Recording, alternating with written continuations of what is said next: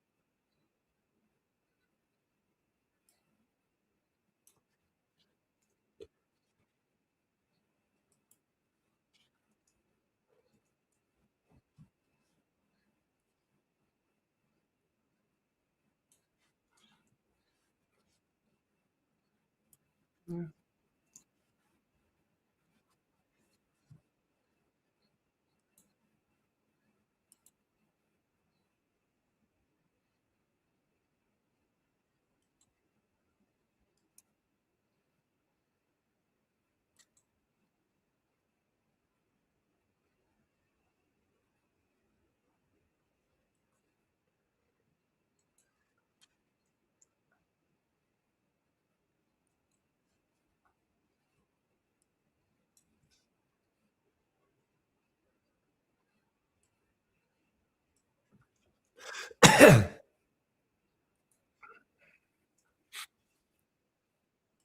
think so.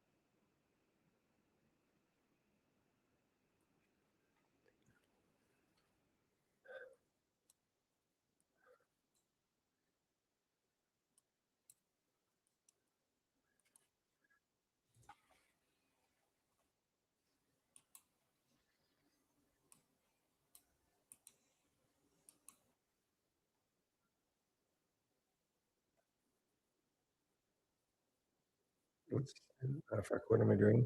Economic calendar.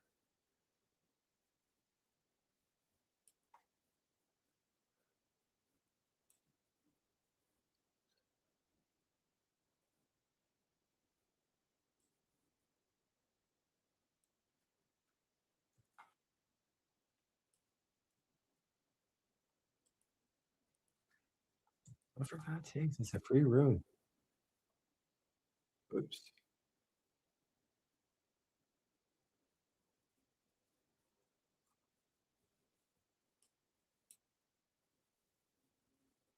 What is right?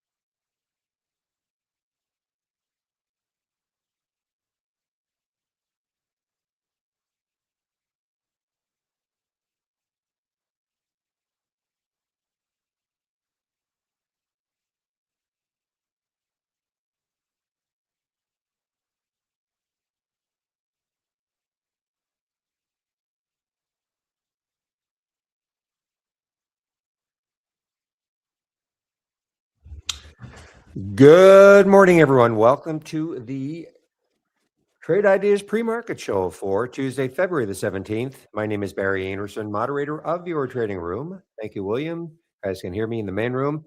Maybe somebody in our YouTube room. Thank you very much, Pepe. Okay, guys, we're good to go, both rooms. So what's happening this morning? OBAI. OBAI is the leader at 102% up from Friday's close. Let's see. I don't see change to our bond, announced corporate name change to our bond. Okay, I mean, there's some news. The next high looking left on the daily chart is 11. It looks like we're in 1181. Yeah, 616. Yeah, so it's a little bit above that high of 3 days ago. So 1181. I'm not saying it's going to get there, but that is the next high in the daily chart. Got up there. Yeah, it actually broke through that earlier in the pre-market. It's pulled all the way back. Still up 100%. Low float, 3.9 million in the float.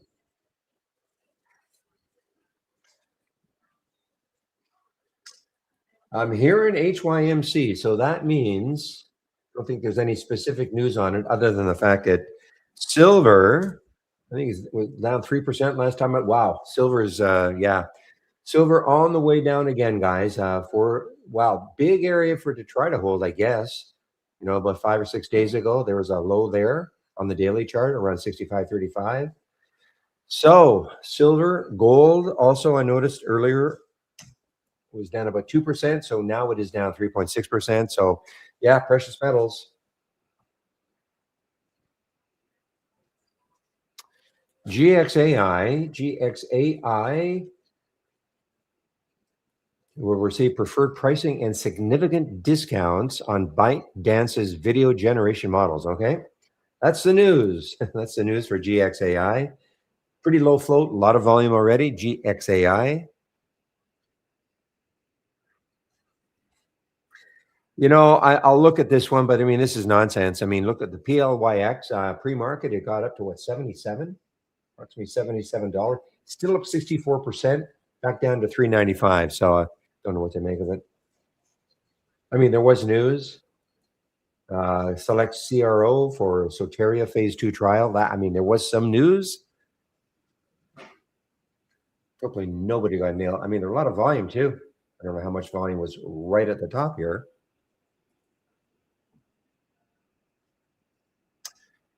Cheap one, guys. I know some of you will look at this one. OLB. Wow, look at that. It got over $1 and it pulled almost, let's say, cut quite in half, but back down to 68 cents. OLB announces a global partnership with PayPal to enhance secure pay payment, etc.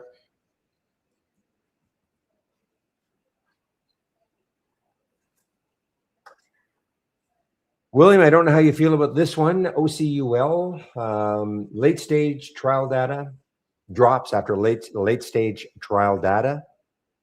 Obviously, a failure, even though it said posted encouraging top line results. Yeah, well, market's not liking it, so it doesn't matter what they say. So OCUL, I don't know if it's an overreaction right now.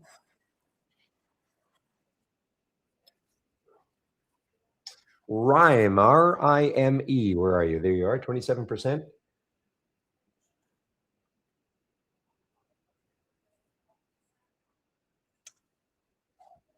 Yeah, I mean, this has obviously got, let's see where it is on the monthly chart. I want to see on the monthly chart, where is the next high? Yeah, so what are we at now? 447. There's a high there at 596. Yeah, so it looks like the next high in the monthly anyway is around 596.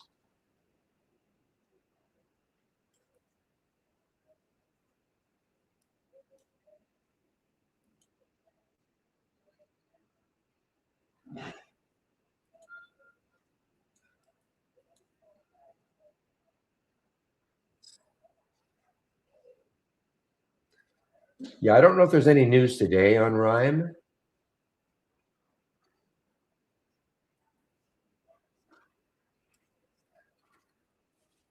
but the last 2 days, I'm pretty sure there probably was something on Friday. I just don't remember.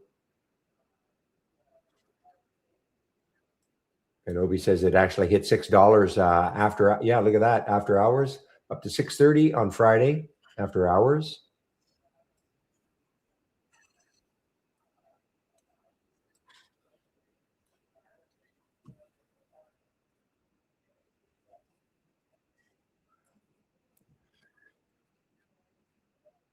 It's US too. It's not China. So yeah, I don't know. I don't know what happened on Thursday nor Friday on Rhyme.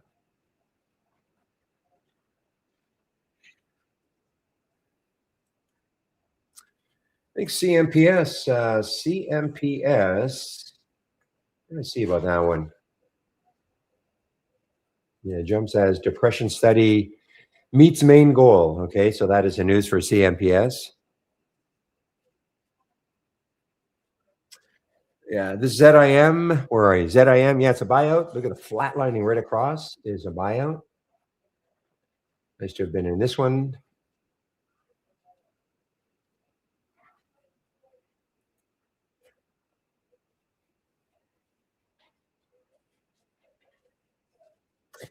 Tiva is not a huge move, but they did have some news. Tiva had some news. TEVA, it's not, again, it's not a huge move, only up 4%, but trading higher after the company announced results from the Relieve UCCD long-term extension study of, I'm not even going to try to pronounce that, but of their drug. Okay, so Israeli company.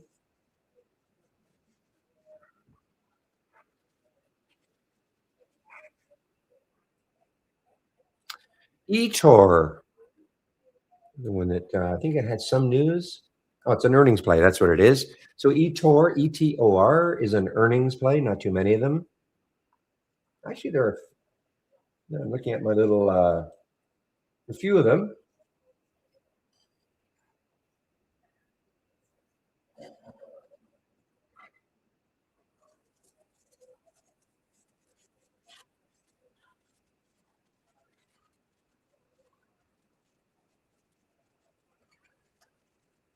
Somebody mentioned hymns. I don't see it anywhere.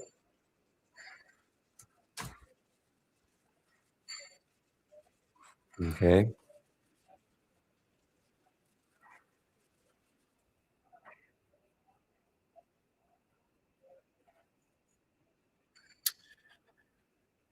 All right. Let's see. LFS, I think this had some news. No, I can't see it. I can't see any news today.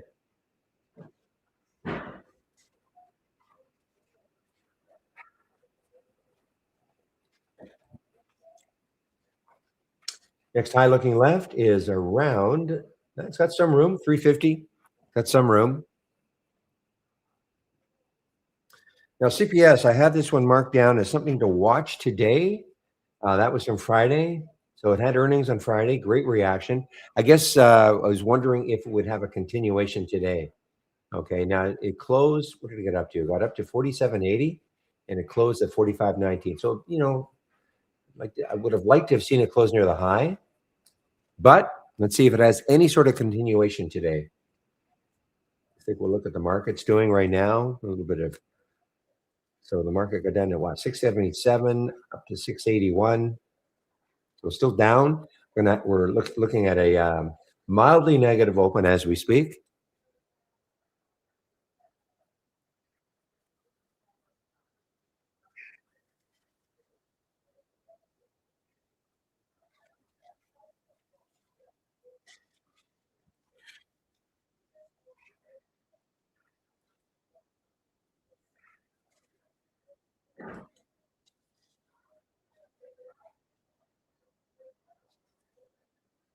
Massey, MASI, real expensive one. Not an earnings play. Okay, higher after the company. Oh, it's going to be acquired by Danaher. Danaher. Okay, so that is basically a buyout then for Massey, MASI.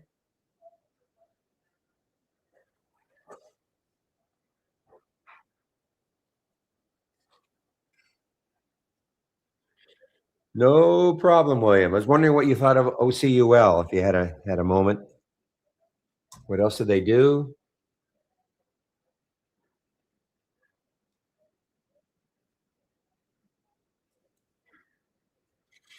Late stage rejection, even though the initial reaction was actually pretty good. I mean, it got up to $12 and then basically more than cut in half before it has bounced a little bit.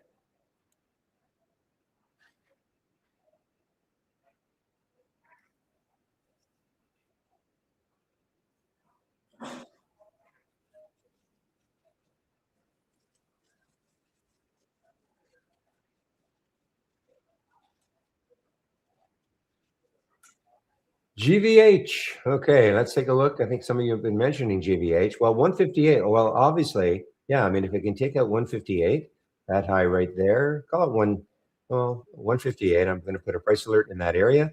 The next high after that would be three, approximately three.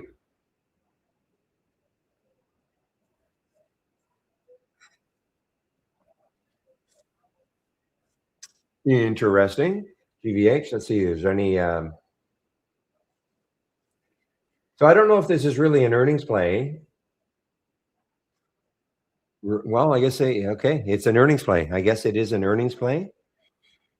Reported earnings of $16.42 a share. Not too many shares outstanding.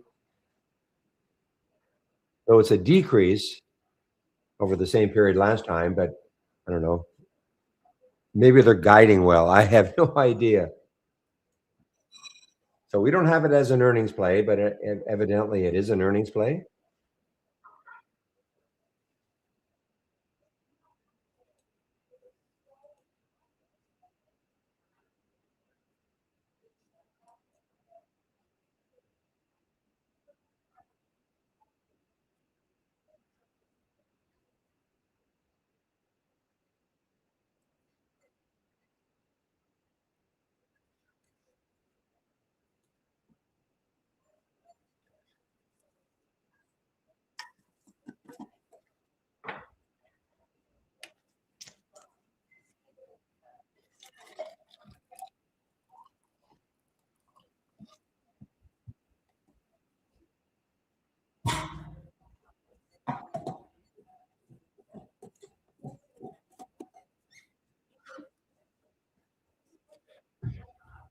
All right, guys. Well, the big one to look for me anyway, the big one to look at right now are the financials. I want to take a look at XLF and see where are they right now. And they're still, yeah. I mean, I figured they'd be below the 200-day moving average. At least had a mildly positive day on Friday. Okay.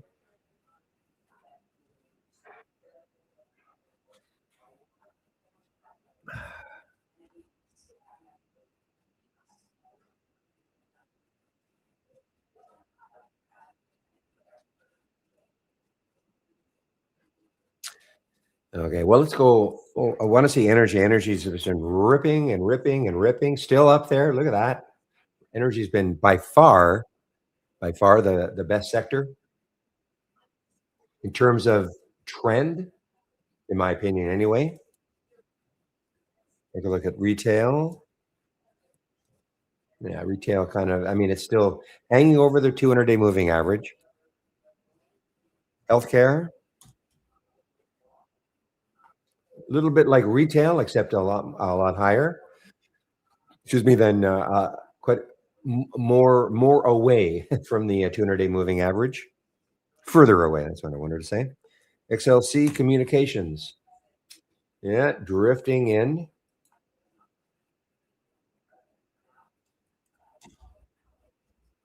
Consumer staples pretty darn strong, Not quite the long trend that XLE, but pretty darn good.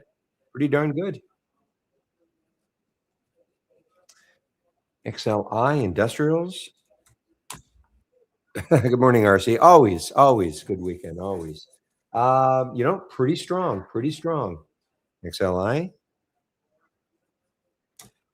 Discretionary. That's the other one that's kind of flirting with that 200-day moving average.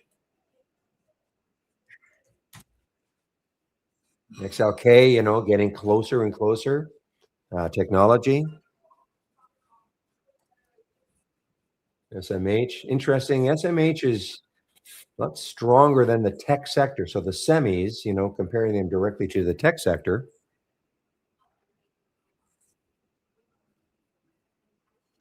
and then utilities, XLU.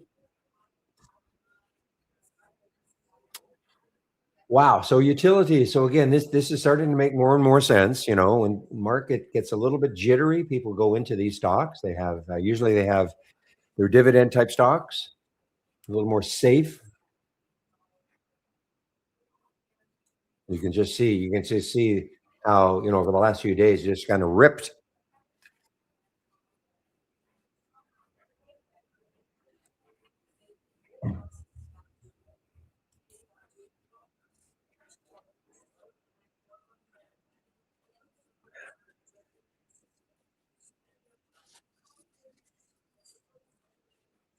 So as we speak, but it's a big one. The only major sector underneath the 200-day moving average is XLF financials, and that's a big one. That is a big one.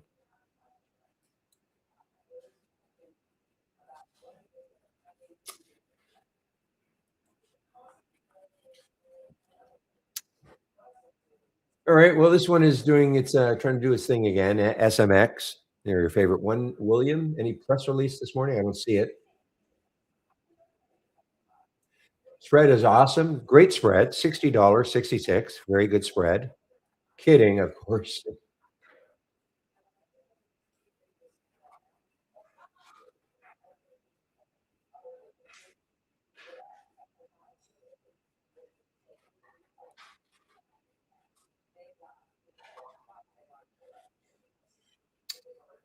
All right. Bitcoin. What's Bitcoin doing? Bitcoin is 68,000 off about $300.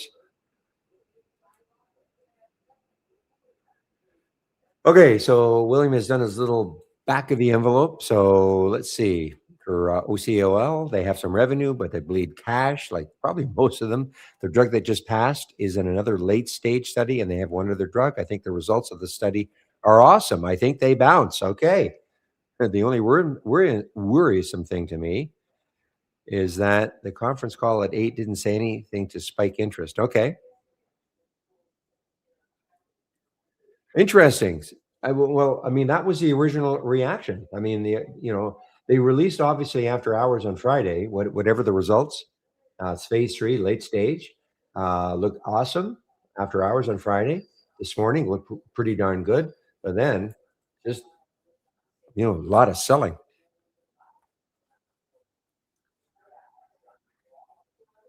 Let me read that again.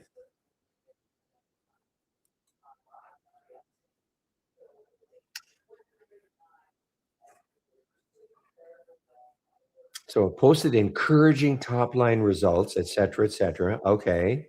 According to the company, reached superiority, primary endpoint, high statistical significance. They're saying all the right things. Yeah, they're saying all the right things. Maybe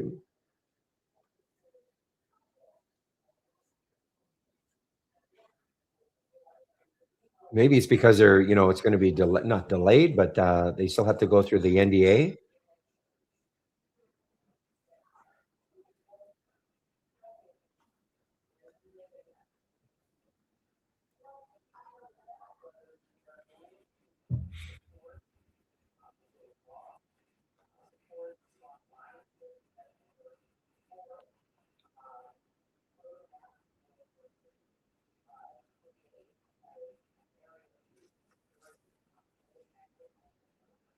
Give me one moment, guys.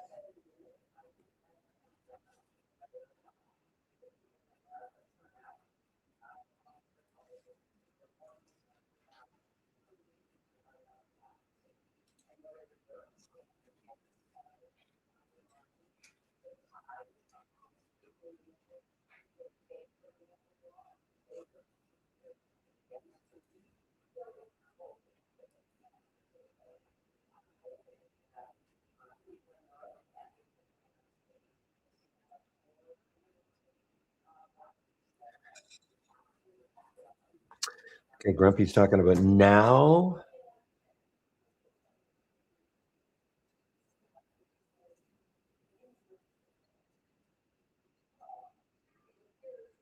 Notified by executives that they terminated their trading plans, SEC filing. ServiceNow notified by executives that they terminated trading plans. What does that mean? ServiceNow CEO to buy 3 million in company stock. Okay.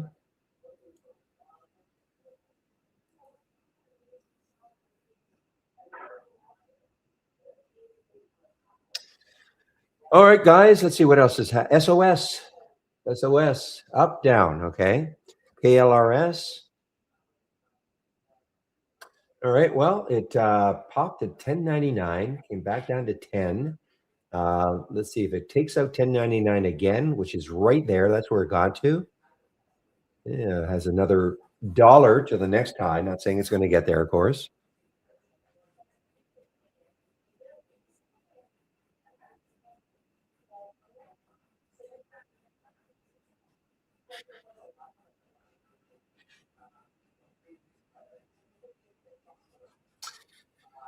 Okay, let's take a look at the RIME. Well, it's hanging around the VWAP.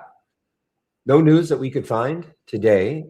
And I think, Dwayne, you said you couldn't even find news on Friday or Thursday. So just a play, maybe a trucking, AI trucking play or something.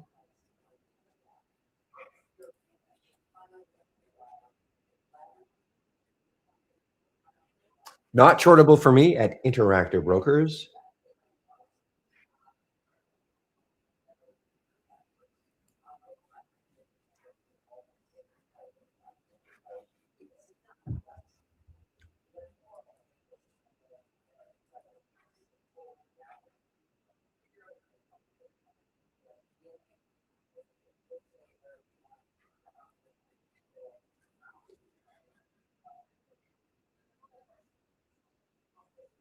All right. Todd, yeah, you've posted that also regarding the trucking news and Rhyme, AI trucking news and Rhyme. Well, here we go now. Now I'm seeing this. Did not see that earlier. The Semicab vision, a smarter connected freight network built for the AI era.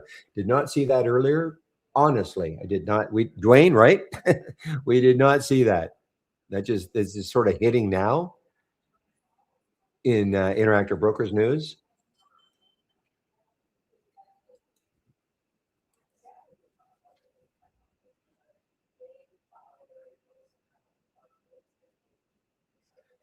All right, guys. Wow, 9:23. So let me, first of all, one thing, save my work or save my layout. First thing to do.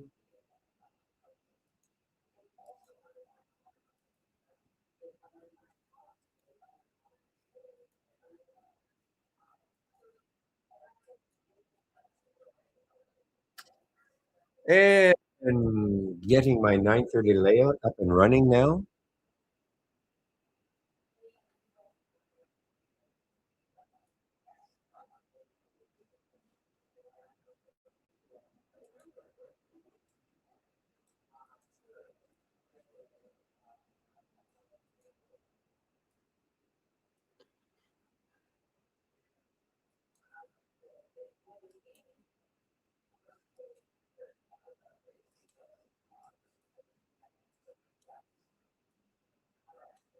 Okay, guys. So what we see here now, these are the top 6 from that list I had before, which had the top 15 that are up.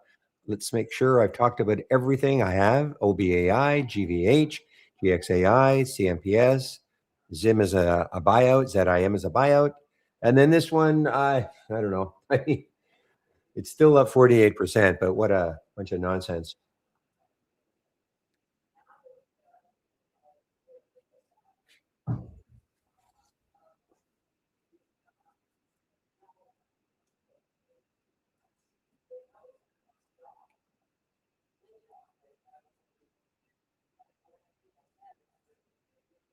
Oops.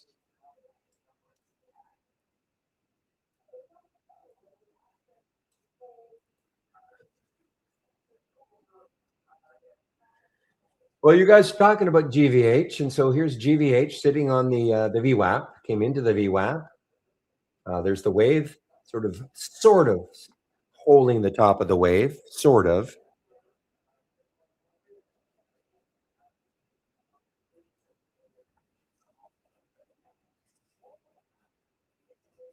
So that is GVH.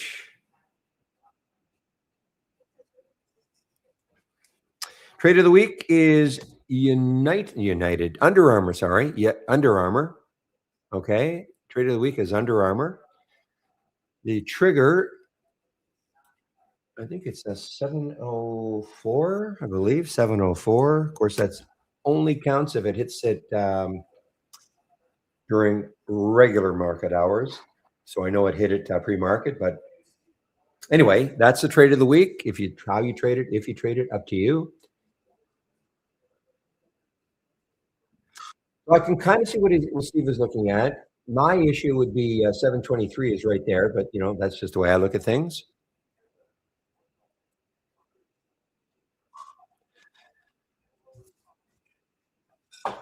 It's different every week, Vito. You'd have to, if you read the email, if you're signed up for it, the email explains what he's looking for. It's different every week.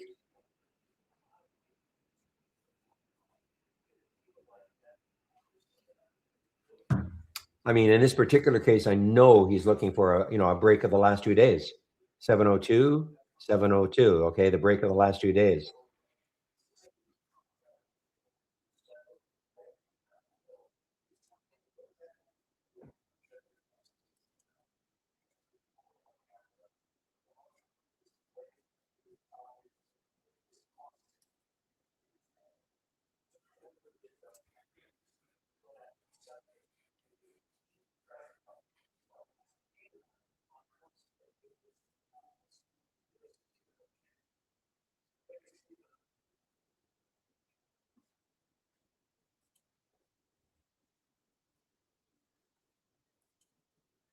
BAI, well underneath the VWAP. So now OBAI is at this high, I believe, 616. So it's a little bit below that little high there of 616. That is a 2 day ago high. We're going to put again, if we can take that out with any authority, you've got $11.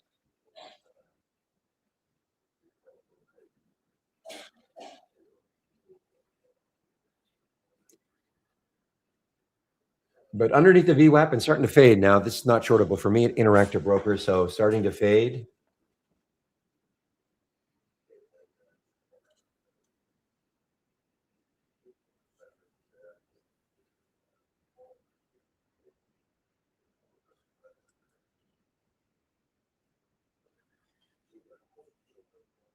KD is having an update.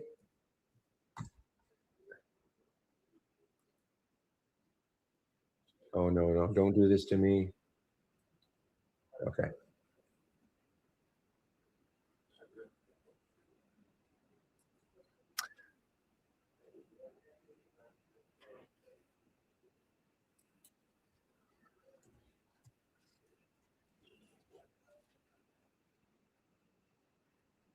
Aha, good one now, William. Yeah. Bad earnings play, obviously, but now it's sort of trying to break out a little bit here. What's the volume like? Pretty good, 539,000. Certainly not a low float. They don't have to be low. So that is, yeah, that's could be kind of interesting. Let's see if it holds. It's right at the VWAP now, right at the VWAP area.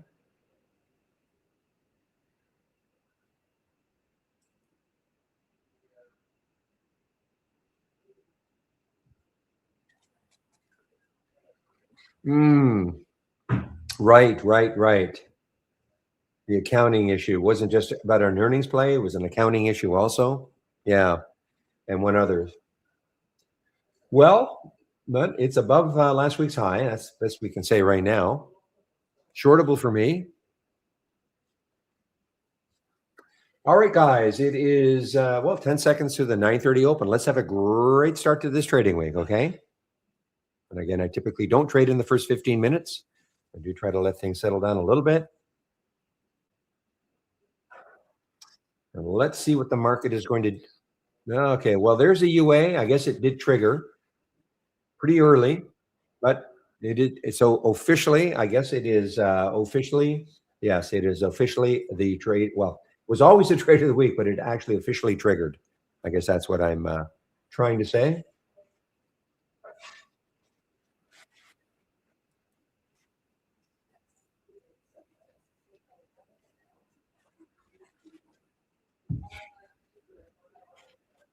Fig, Fig. Okay, this is hmm, earnings play. Okay, Figma. So the Adobe killer, not killing too much anymore. Figma is an earnings play. Fig. This had earnings. Actually, it had earnings after hours on Friday. Really? Is that right? What are we now? I'm sorry. Excuse me. They have earnings tomorrow. Okay, I'm sorry. Jumping ahead here. So they have earnings tomorrow after hours, and that is Fig.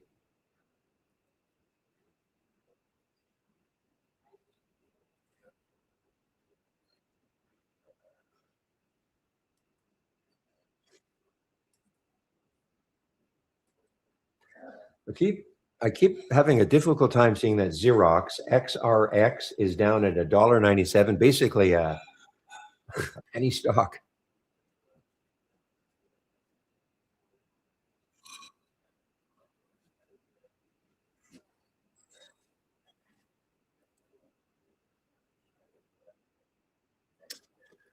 Well, William, there's the KD.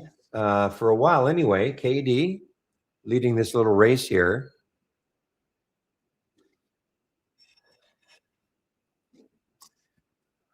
I hope not. You're the first person to mention that, RR. So, any screen issues, guys, in our main room? Screen or audio issues in the main room? Let me know. Yeah, so it's RR. RR will have to, yeah, refresh. The clue always, guys, unless you see a bunch of people saying the same thing, it's usually you. Okay.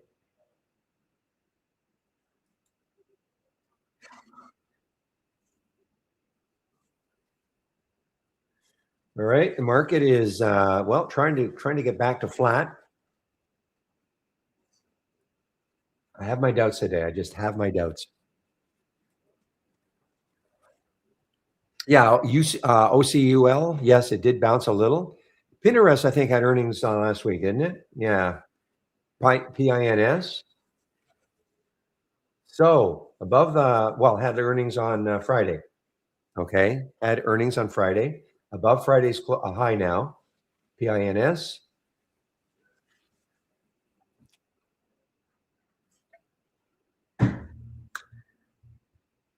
Rhyme is well, Rhyme is losing it. Excuse me, Rhyme is losing it. Now, this is a rarity, guys. BURL is halted because of volatility. Why a rarity? Because the price of the stock is $315. Now, normally,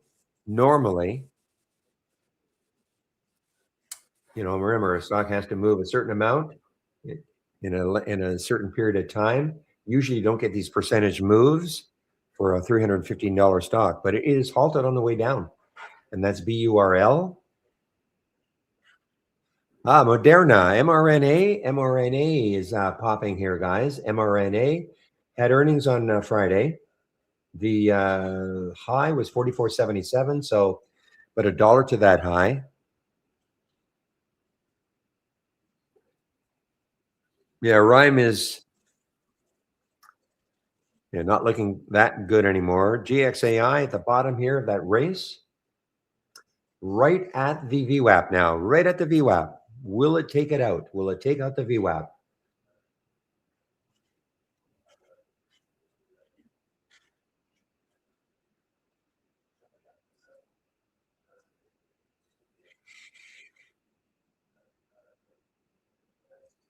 Great spread, best you can get. 167, one penny. All right, market is a little mini rip mode now, guys. We're basically flat. We're basically flat now.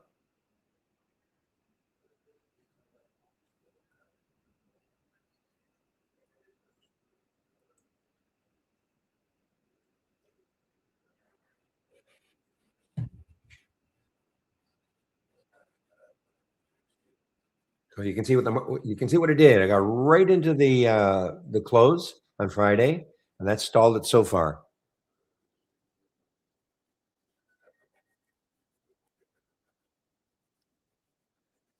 Okay, I want to take a closer look at OCUL now. Here's another one. Oh, this is a news halt. IHS is a news halt.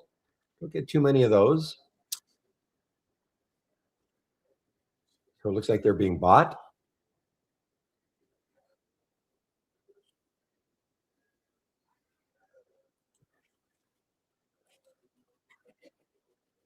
Okay, OCUL. I got to take a look at this one.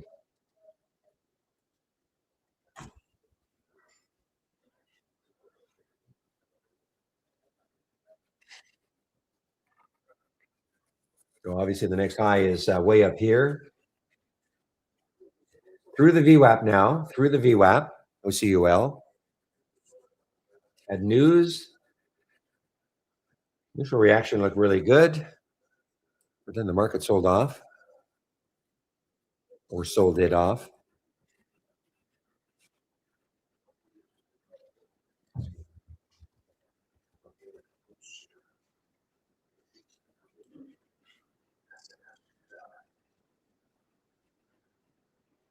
All right, EYPT. Now this is 1431 is the next high.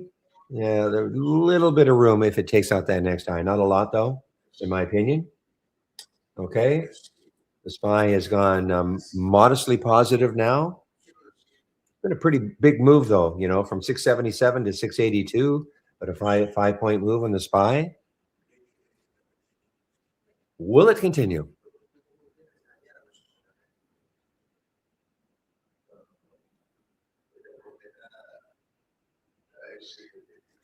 The CG tail, you guys were just talking about it, and it just got halted. CG tail just got halted. Ha! I don't. This is no way this is going to happen. But 389. So this blue screen, blue window that I'm displaying right now has got nothing to do with trade ideas. Okay, nothing to do with trade ideas. This is time and sales from Interactive Brokers. It tells me the halt price 389. It is a CGTL, even though you don't see the symbol here. This column, I'm trying to tell you where it could open. I refuse to believe it's going to open at 521. Okay. I think over the course of the 5 minutes, we'll probably start drifting a little bit closer to 389, maybe over four, but I may be wrong. But you can see right now that over the course of 5 minutes, this can really, this doesn't have to maintain whatever price you're seeing right now. Now, GDZG, okay, GDZG. How's that on the way down? Okay. This is a massive, very active one on Friday. Actually, Thursday and Friday.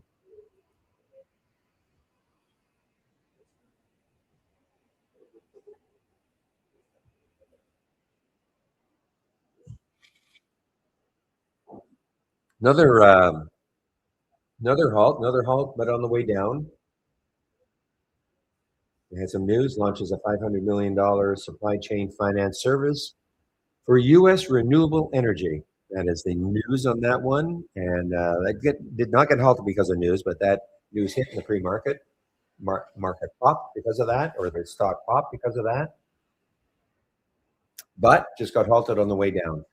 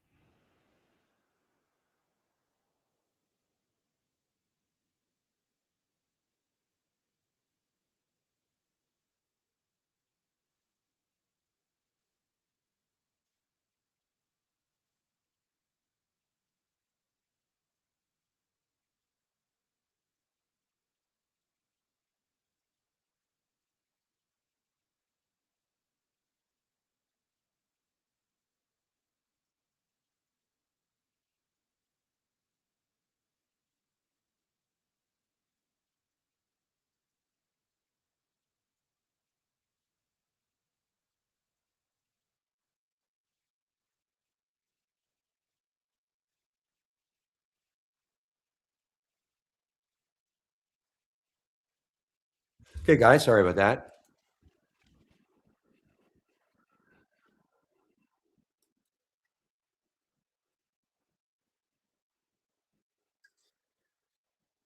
All right, CMPS is showing up, you know where. So let's take a look at it. CMPS, 5 minute chart. So it did get up to 878, pulled all the way back down into the VWAP.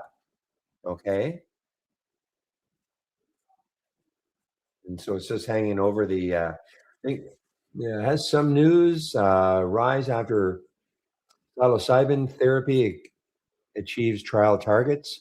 So it's positive news reflected by that 38% move.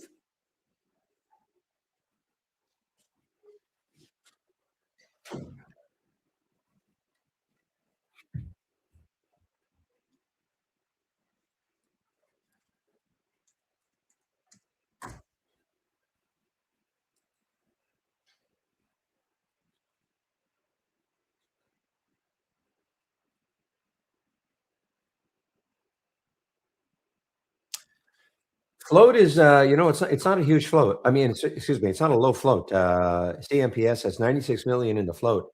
So it's interesting. I mean, it popped all the way up to 881 or so, and they pulled back down to the 8 level and starting to move now, guys. Nice early move from, well, I can say now, our AI so far.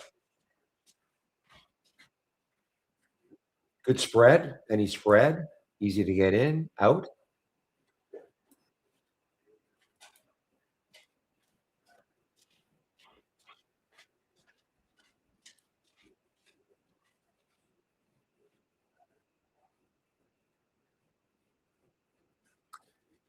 Chow pop, penny play, there you are, CHOW.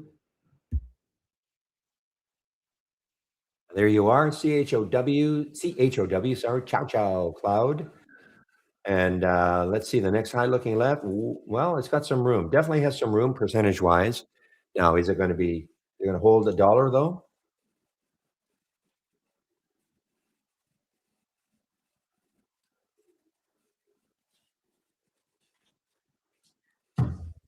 Yeah, now Rhyme halted on the way down. Look out. Rhyme halted on the way down, got uglier and uglier. ANPA was halted. ANPA on the way up or down? Okay, ANPA, ANPA. Oh, this one. Strange name. Rich Sparkle Holdings. Next high looking left is I remember this one now. Yeah. So the next high looking left is around $66 or so. Okay. And that was Friday's high. I don't really remember seeing it on Friday. All right, CMPS guys.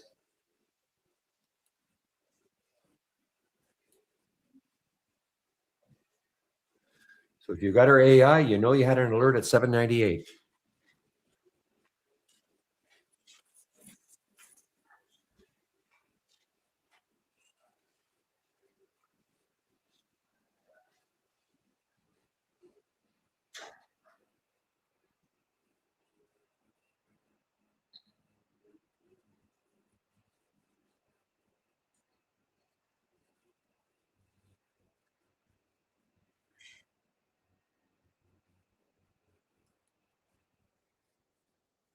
Just trying to look at some of the earnings plays from the that I've got here. NEO is an earnings play. NEO, and this is that's at the low, almost at the low of the day. NEO is an earnings play. Neogenomics, and it is not quite a lifetime low. But let's see. Look, next low looking left is 764 on a date on a monthly chart, and that is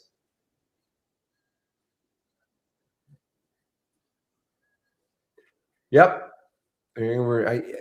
Yeah, I mean, I just don't see the SPY. I don't see the SPY being positive today. It's just we had a little run up, a positive, and now the sell off. I don't think there's any economic news. In my economic calendar that I posted, I don't think there's anything of significance. Unless,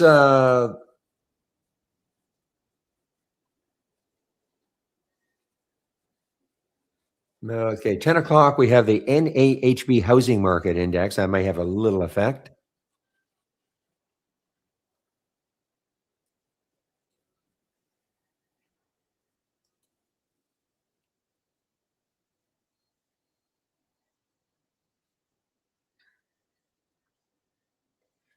Speak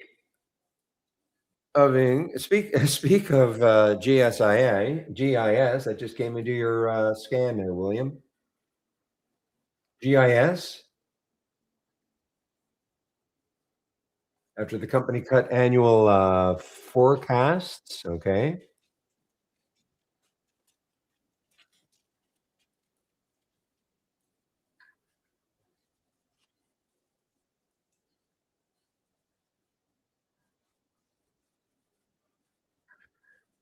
Next low looking left on a daily chart for that one is 44.48. So not a lot of room, not a lot of room, we might get a support level in that area. It's I'd love to short it, except I'm looking at this and it could be. I mean, it may just blow right through all that, but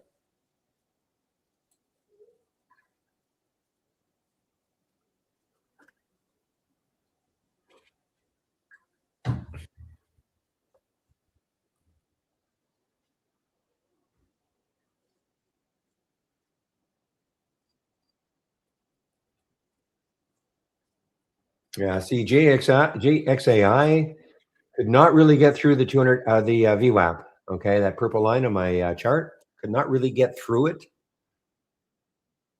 This one hanging around the area, and now it's starting to give it up. Not shortable for me at Interactive Brokers.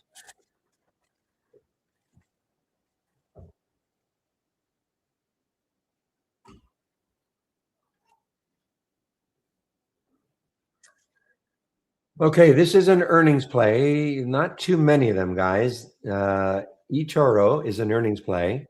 ETOR. The next high looking left is 35.05. Ooh, there's room. Definitely some room for this one. We're at 32.39 right now. Actually, I'm wrong. So 33.17 is the next high. It did get past that earlier.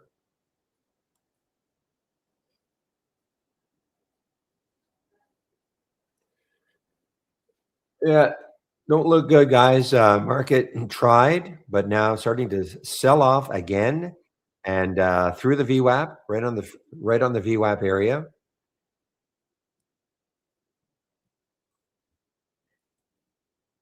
How's silver doing right now? Yeah, so silver had the move down. Then it had a nice pop actually, but now moving down again. Yeah, so the CMPS was a nice quick trade, but not holding, just not holding. It's a well, no, actually that was earlier, 879. So from the alert, it got up to 843 from 798. So it was a nice quick trade. I did not take it, but if you took it, you have to be really watching. I'd be very going long. This market just is not really rewarding trying to hold on to or long-term trend or long trends, intraday trends, in my opinion. Well, again, I might be wrong about the GIS. The GIS right here now, this could be a support area, could be for GIS. I'm looking left here. There's a lot of daily action.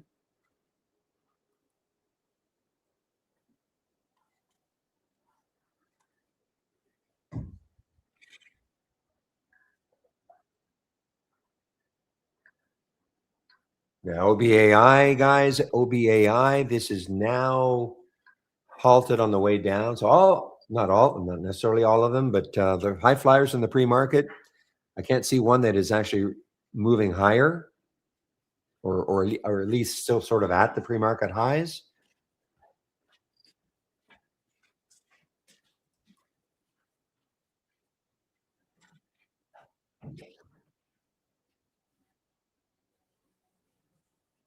Now this one had MLEC, big day on Friday, as I recall. Yeah, big day on Friday. Well, at least it's above the close now. Okay. Remember, it got up to 1232, but it closed down here at 861. So it's above the close. MLEC. Bread is, I mean, it's not great, but for a stock that could be, I mean, it's got 520,000 in the float.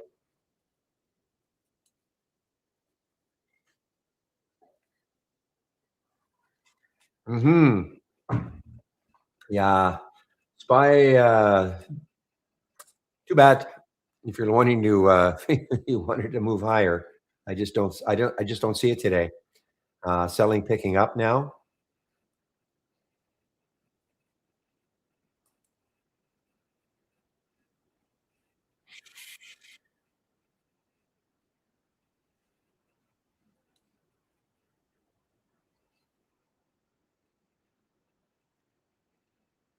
Yeah, I do see Adam won a race. Let's take a look at this. What time is it now? 9:51. Adam won a race, ATLM, right at the VWAP. So right on the VWAP.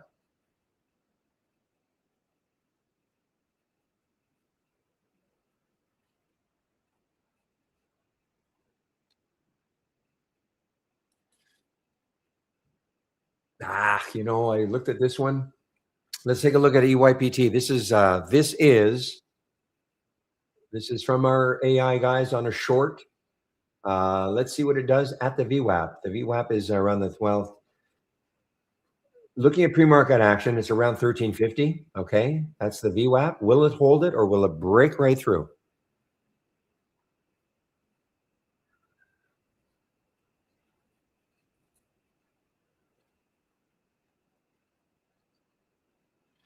Gosh, I just have a tough time committing to a long. I mean, Trip is showing up on the Williams scan. It had earnings on I guess on Thursday. Not great. 1042, 1048 is the high on Friday. Yeah, look at the CMPS. I mean, again, quick trade.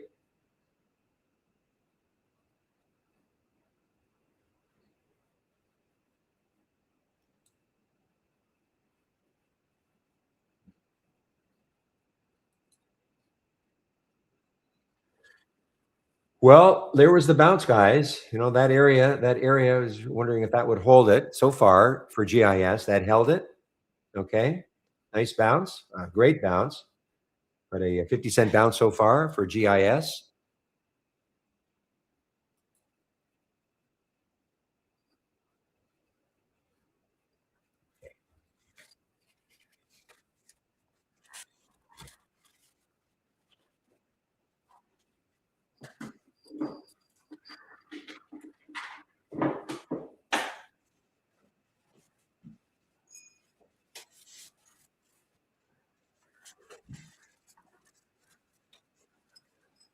You guys been talking about FSLY.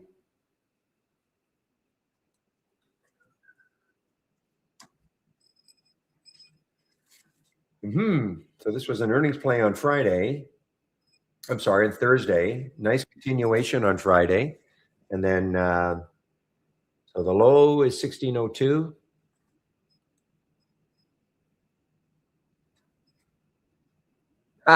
SMX is going to do a reverse.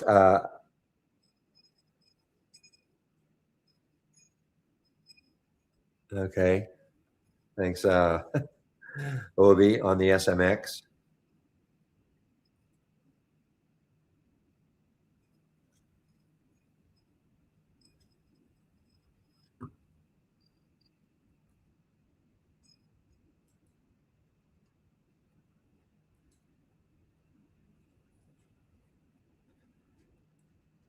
All right, look at all the halts resumes already, guys. We're only less than half an hour from the 9:30 open. Remember now, stocks do not get halted for volatility in the pre-market. A stock can get halted in the pre-market for news, but not for volatility. And most of the halts we see are because of volatility. Yeah, 1660. Yeah, the last time I looked, it was down about 300. So yeah, Bitcoin.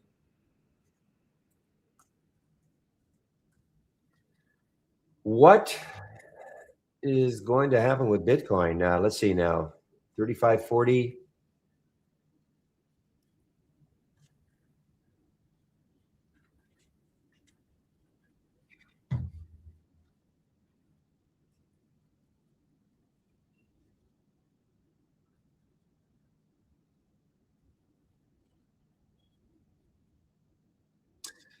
Okay, guys, maybe you want to watch Tiva. Tiva, this was something I thought about as a fade earlier. Didn't do it, unfortunately, but had some news.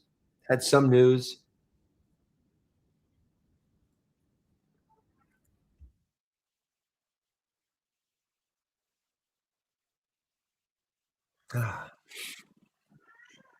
So trading higher after the company announced some results. So did have some news, but now it's underneath the VWAP, Tiva, TEVA, underneath the VWAP.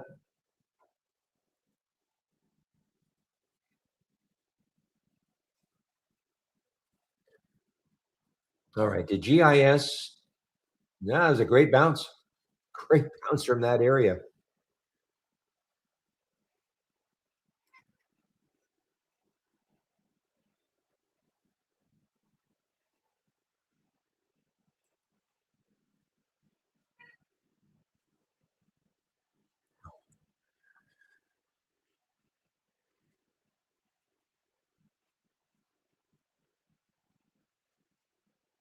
Keep an eye, Tiva guys, and underneath 35. It looks like it wants to give up a lot of its gains. Didn't have a huge move up. It was only about 4% up, but it is really starting to, underneath the VWAP.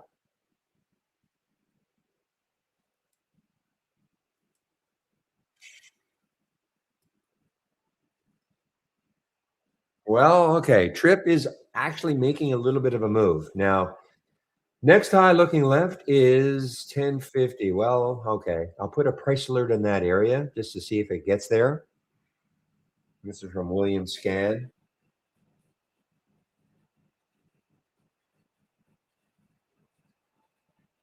So, William, did you take the GIS bounce? I know that's how you look at that scan for you. It's more of a bounce.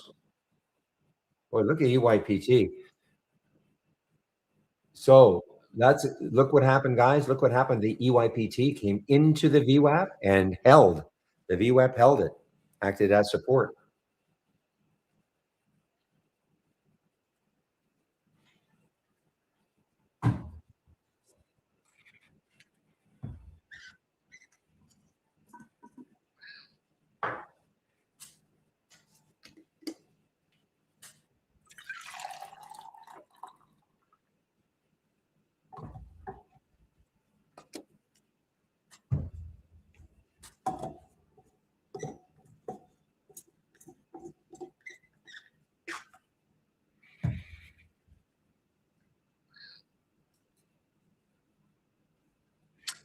Okay, the rocket companies. Next low looking left, 1789. A little bit of a little bit of room actually.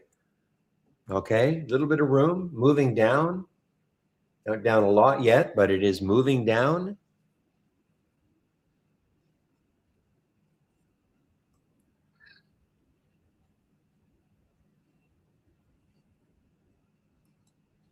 Halliburton doing the same thing, probably. Yes. HAL moving down.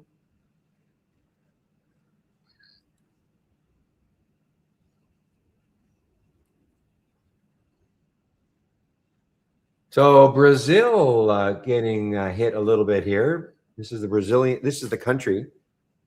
Excuse me, the country ETF for Brazil, EWZ, and then.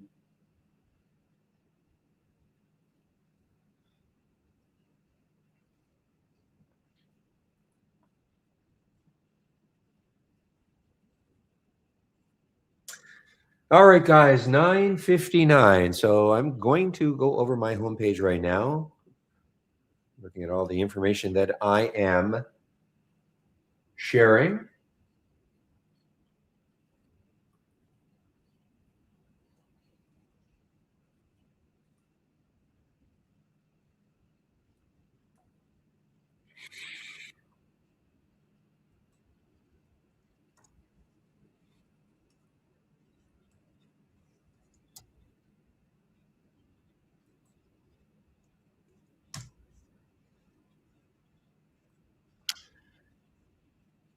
Okay, now looking at my homepage, this is how you can take out a subscription. Okay, Barry 22, that'll get you 22% off the first month only. The first month only. Please listen carefully. The first month only, or the entire year of a Trade ID subscription.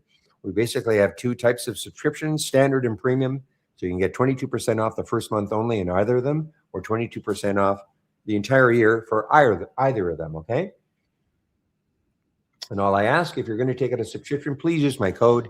I'm moderating two rooms, a YouTube room and the main room, the trading room. So if you're in YouTube right now and you want to come into a room that is a lot more active, much more interaction amongst traders, also this room is open at 6:45 a.m. Eastern time. Obi in the trading room opens it up, thank you, at 6:45 a.m. Eastern time. I don't, just because I live in Vancouver, Canada, so a little too early for me. So thank you, Obi, for opening the room when you do. I get on the mic for both rooms at around 9 o'clock. I usually take off sometime between 2 and 2:30, always staying later if there are questions. But even when I take off, most of the time, William in the trading room will keep the room open after I leave. It's up to him, depends on maybe some earnings plays. He's been usually doing it to about 3:45. So he'll let us know later though, okay? So even when I leave, so the room can be open from about 6:45 to 3:45.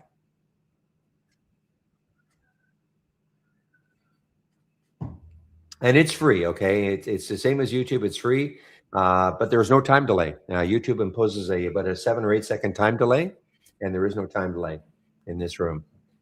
Education. So if you do take out a subscription, before I do that, scroll down a little bit more. Keep it simple. Get the trade of the week. Now, I got the email this week. I know last week they had a bit of an issue. I did get the email this week. Trade of the week is sent to you before the market opens every Monday morning. It is free. And how you trade it, if you trade it, of course, is up to you. If you sign up for it and you don't think you're getting it before you contact us, please check your spam folder. And if you have Gmail, check your promotions folder. Okay.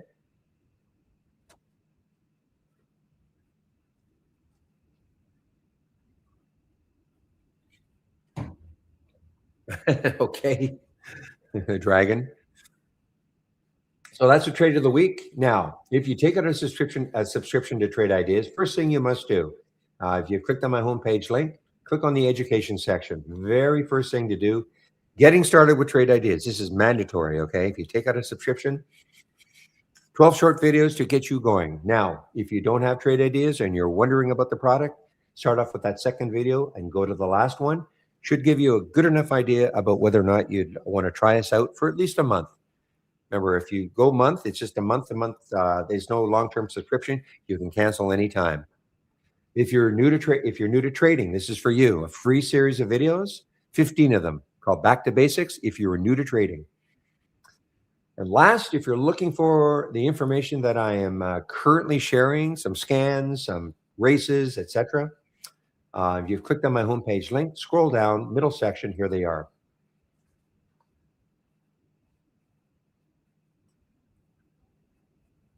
So this is the race. Biggest large cap gainers is right here. This is a wide open race, nothing to do with markets or market cap or float. This is a much more volatile race. Usually in this, and this is right here, the biggest gainers.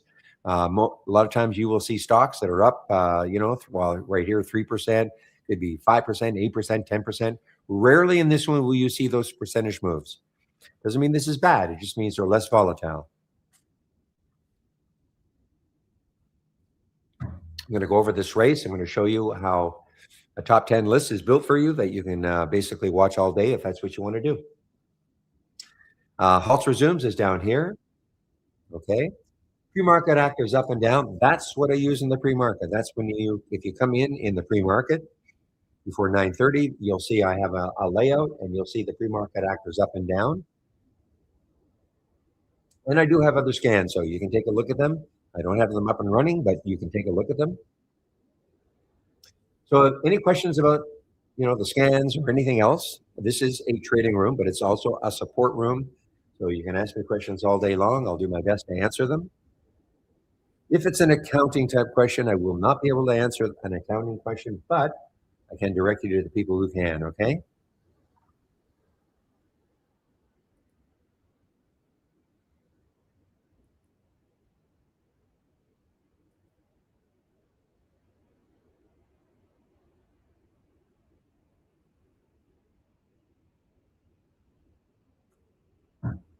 All right, let me see what's happening here. Oscar, boy, this is very active stock, guys. Oscar is a very I'm not talking specifically today, but in the past, it's just been a very active stock. OSCR.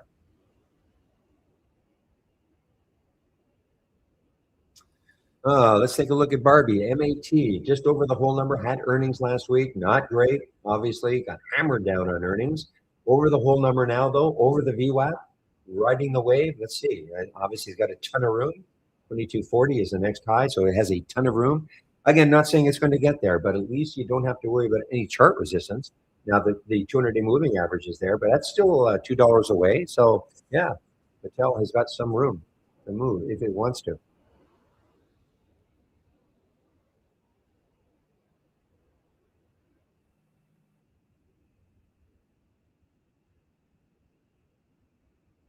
Yeah, so if it's a real-time alert, Gabrielle, if it's a real-time alert, then those are ors, okay? Not ands, if that makes sense, okay? The filters are and features. So in other words, give me, here's my price range I want between 1 and 100. Minimum volume is 200,000. Up 2% from yesterday close, and then your trigger could be, say, a new high of the day, and it will trigger if only if all those filter values are met. But those are the ands. The triggers, if you're using a trigger like a real-time alert, those are ors. So you cannot combine them in the way you want.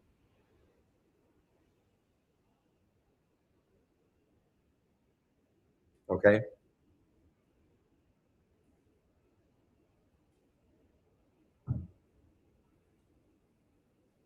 You are welcome. So, and this is what we're talking about here. If I right click and click on configure and just look on the search. So all these icons represent real-time alerts.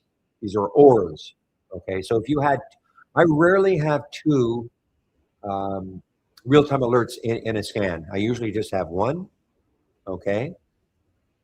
But if I had the crossed above the open and a new high of the day, and here are the filters that I've got.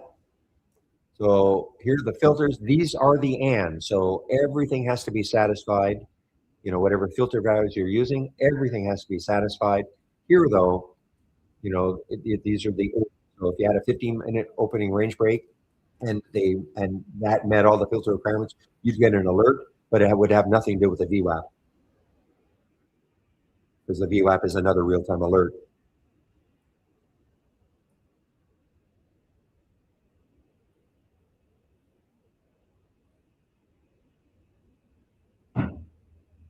All right, let's take a look at this race, guys. I'm going to take a look at this race. And in fact, but before I do that, let's take a look at the major sectors. I'm going to click on new and then dock channel bar. And I'm going to click on show more, scroll down, and clicking on sector status. Okay, sector status. So all the channels here, they are theme-based channels.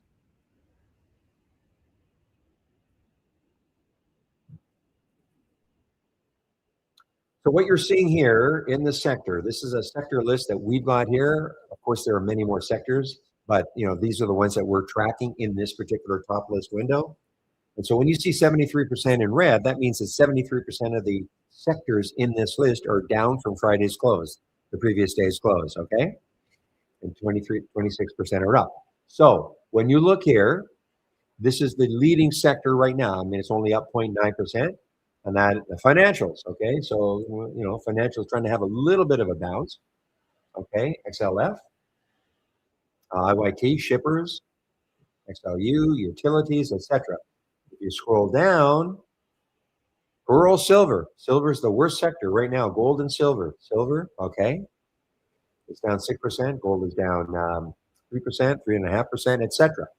So here's how you can zero in, right now. I mean, of course, this could change an hour from now, but right now, this is the you just look at the top here, top sector, put it on the bottom, worst sector. So if you're going to, let's say you thought, I wonder if I should take this silver play. Okay. Well, if silver is so weak, it's the weakest sector, unless the silver play that you're looking at has some very specific news about it. Okay, very specific news. So it might not, care that much about what the overall sector is doing. Okay, but if it's just a sort of a random silver play you're looking at, what I would do is I would have silver. I would have silver. Okay, I would have the silver um, chart somewhere so you can track to see what is happening. Maybe silver is having a bounce. Okay. Now, here are the sectors that we have. We don't have every sector. Here we have 11 of the sectors that make up this list, and here they are. So, same sort of thing. Look at this. Energy. Wow, energy. Week today. 100% of the stocks that make up the energy sector are down for the day. Okay. Or that make up XLE. Okay. Down for the day. And the worst one is EQT. Okay. EQT is down 3.2%. APA down 2.8%, etc. So that, again, that's how you can kind of check to see, okay, what is the strongest stock within a sector? What's the weakest one? And this is the strongest one. It's only down 0.6%. Is there any positive sector? So here, well, we looked at financials. Okay, so here in the financial sector, Citi, best performing financial in XLF, 2.5%. 83% of them are up for the day. But same thing. Scroll down. Worst one is FDS. For whatever reason, maybe it's an earnings play. It's not an earnings play, but for whatever reason, FDS is the worst one. Wells Fargo cutting its target from 215 down to 195. What is it right now? So it's right at there, that level. I don't know if that is the reason. Bank of America underperformed, target of 195. So I mean, you can kind of see though, if you're interested in, this is something that maybe some of you, that's all you're going to do. How you use trade ideas. It's possible. Just track the major sectors.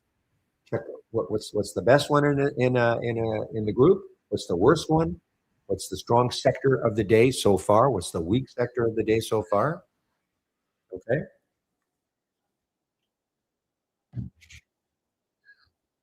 And look at technology. 90% of the stocks that make up. I mean, Apple. Interesting. Apple is the strongest one in the technology sector today. It's up 1.5%. What's the weakest one? Scroll down. So SNPS. Well, there's AMD, obviously a big one that most people know, down 4.8%. SNPS down 5.5%.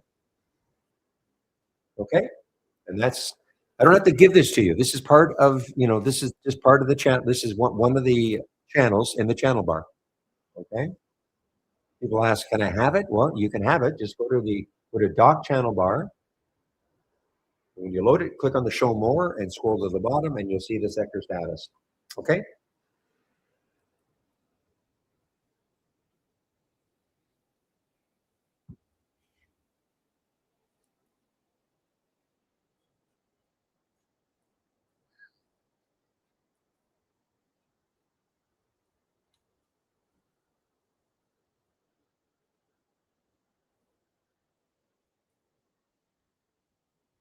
All right, let's take a look at this race. Okay, this race over here, this it's a volatile race. I want to just explain the concept of racing. So you'll notice that in both of these races, eventually there will be a top 10 list created of the stocks that have won the most races over the course of the day. So I'm running 4-minute races, and before I continue,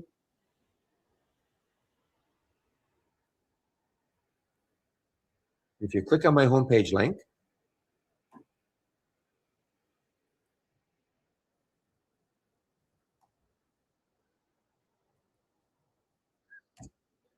okay, so if you click on my homepage link, this way if you go down to the education section, click on the more info, and at the top here is the user guide. You click on the user guide, you will see there's a whole section on TI stock racing. Okay, the reason I point that out is because I don't expect when I'm going to go over this race, there's a lot to it, and I don't expect everybody to remember everything I've said. So here's your big guide for CI stock racing if you are interested in racing.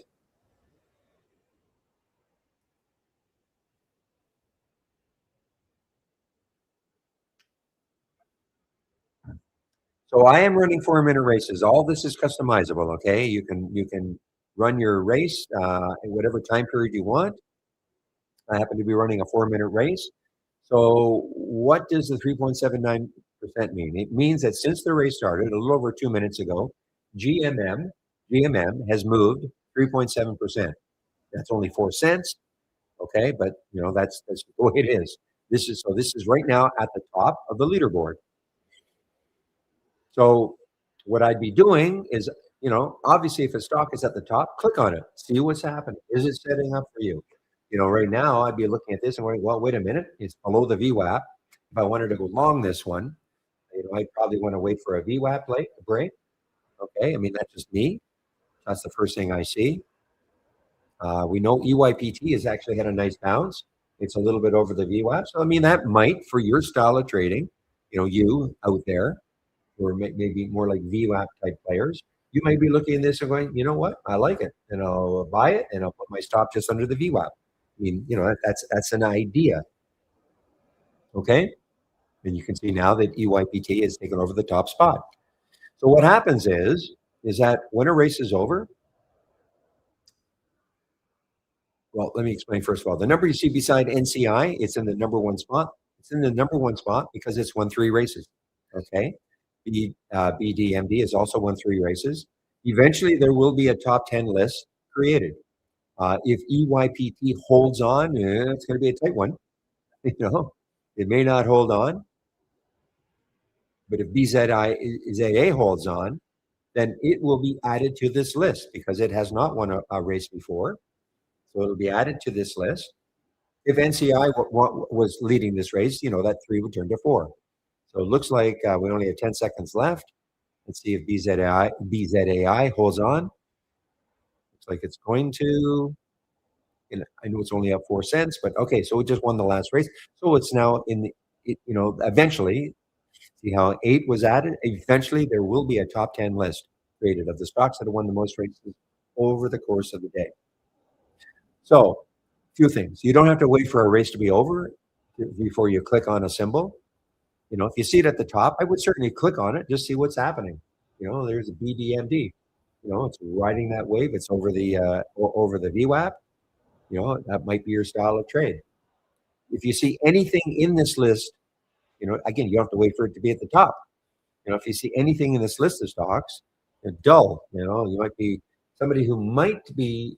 This is the gold 3-time inverse leverage. Wow. So this is if you think gold is going to keep moving down, you can buy this one. Not a lot of volume though. It just happens to show up here. Okay. But take a look at Atom, ATOM. Again, I think I said this before. I mean, you might like this if it takes the VWAP out. Okay, you might like it if it gets a little bit above the VWAP. So put a price alert there if that's your style of trading. Now this is shortable for me, so maybe I look at this and go, you know what? It's been trying to get through the VWAP a few times. Heck with it. I'm going to short it and put my stop above the VWAP.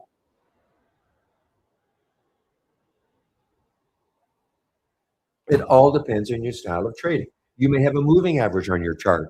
And obviously this requires that you have some knowledge of trading. You may have a moving average on your chart that the stock is moving into that you like to see if that holds acts as support.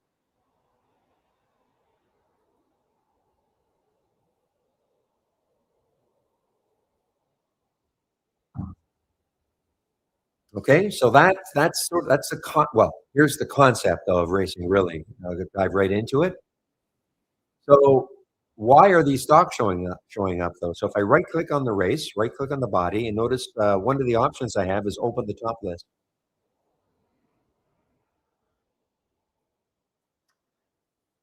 So you can see it's a big list of stocks right now. I'm going to click on the change from the close. Okay, so you can click on any column header, obviously as long as you have it, and I just double left click on that C%, which is the change from yesterday's close. Yesterday meaning Friday in this case. Okay. And so that's a, common question. Show me the stocks that are up the most today. So BDMD of 63% from Friday's close. LFS 39%, etc. All the way down this list of stocks. Again, why are these stocks showing up? I right click, configure, summary. So that's what I want to see. In this top list window, this is what I want to see. The price has to be between $1 and $50, 200,000 shares minimum are traded, and up 2% from yesterday's close. If a stock meets all these filter requirements, these are all and, then it'll show up in this list of stocks. So if you're saying, well, wait a minute, I've got a stock that's up, 100%, you might. It just means why I wouldn't have that stock, because it's not meeting these filter requirements. Okay, there could be a stock under $1 as an example. Some crazy one under $1 could be up 200%. So this is what I want to see. Again, doesn't have to be what you want to see.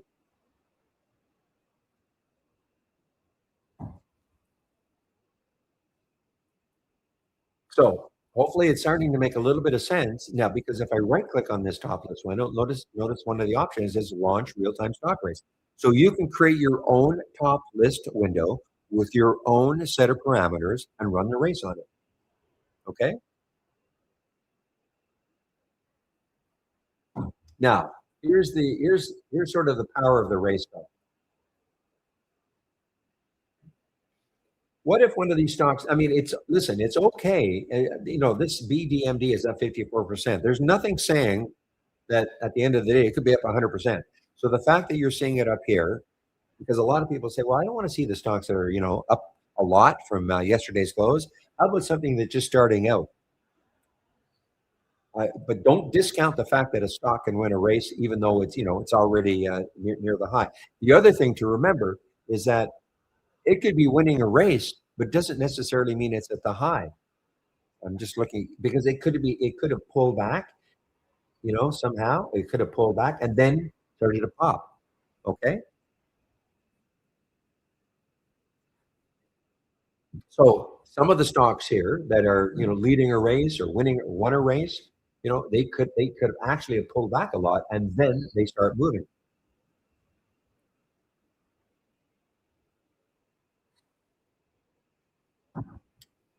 Quick answer, Rob. No, you're yeah. The AI is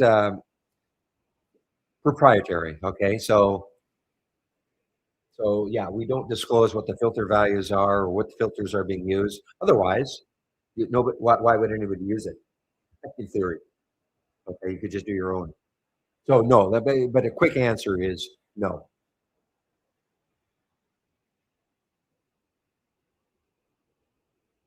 So what can happen is this.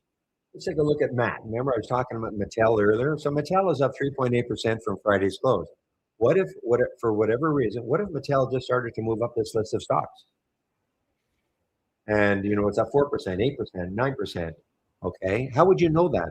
What are you going to do? Stare at a list of stocks to see what's moving? Well, that's what the race can do for you. The race doesn't care whether a stock is, near one of the ones up the most from the previous day's close. All it cares about, as long as it's in this list of stocks, what's moving the most. Okay, percentage-wise, that's all it cares about.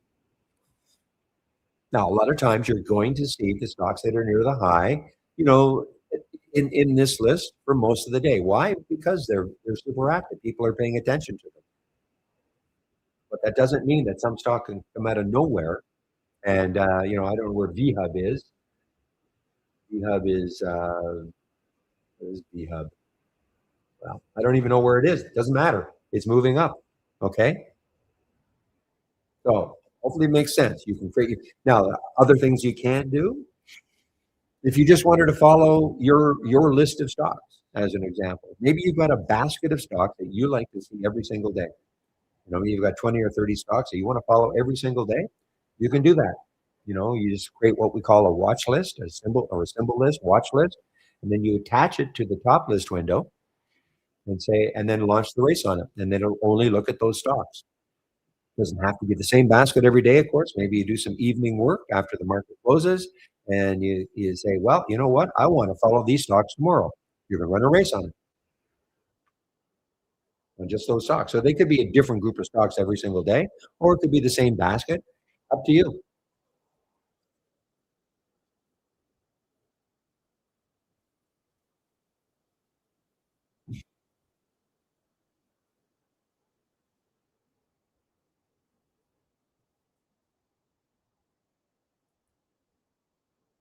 Now, this race is a little bit different.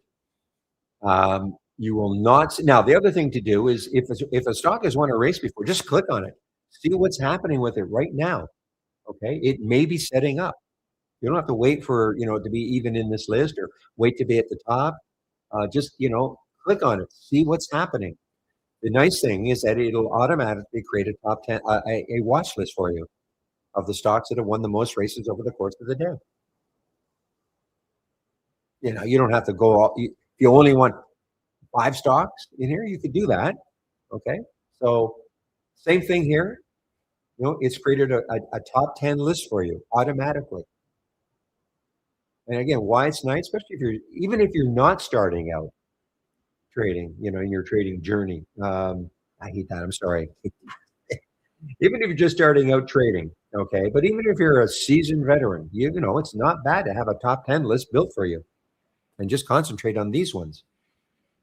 So why are the percentages so far less in this race? I just open the top list.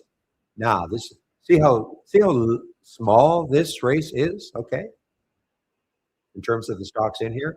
Now, this is not a static list. In other words, these are not going to be the stocks for the day. It just means that right now, those are the stocks that meet the filter requirement. Same thing in this list here. I mean, there could be different stocks coming in during the day, okay, as stocks drop in and out, not meeting the filter requirement. So in this particular one, the price has to be between $10 and $70, 200,000 shares minimum traded. This is why there's not as many stocks. The position, and on a day where the market's down 4.5 points, well, the SPY is anyway, not many stocks are going to be near the high of the day. And that's what this position and range filter, I want to see the stocks near the high of the day. If I had 100 in that minimum, that would mean the stock is literally at the high of the day. 95 means it's going to be pretty close. Okay. Yeah, you can take these stocks if you want and just put them into a list. Sure, yeah. But you can do that if you want. Market cap has to be 500,000. I'm sorry. Market cap has to be 500 million minimum, and the float has to be 50 million minimum. So those filters, these filters right here, these three are really preventing a lot of stocks from showing up. Why that's pretty cool on a day like today. Look now, you see how this list just shrunk. Again, it's not a static list. Some stocks might join. Some stocks, some days you may none, because let's face it, with the market down 4.5% right now, the SPY is, well, or not four, sorry, not percent, but 4.4 points. Okay, the SPY. Well, it's going to be hard to find large cap stocks that are near the high of the day, meeting all these filter requirements. If the market were up 4 points, this list would be a lot fuller.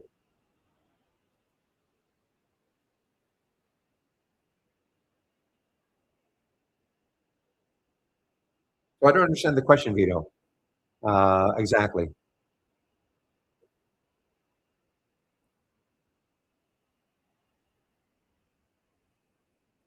You can launch your race based on the stocks you want to follow, if that's what you want to do. So in this race, again, this is my top list. There's very, very few meeting the filter requirements. But if you want to create your own symbol list, watch list, and you attach it to the top list window and launch the race on it. So why this is kind of interesting, guys, is because these stocks here are running counter to the market. RXO is running. Look, the market is down now. Market is weakening. The Dow's down. The SPY is down. The Qs are down. Everything is down. The stock is up. RXO, for whatever reason, it's above Friday's close. It's I guess it's a trucker of some sort. So, maybe we pulled along because when we saw IYT was one of the sectors that was at least above Friday's close. Okay, so here's IYT, so a stronger sector. So RXO, transportation. I mean, I take a look at RXO again. Where are you?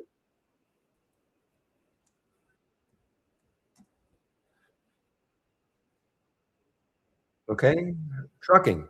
So this is in a strong sector.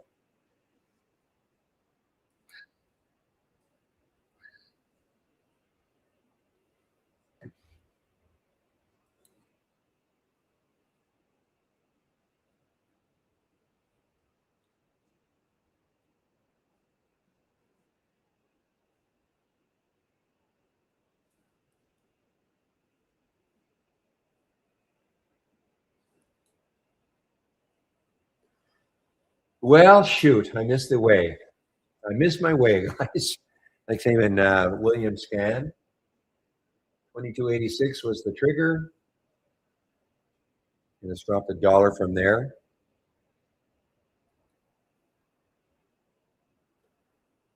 Now, some of you might be looking at, well, wait a minute. The AI said to short EYPT. Okay, so doesn't mean the AI is infallible, of course. And using this like a watch list. I mean, the minute it was trying to short a top, this was still a very strong stock for the day, comparatively speaking.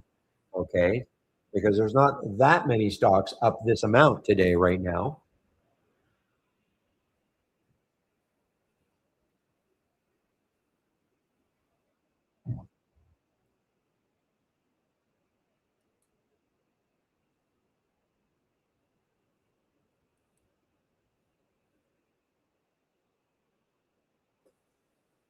Yuck. Yeah, just well, I mean, yuck. If you're really trying to find things that go wrong, especially if you're looking at larger cap stocks, you're just not going to find too many. There's the RXO. Okay, so we're just talking about the RXO in a strong sector. So you could do something like this. Click on New from the toolbar, and then click on Docked Channel Bar. Scroll down to Show More and Sector Status. Now, what we don't have, though, is the list of stocks that make up IYT. You could do it yourself. You can see right here, you see IYT. I mean, there's only, in this list of ETFs, sectors that we've got, 26% are up. XLF, and here's IYT. So you could have done this, take this, and just put a little thumbnail chart and followed the transportation sector, okay, and said, okay, well, this is in a day in which, most of the sectors are down, and look at silver, still down, 5.7%. You could just take this, or actually what I really wanted to say was you could take this sector window, okay, and duplicate into a free floating window so you can pop it out. Okay, so you don't have to be in this channel all day long. And then you could incorporate this as part of your layout. And every day you just look to see, okay, what's the strong sector? What's the weak sector? Okay.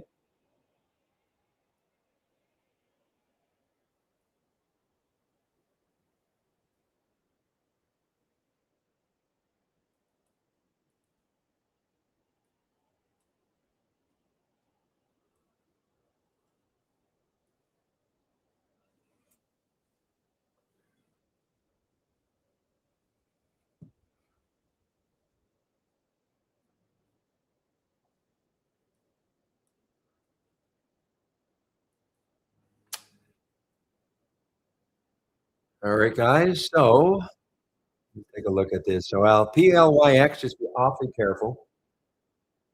Coming into the VWAP, what's the spread like? Actually, the spread is okay right now. It's only a penny. But remember, this stock got up to $70 in the pre-market, I think. Yeah, look at that. Yeah, 640 or 635 Eastern time, got up to $76 and crashed. Still up 57%, but so just be obviously be careful.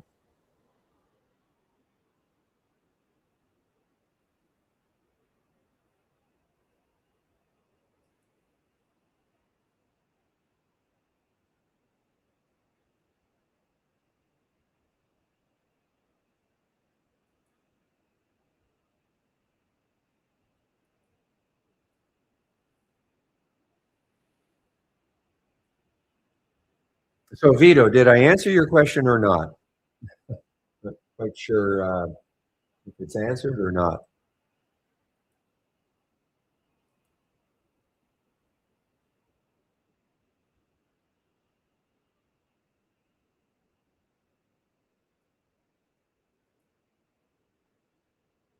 Another one from your scan, William. Another nice short from your scan, OEC.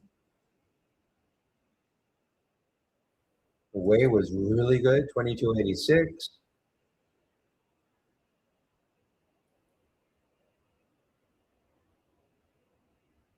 So the GIS, this could be interesting, guys. I mean, the GIS, I mean, it was nice from the scan, then it popped up, but right to the VWAP. You can see right to the VWAP.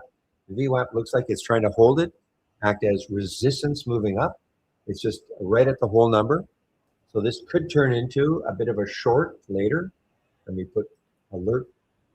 But remember what happened. It got into this area on the daily chart. I was wondering if that would act as support for a while. It certainly did. So it could happen again.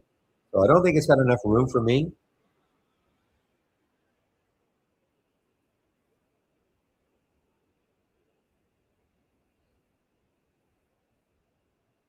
Speaking of which,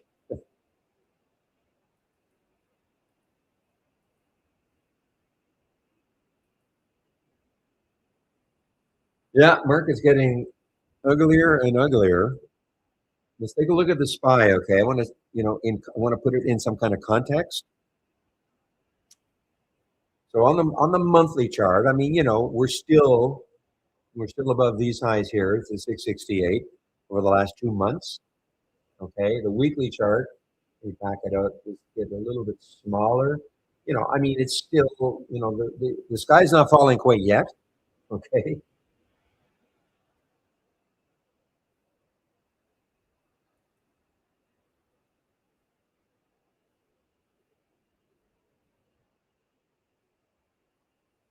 Boy, I wish I'd seen that one. I mean, this is an earnings play also, WAY, and this is from what I'm talking about. This is the William scan, okay, 2286 on the short, 2130 now.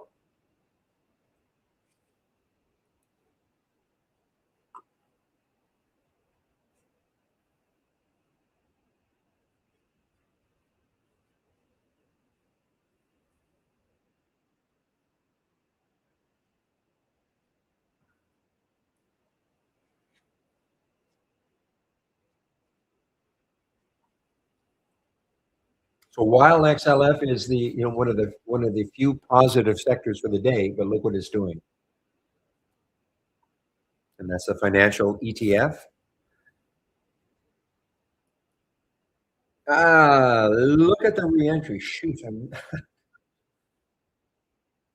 the reentry for CMPS guys. Okay, if you have our AI.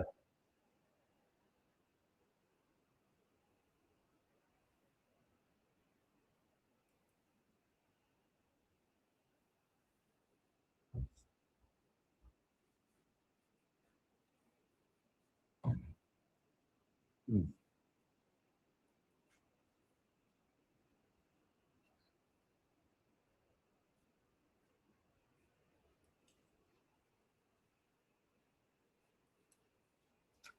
Looks like China's weakening. Yeah, China. I mean, it's just not down a lot or anything, but it is starting to weaken. KWEB starting to weaken. The low yet of Friday, 32.39. So very close to that low. So China's weakening also.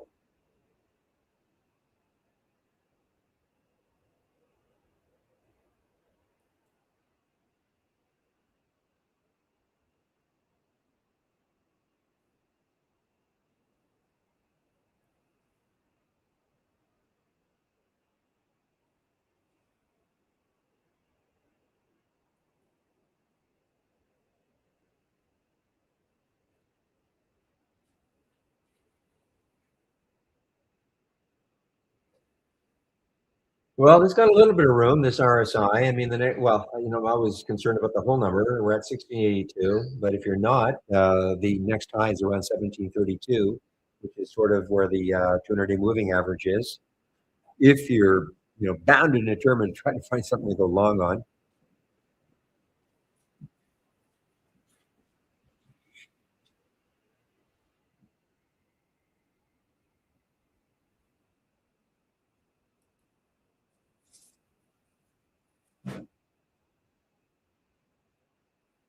Okay, let's take a look at beta.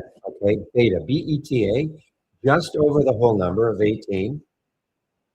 The problem, 1835. I wish the next high looking left was more like 1938. It isn't. So I'm not going to, it just doesn't have enough room for me.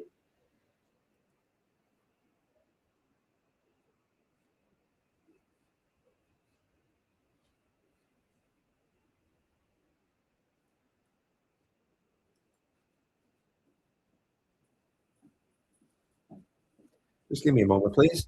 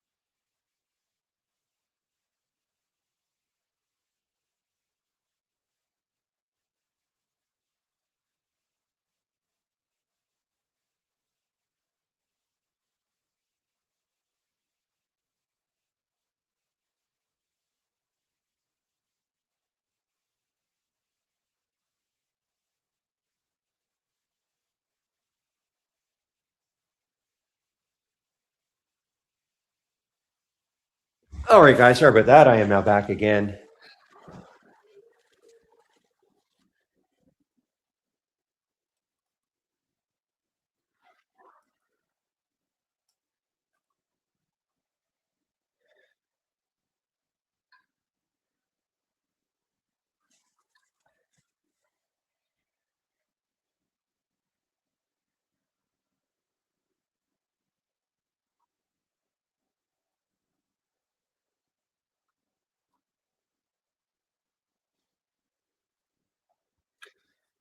Just give me a moment, guys. I'm just trying to find something here.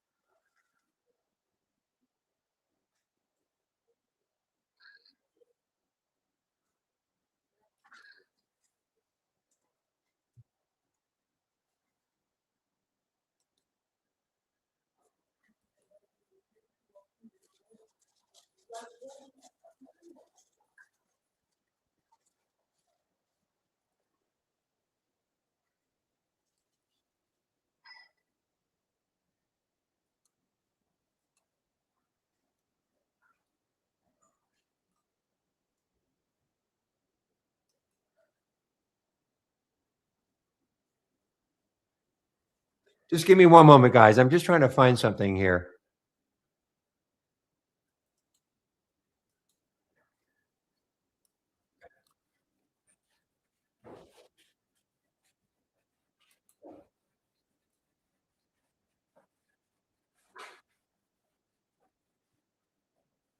All right. Found it. Okay.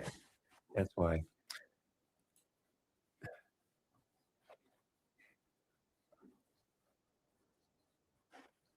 I was just going to say LQDA. Okay. Yeah. This is my bouncers and toppers. Okay. I hadn't had that up and running.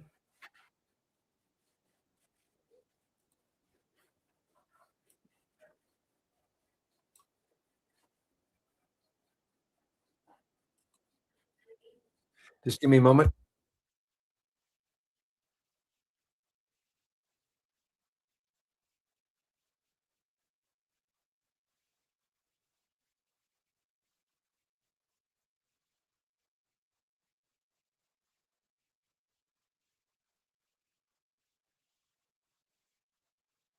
Hold half, William. Hold half right now. Okay. Hold half.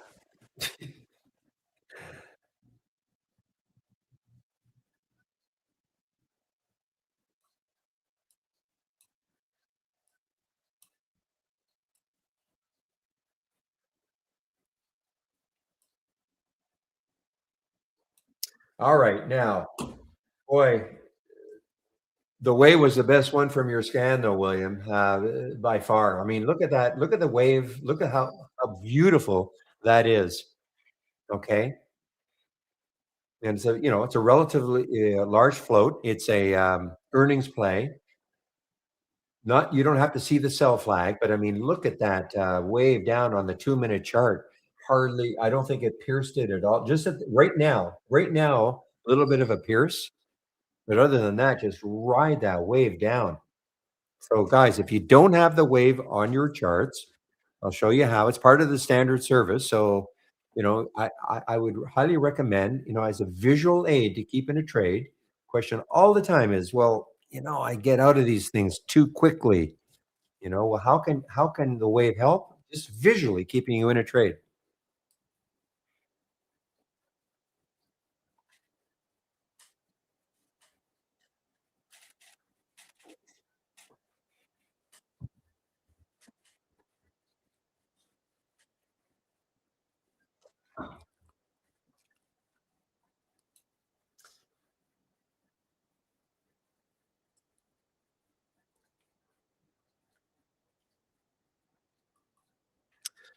So look at the reentry, guys, for the CMPS. Now, if you had taken it at 798 in that area, you would have done all right to begin with, and then it came back down. It hit it hit the stop 774, and then it got halfway between the 798 and the 774, which is 786. So if you had missed it the first time, or just waiting for reentries, don't take anything unless it's a reentry.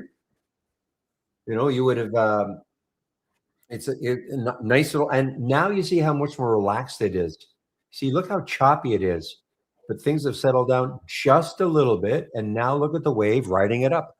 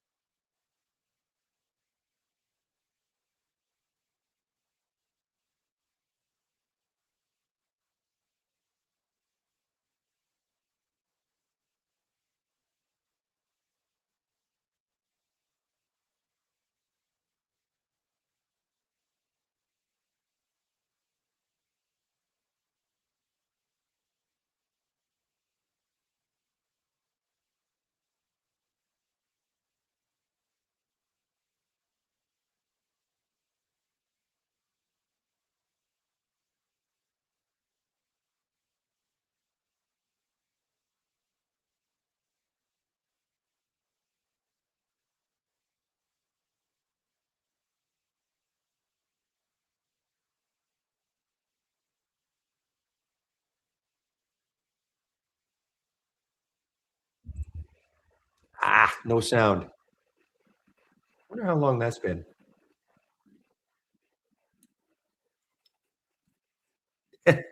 No, I know. I know it's good now. So Vito, did you, I can't remember if I had myself on mute. 2 minutes for sure. When you asked about can you, a week and a half.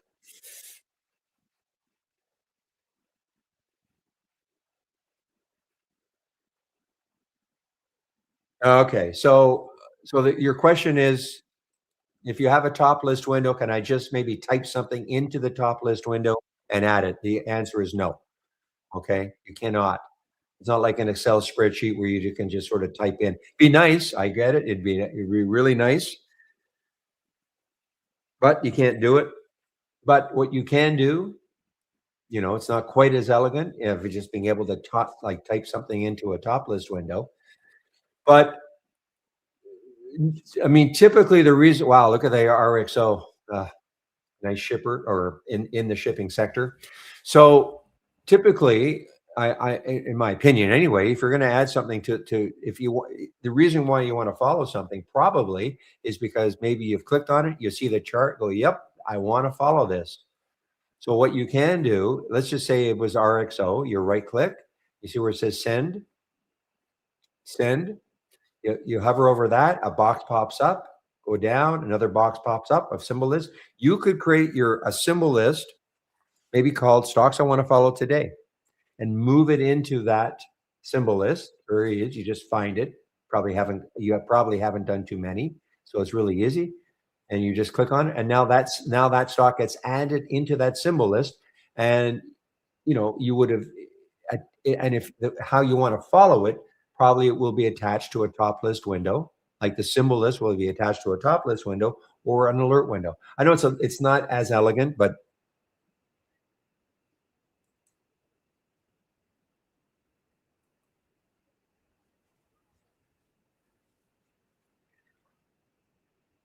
it's really not that hard once you get the hang of it. Okay,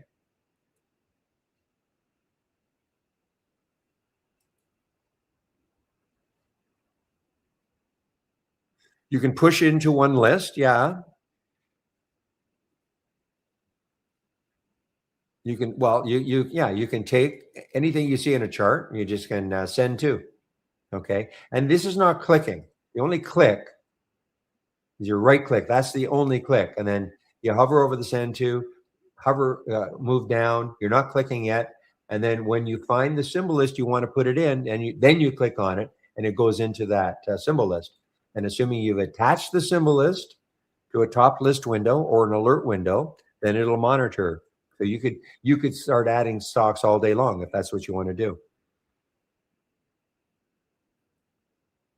And of course, you could then the next day you edit it. You can either keep the stocks that you followed the day before, or get rid of them all and start a brand new list.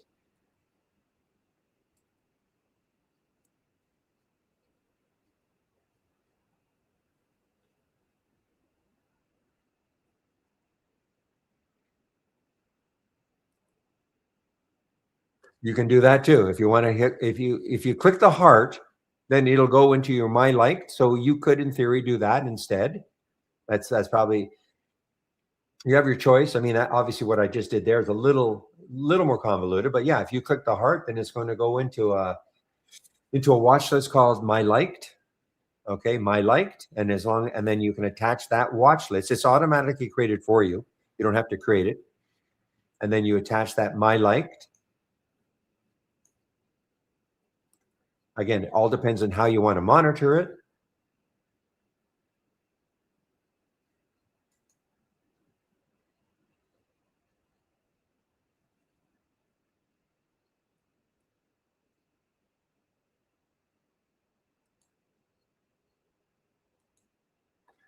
So add existing list. If it's not over here, well, there it is. Okay, there's my like. So the minute you start clicking on hearts, it's going to go into this symbol list that's created automatically for you. Okay, and then you just in your top list window or your alert window, however you want to monitor it, you would check it and say only the following list and check it.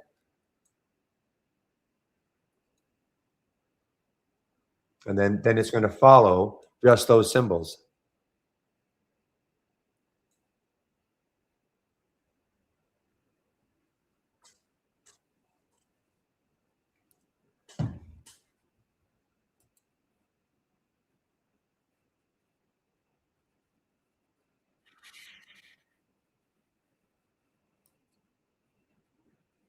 So IYT is still one of the strong I mean, it's only up 0.68%, but it's at least it's one of the positive sectors. Let's take a look at XL silver. Well, silver is starting to recover a little bit. Okay, silver starting to recover a little bit. You can see it's at the VWAP right now. You know, its trend is modestly up.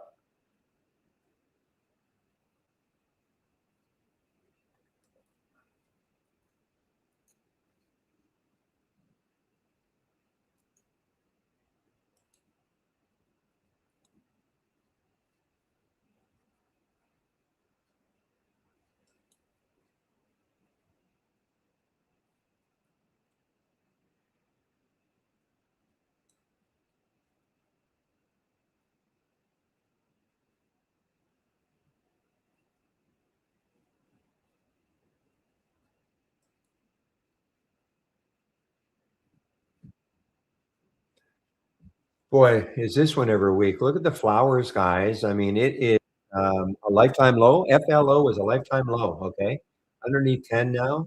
A lifetime low for FLO flowers dot or flowers foods.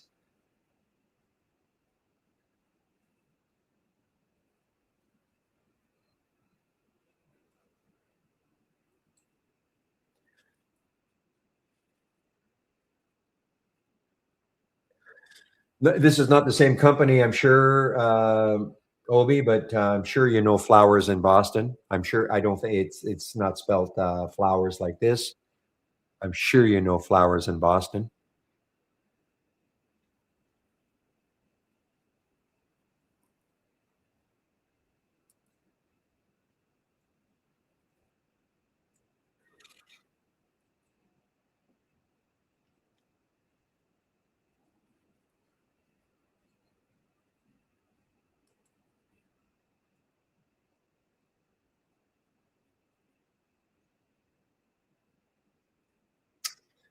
All right, guys, it's 11 o'clock now, so not sure who's going to be showing up at. Probably it's going to be Chris.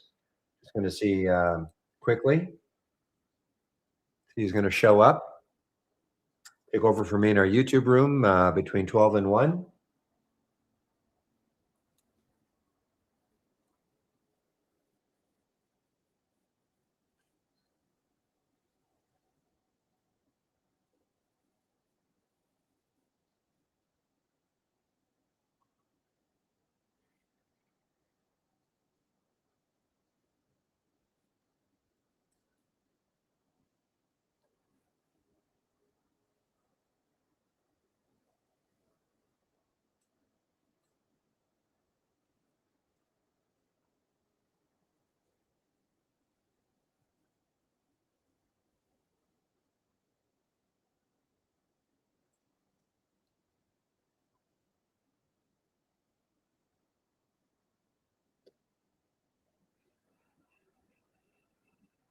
Just give me a moment, guys.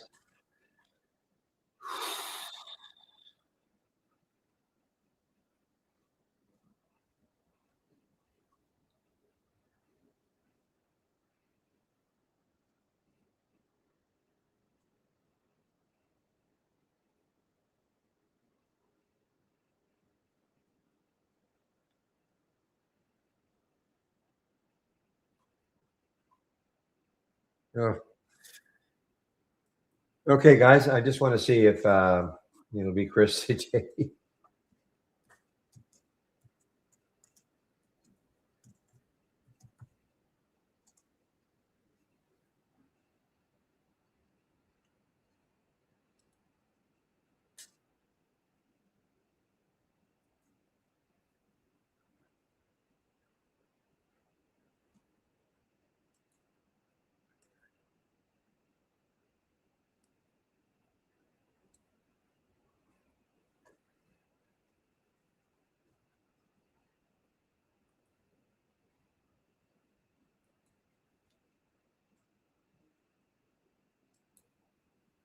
Okay, guys, sorry. Look at the flow. Yeah, flow. I mean, this is an all-time low, flowing down of flowers, food, ink.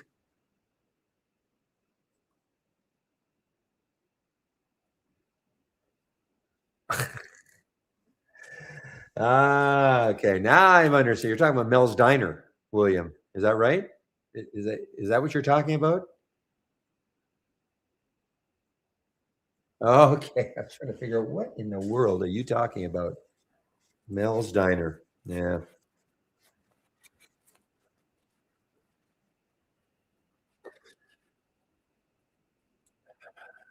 Another piece of useless facts that somehow is in my brain still. I don't recall ever seeing the show.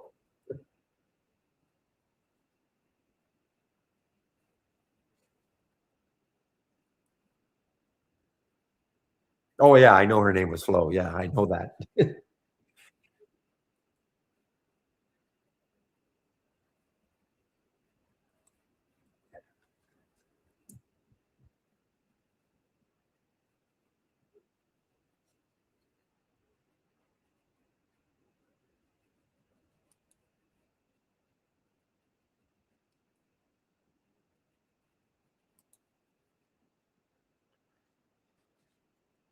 Only when she's 10 feet tall.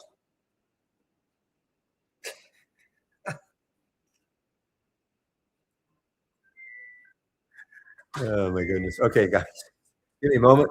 My wife is calling.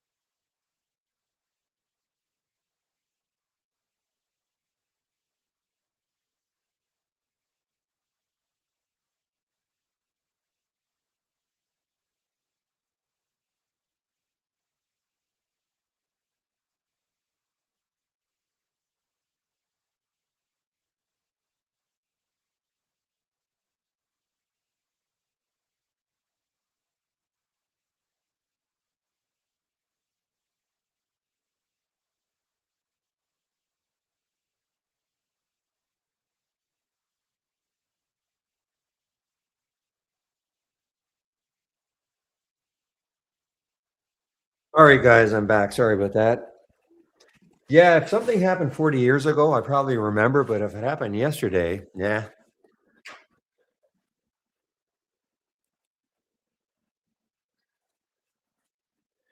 All right, Cali, Cally. What are you Callaway Golf? Oh my goodness. The Big Bertha. So what happened here? I think, yeah.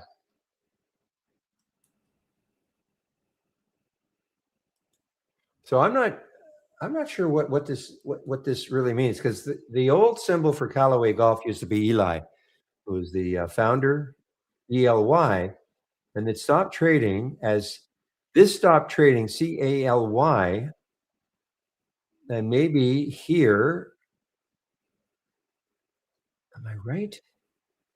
20, that's the 26th, and that is the 24th. So yeah. So it looks like this stopped trading. There was a company that had the symbol CALY, which stopped trading back here, and then Callaway. I don't like. I profess I don't know what's going on really, but took the symbol back in well, not long ago. Back in this is the problem. I cannot see the. Almost said a bad word. The date. Anyway, sometime this year.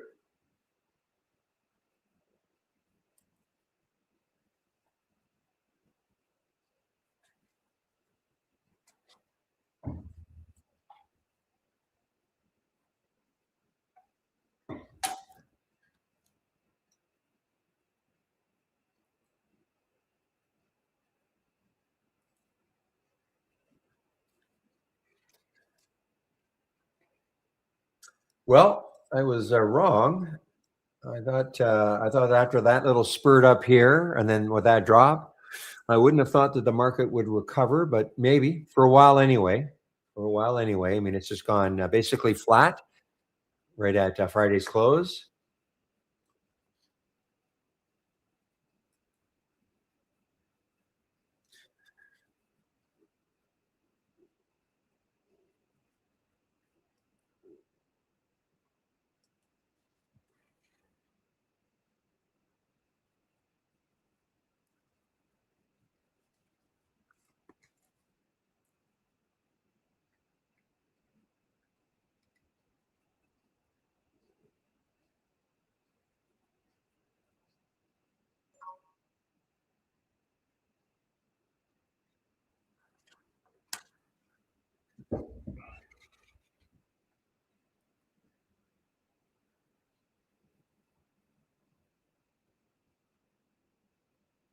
Ah, look at beta. Last time I saw this was at around 8:15, 18:15.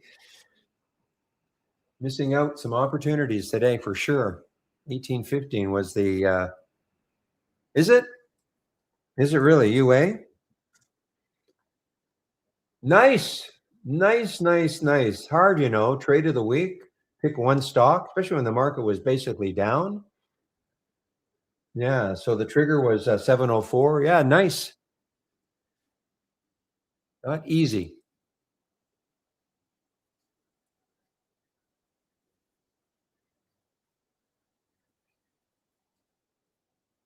Thank you, Obi. So,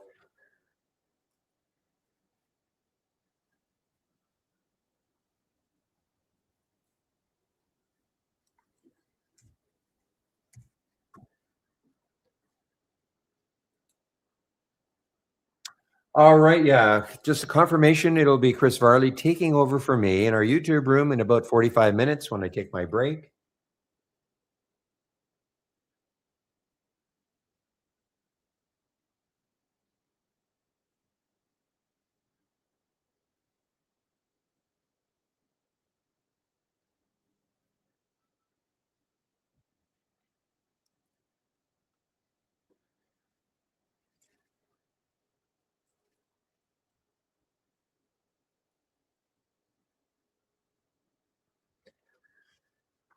Oh, look at this big construction. It's an earnings play. Is it? Yes, it is an earnings play. Fluor Corporation earnings play on the move here, guys. Coming into maybe 48, 47. So that could stall it. That area could get stalled. Okay. That is the next high looking left for FLR. Big, big construction company, engineering construction.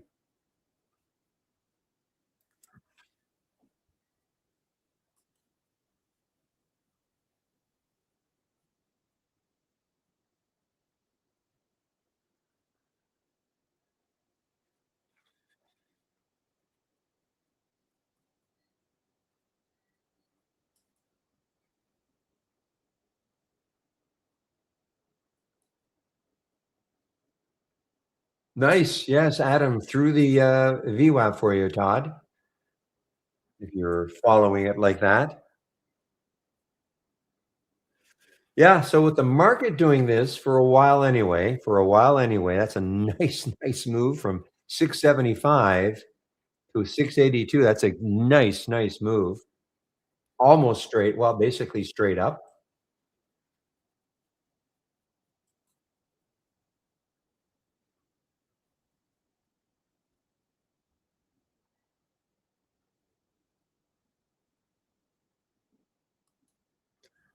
So what I'm looking for here in this list right here, I'm looking for stocks that are just over the whole number. Here's TCOM, and the next high looking left looks like that could be it. 5605, so it's a little above that one. So 58 or so is the next high looking left. So not quite $2 to the next high looking left. So that has some room, guys, and that's TCOM.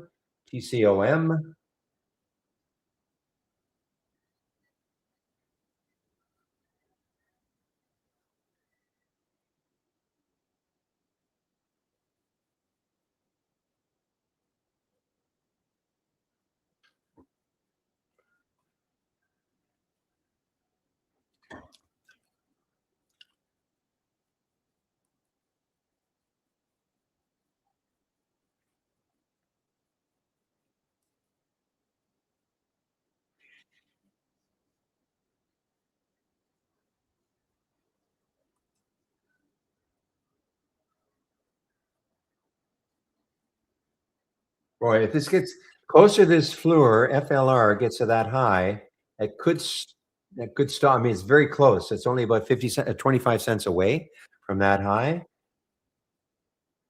Less now. Will that stop it? I mean, it's an earnings play, so it's a, a pretty strong earnings play, FLR.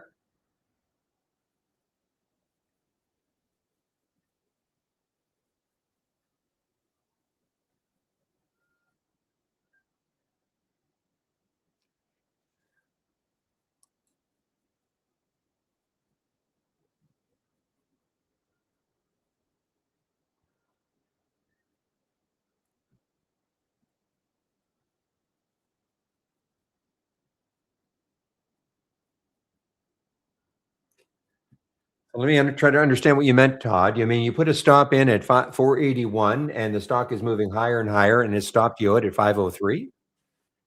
Isn't that almost impossible unless something else was in place? That doesn't make sense. Now, it may be a good thing. It may be a good thing.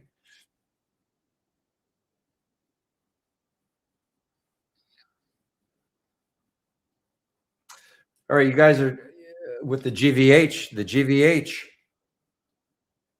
So I had a price alert right there. So that's the daily high, 158.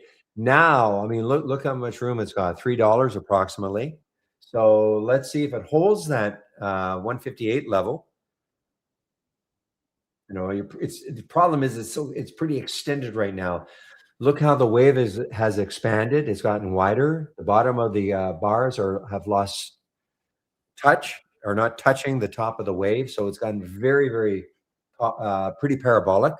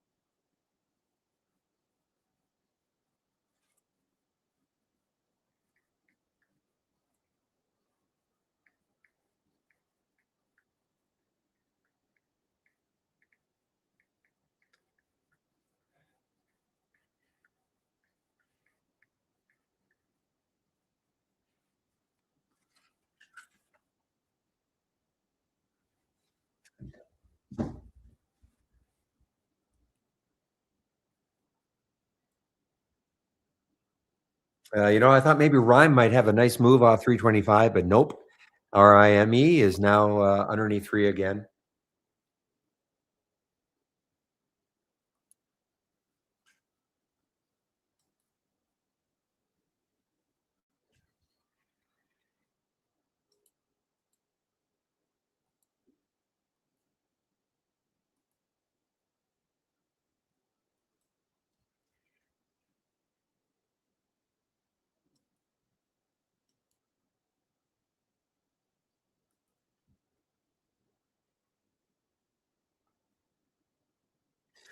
Okay, moment of truth, I think, for the FLR guys. There's the high looking left, 48.51, 48.34.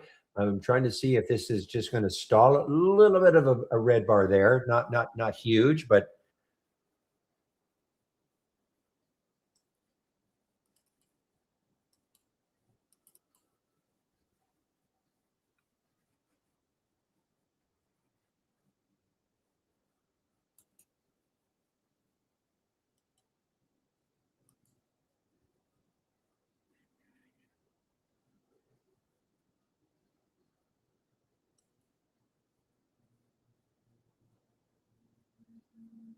yeah, it might be just too strong. Too strong. Good earnings play.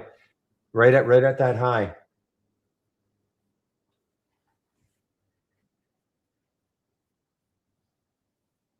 It's right at that high. Okay.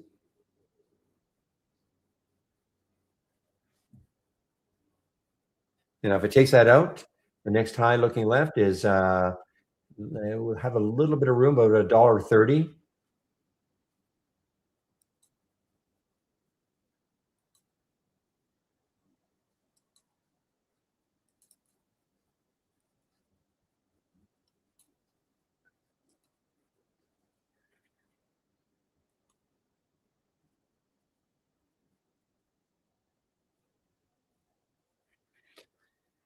It has been halted. Well, according not that many, not that many. I only have 3 here, Monica.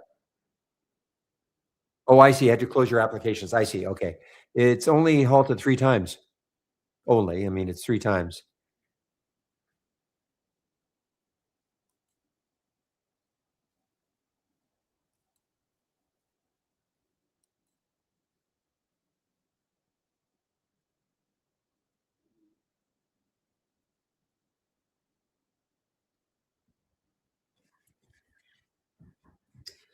So Callaway, CALY had earnings on Friday.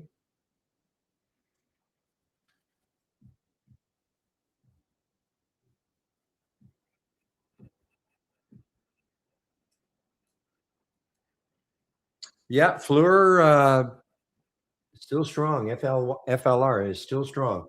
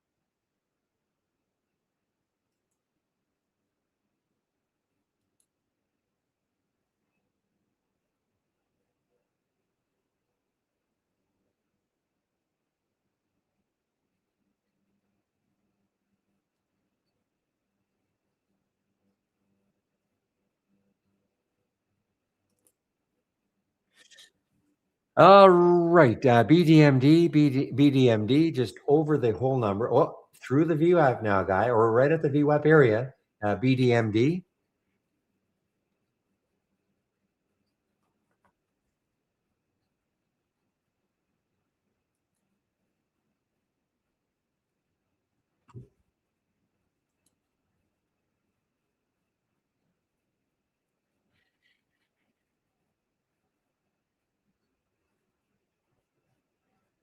Just looking for stocks that are just over the whole number.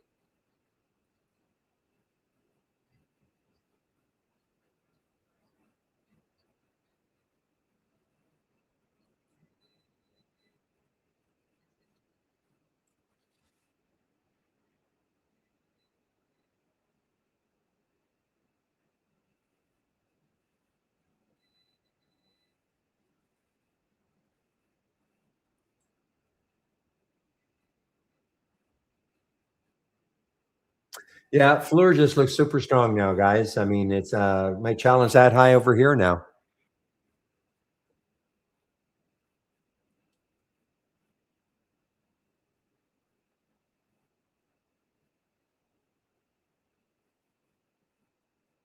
Okay, little trend change now for NCI guys on the 2 minute anyway. You have the little buy flag. It's definitely well, so far it is a trend change.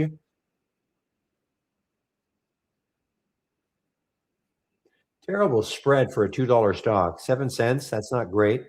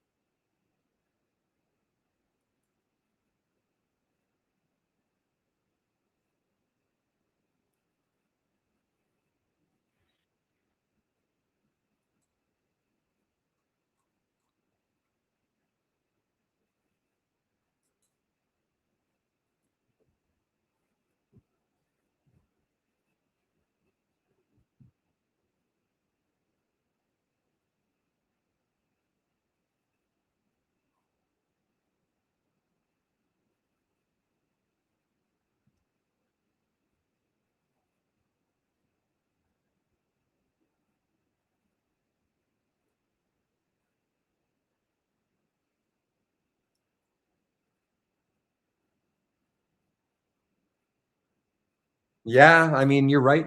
I see, just seeing your post now. For the PLYX, it did get up over 4 and got up to 5.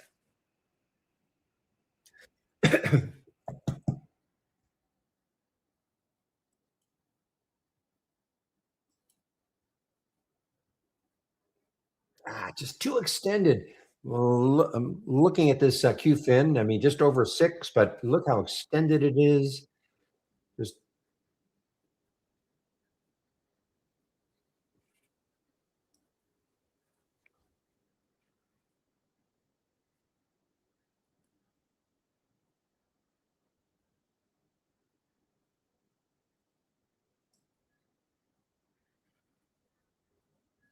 interesting. It's only one race today. Atom, ATOM. Only one race today.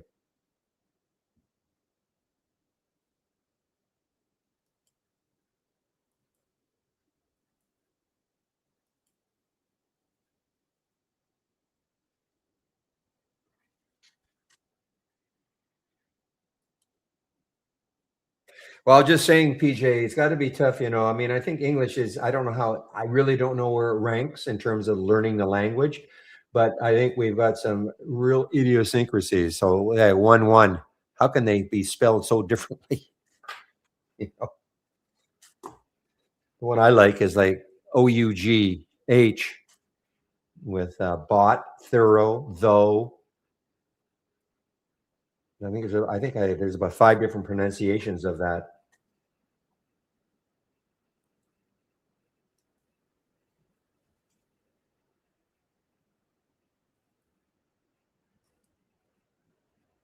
True. That's the other one I was thinking. There's 4. All different ways of pronouncing OUGH.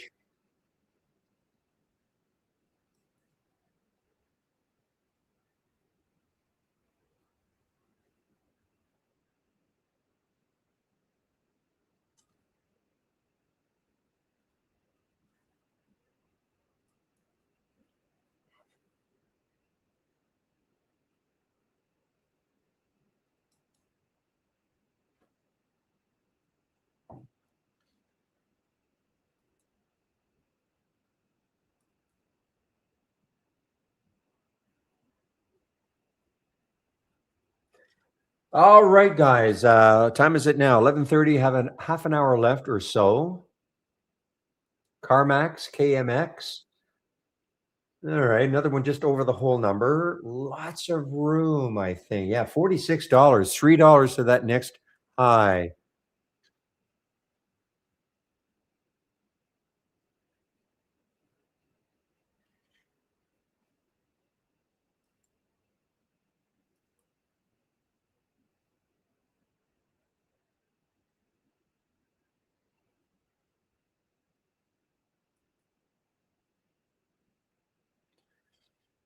Okay, market. So now you want to go a little negative again. Okay, we had a nice, beautiful run from 675 all the way up to 683. Beautiful run, quite positive, but now starting to sell off again. 683 down to 680. So we're slightly negative now in terms of the SPY anyway. The Dow, so yeah, everything had a nice recovery. The Dow's down a little, the SPY is down a little, Qs are down a little from where they were. All right, so William says he's going to keep the room open till 3:45 or so. So when I leave, sometime between 2 and 3, that is how long the room will be open till.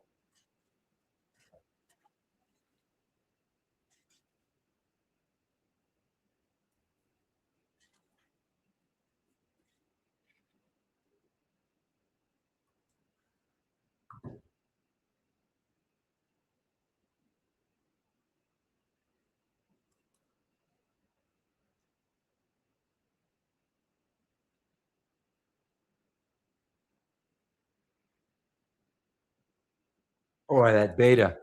Remember, we were watching this one right at 18, guys. What a beautiful, beautiful run.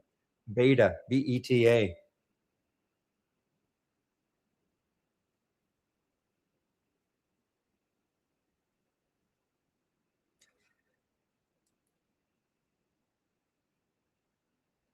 Boy, another one that just got hammered down. SMJ, you're talking about that one, William?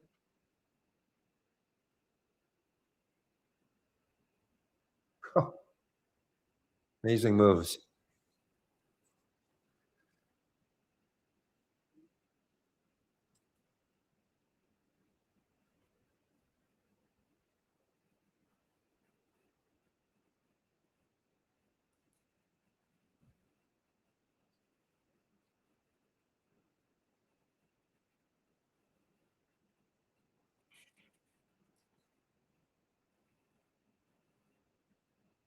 Okay, I'm gonna have to put a price alert for Cali, CALY, at just around the 14 level. See if it gets up there later on.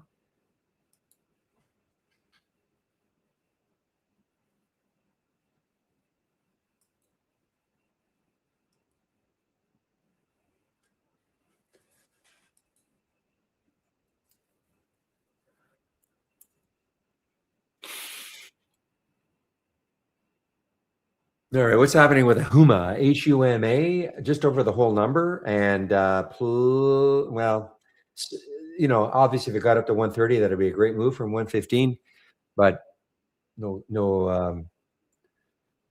guarantee it's going to get close to that, so I won't take that one. GVH, tough trade. Let's take a look at it. Yeah, well, I mean, what did it get to? 179. That is a big drop. Yeah, a big percentage drop for sure. Will it hold a VWAP, as I think Monica is looking at? Will that hold a VWAP?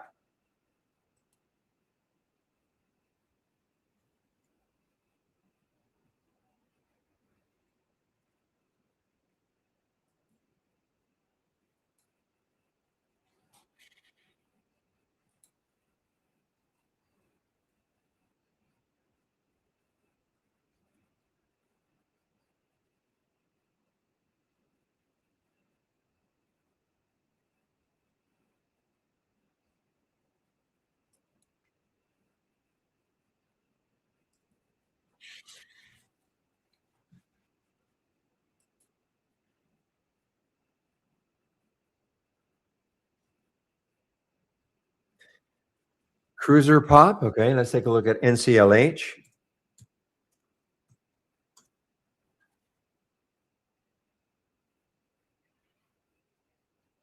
Yeah, certainly not an earnings play. Earnings are in March, so not an earnings play. So then they have some, yeah, activists. So Elliott takes a stake, pushes for a big change. Okay, so activist activist shareholder or an investment firm, I should say.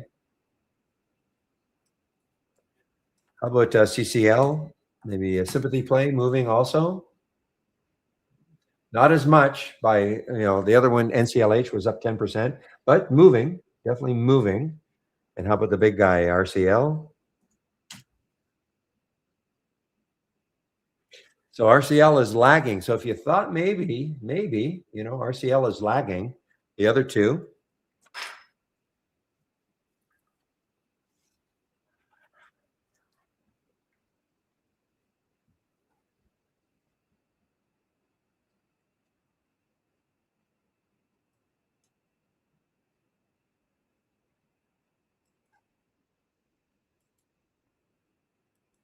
ergo the difference. Ergo. All right. There's the Cali, but I have a price alert over that 14 level. Yeah, FJET is right here. I see that. FJET is making a new high.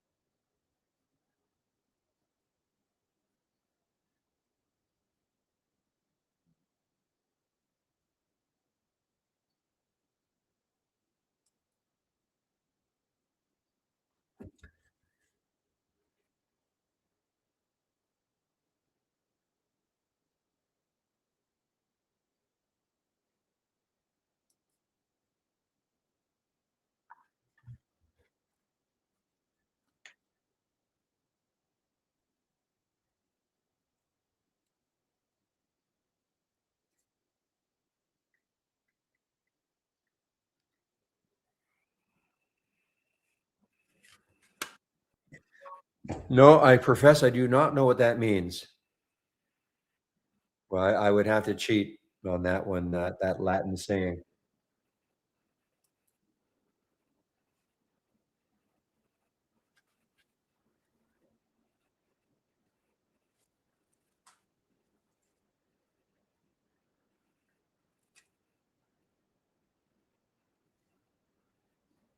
Hey, Gemini, tell me what this Latin phrase is. Post hoc ergo propter hoc.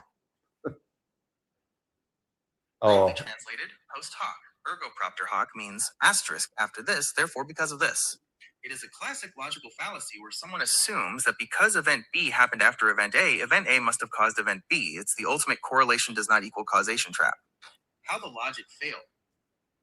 there you go.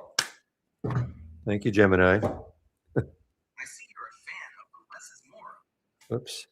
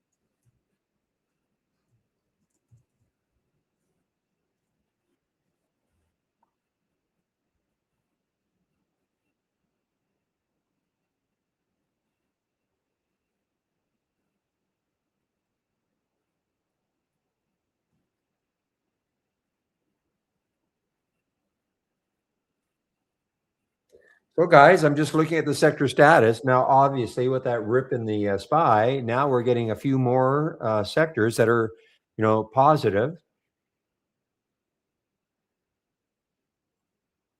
Silver is still, but it's trying to recover a little bit.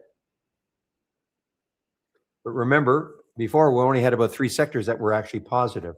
So now you look at the financial sector on the move.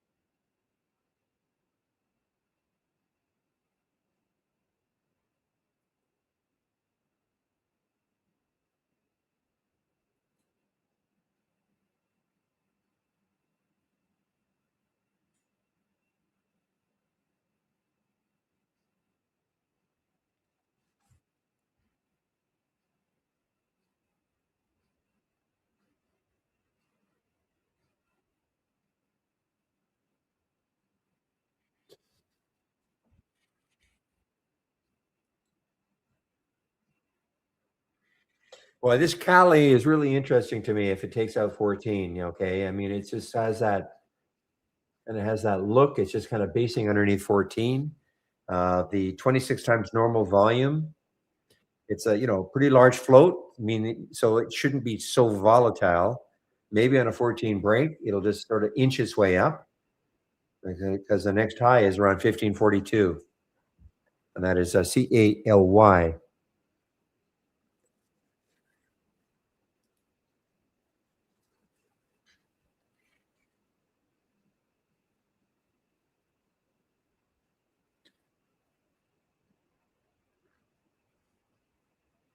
Yeah, there's your so there's the atom over 5 still. So where could atom go? ATOM. Where could it go? I can't remember what happened on Friday, but obviously it that was an earnings play, I guess. No, that was on the 12th. So, okay, I keep forgetting we had the holiday. So, yeah, so it was an earnings play. That was the earning reaction to ATOM. Okay, great. And here's, your second day continuation of a cheap one. And, look how beautiful that was because it closed near the high of the day. That was on Friday.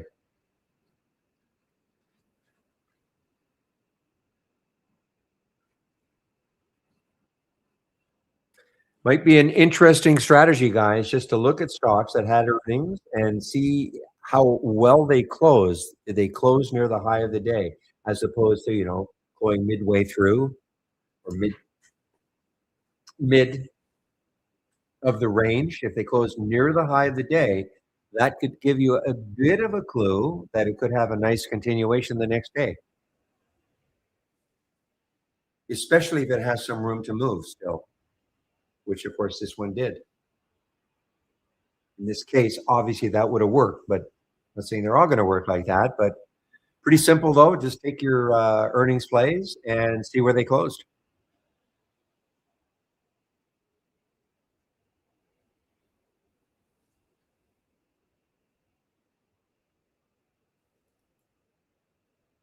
So, for instance, here are my earnings plays I'm looking at right now.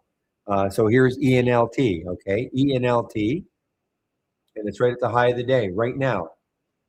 So what if it ended up there, near there?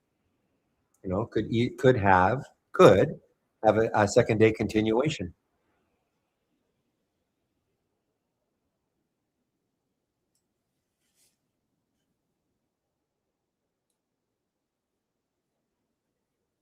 Basically, all you have to do is just look at it at the end of the day. See the ones that close near the high of the day. Now you could do that with any stock, of course.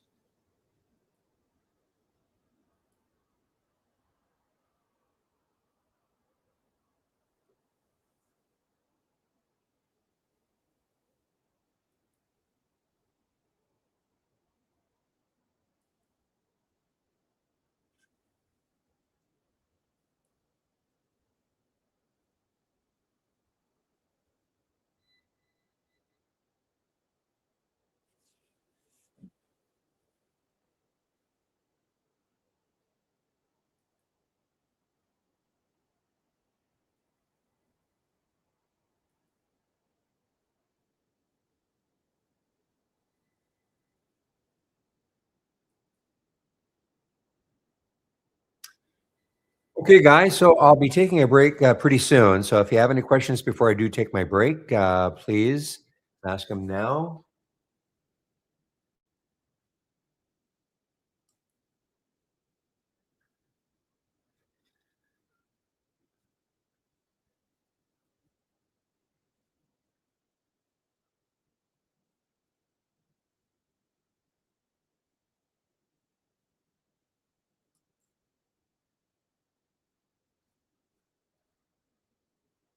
Not shortable for me. GEMI all time low. GEMI all time low. Not shortable for me. Just looking.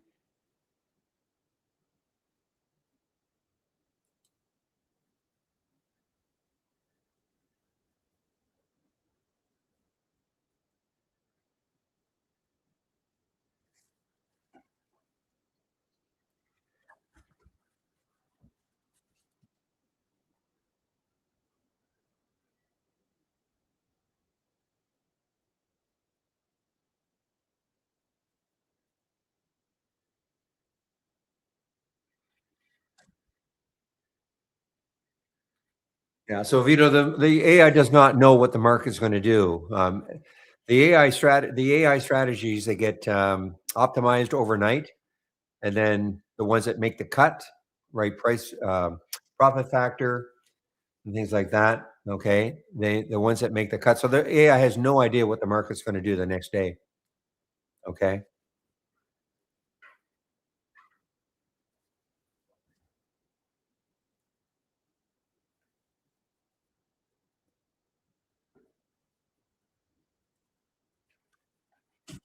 the best filter to filter out stocks bucking down market trend. You mean going against the market trend, or I don't know if there's a best.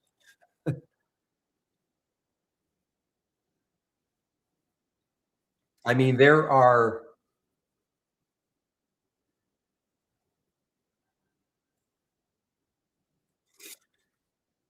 was one that I've never used it. Just because I have not used it doesn't mean it's not good. But I remember what it's called even. No.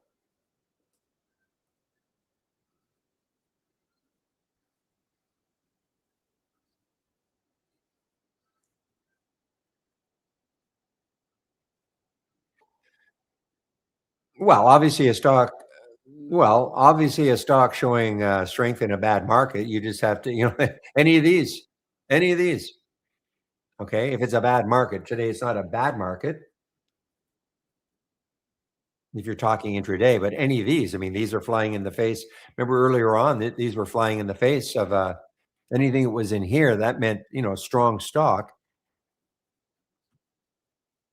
When the market was doing this and the stocks that were in here, well, they're going against the market. These ones all day long would be stocks that are basically, well, when you see them winning a race and up here, I mean, they're basically going against the market. If it's a bad market, right now the market is not bad, right?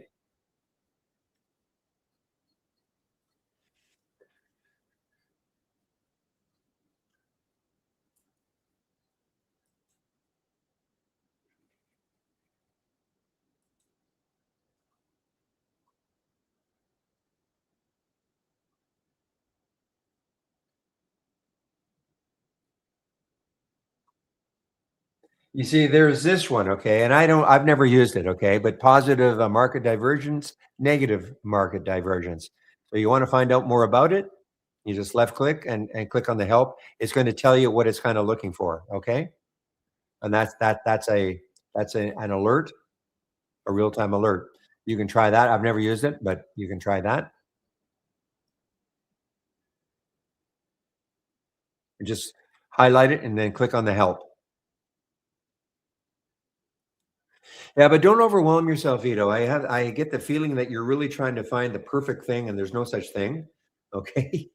Don't overwhelm yourself too much.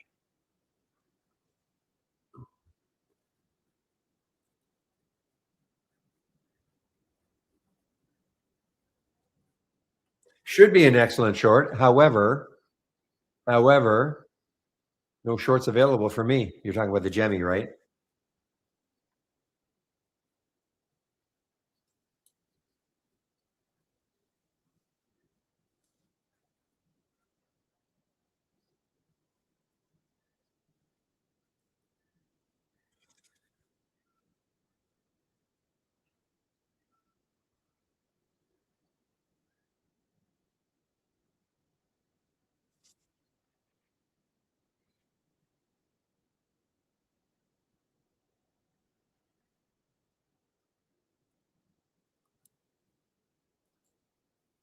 Okay, guys, it's 11:51. So one last look at my homepage just before I go. Okay. Only going for an hour. So you click on my homepage link, and here's the promo code to use. You want to take out a subscription. So right there, okay, Barry 22, you'll get 22% off the first month only, or the entire year of a subscription. Doesn't matter whether you choose our standard or our premium service. And if you're looking for my information that I'm currently sharing, here they are. All these, they're not all scans. Technically, this is not a scan. This is a race, two races. These are scans, real-time alerts.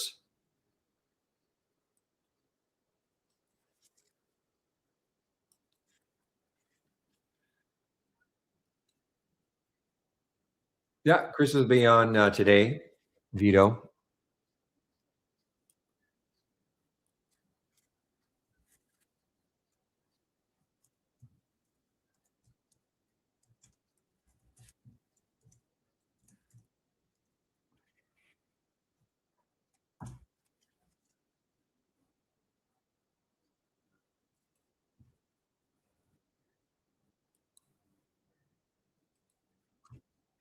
Okay, guys. So what time is it now? 11:52. So I'm going to put my announcement up here. Sometime Chris shows up a little bit early, so I want to put my announcement up. I'm not gone until he shows up, of course, but just want to put it up here.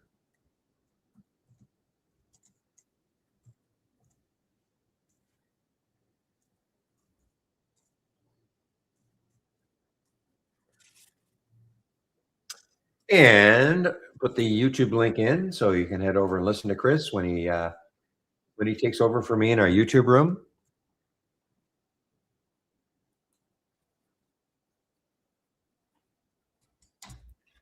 Well, Vito, as I've said probably a million times, all you have to do is go to the sector status channel. You're looking for you're looking for the highest performing ETF and the best ETF in that, then and then you can find the ones that are best or the ones that are worst.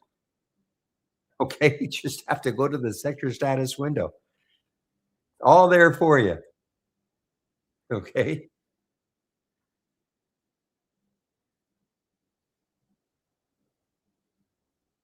Sector status channel, sorry.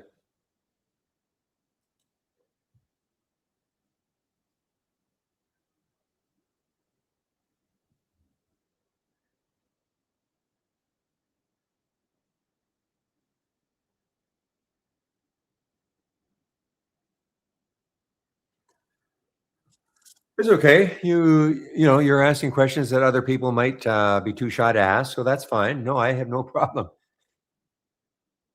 But that sounds like what you want to do. Just go to the sector status channel. Now, sometimes, we don't have every sector there, but you can create your own top list window with the stocks in there.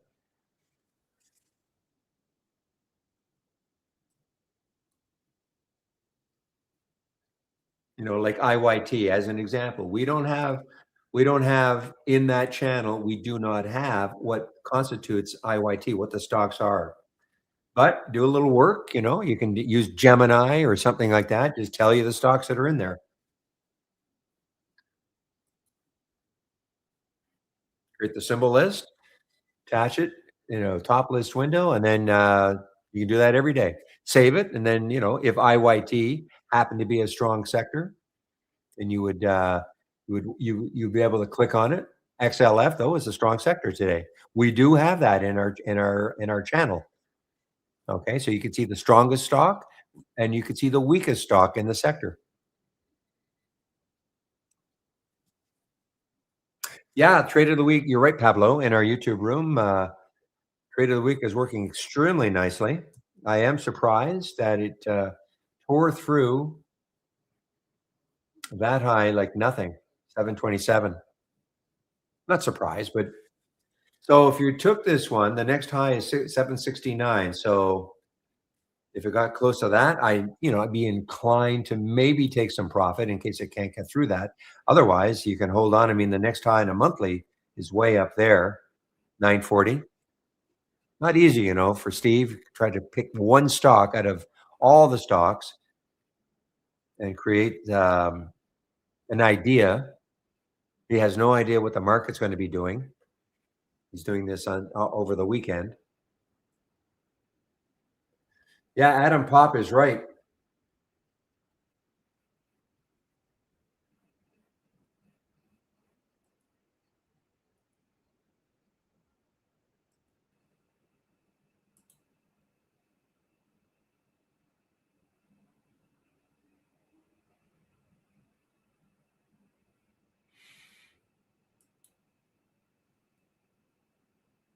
Yeah, so it was just a kind of a minor pullback, right into the wave, into the blue wave. Looking at the SPY.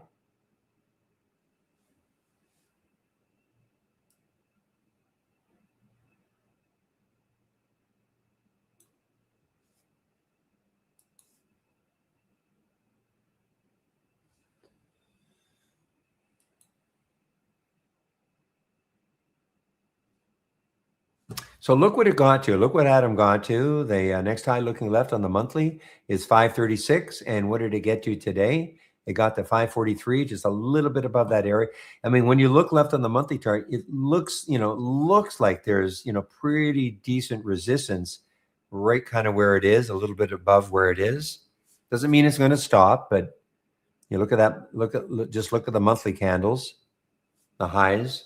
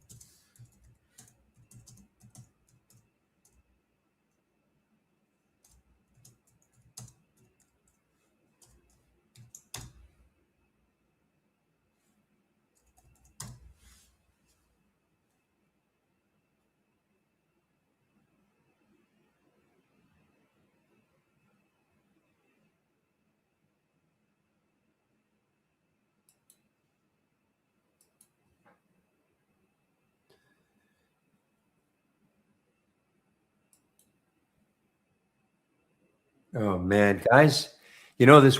Just a minute, Chris. This YSS. I saw it at 28. Thought, okay, was that the whole number? And look at the move it made. York Space. Okay, guys. Chris is in our YouTube room now. So what I'm going to do is mute myself in the main room. We'll see you guys in about 1 hour. And now, Mr. Varley, I can welcome you. I hope you had a nice 3-day weekend. It was lovely, Barry, and I hope the same for you as well. Oh yeah, it's always lovely. What's your weather these days now? Is it finally? I'd call it seasonable. The last 2 days were a little warm, which was nice. Okay. We're going to warm a little more and get some rain and get rid of some of the snow, I hope. Yeah. Other than that, it was a bunch of running this weekend and a lot of Olympics. Are you an Olympic fan? I mean, the time zone is the problem, right? I mean, I mean, you're watching everything on a time delay, I'm assuming. I'm not, because I'm up early. So a lot of the coverage starts at like 5:30 a.m. Eastern. So I've had it on and I subscribe to Peacock. And so I've got everything. I will say that they are terrible, but it is what it is. They cut during the middle, speed skating. Like they cut during the middle of competition to commercials all the time. Same thing in the skiing and whatever. I'm like, how do you cut to a commercial in the middle of an event? Like, especially really? Speed skating, where especially speed. If it's not the long distance version, I mean, it's going to be over pretty soon. Exactly. So they've also had some pretty terrible camera angles on the half pipes for snowboard and skiing and whatever else where they lose the athlete. But anyways, I'm whining about real first world problems at this point. That's right. I'm just going to say first world problem. Oh my gosh. Cutting to commercials. All right, Chris, I'll catch you in about an hour from now. Sounds good, my friend. Thank you. Okay. All right, everybody, let's see. Make sure we got eyes on the screen. Yeah, looking good. All right. So happy Tuesday to everybody in the shortened trading week. Hopefully you all had a nice 3-day weekend. Vito, how are you? Good to see you. And let's rock and roll here, folks. As per usual, I don't have any pre-done content. Rely on you folks to drive the content of this hour with your questions, what you need, what you're looking for with software. As always, if you don't have any questions, I'll do my best to keep this engaging and informative to Intraday software. Let's see, Vito coming in hot right away. Can you go over symbol linking? When I click on a race symbol, it does not change my time frames. That symbol does for some things, not for others. So when you say time frames, I'm guessing you're talking charts, because symbol linking is just specifically to charts.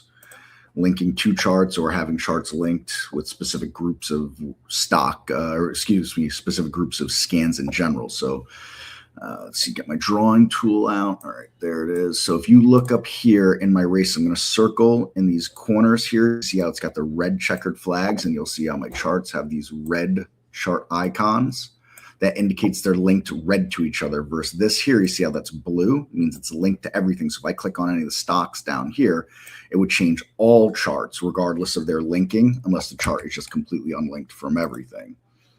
So what you got here, let's start on the charts. Let's right click a chart and we'll go to properties and we see symbol linking. And the first thing is you see there's that check mark in the symbol linking right there.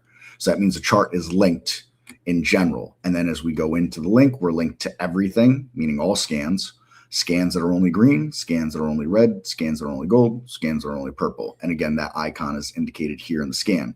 So we can see I've got a check mark in the red, right? And if we do the same thing, right click, symbol linking, and you'll see that the race is checked to red as well. And it's as simple as that. Now, if I were to right click and I undo the symbol linking altogether, see I got the check mark there. Now I got no check mark at all on the symbol linking part of this here. It's unchecked. Now watch, as I click on something in the race, the two scans on the side will change, but the 60-minute in the middle will not change. So 60-minute remains Apple, and the other two went to ATOM, and we can see up here that it's gray, meaning it is unlinked like that. That's really the short and skinny behind the symbol linking there. So I'm going to go ahead and right click, going to bring the symbol linking back in, check mark is back in, and there we go. So that's what you would do with that. Dock windows, they work a little differently. Let's get some docks going here. Let's bring out a dock or two. So let's go dock channel bar. I'm going to shrink this down a little bit. And let's go with the explosive winners channel. It's a good channel to be on. Some action there, some different windows and scans, right? So you see how everything here is pink. So it's just linked within itself inside the dock. If we were to go right click and go to properties, we'll go to symbol linking. Sorry, let me do that like this. Give it some space. See how it's got the docked here. Now I could change that to all if I wanted. Now it's linked to all. So now watch what goes on in here. The single stock window is not going to change when I click something else. All right. You're going to see it's going to stay on UPC. I'll go ahead and click ATOM. And you see how this changed to ATOM, but this stayed to UPC. Now, if you go up here and you right click on the bar, you've got the symbol linking groups up here. And you can see how it's grouped and linked like that. All right.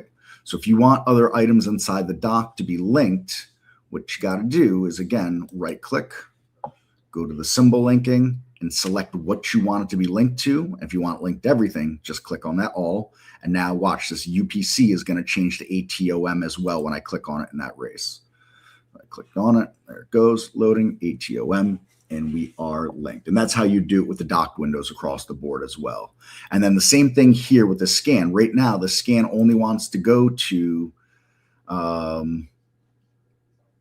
things that are pink linked within the docked window. Now, I don't have anything pink linked in here at this point, right? But if I wanted to impact the scans outside of the docked, again, right click, symbol linking, link to all. I'm linked to everything now, and now everything is going to turn to OLB. You watch, all the charts in the back will go to OLB, and everything inside here will also go to OLB, the chart and the single stock window, excuse me. So that is where that good living goes.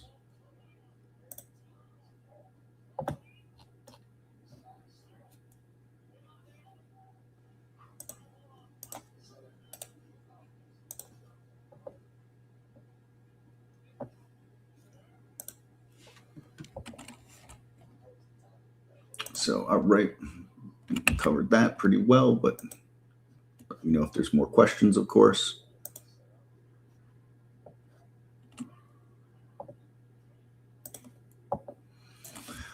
Let's see. Does a creation layout consisting of various scans and windows count as one window for the purpose of a window count?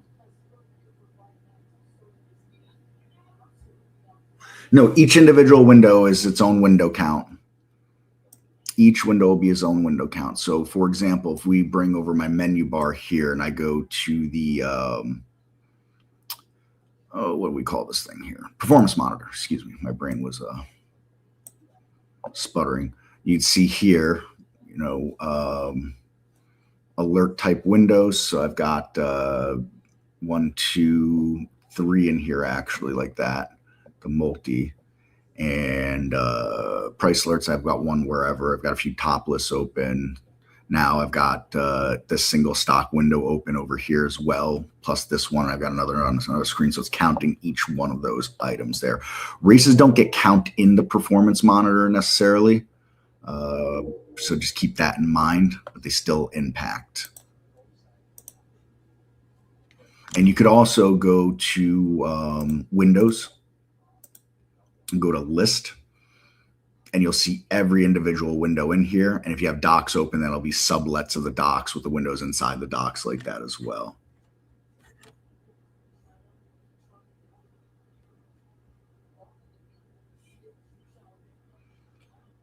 CMT, yeah, let's see. Some important people to follow from the CMT.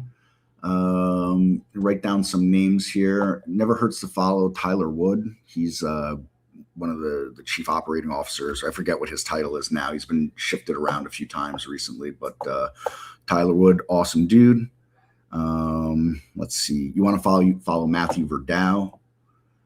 He is the authorized course distributor. One of them, his Optima course is the standard for courses for the CMT exams. You have to be signed up for the CMT exam to be able to get his course.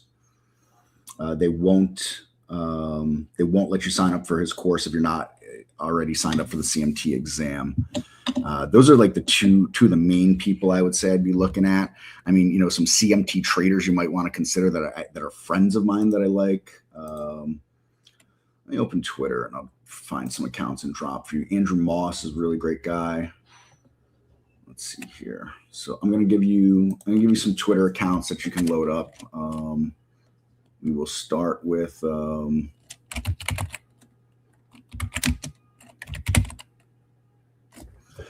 Matthew Verdow. Not going to find anybody more important in the CMT world than Matthew here. His company is Optima.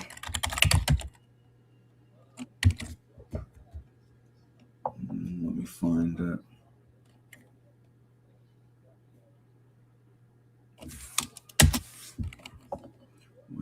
Where are you, Optima?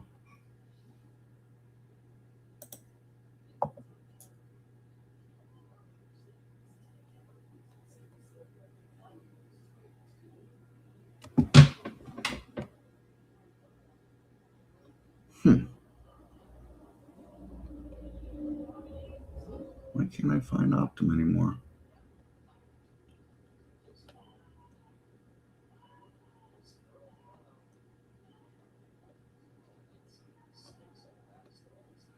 Bear with me while I look for this. There's 100,000 Optimas coming up here. Let's go with anyways, Andrew right now.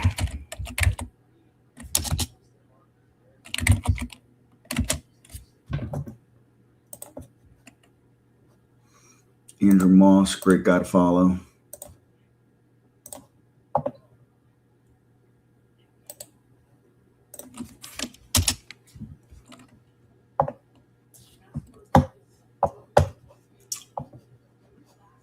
How did it make me a better trader? It's good to understand what you're using with indicators and things like that. You don't necessarily have to be able to do all the math behind it, but if you're going to use an EMA, it's good to understand what an EMA is actually doing and the math on it, you know, stuff like that. Just using that as a broad example. Man, I cannot find Optima.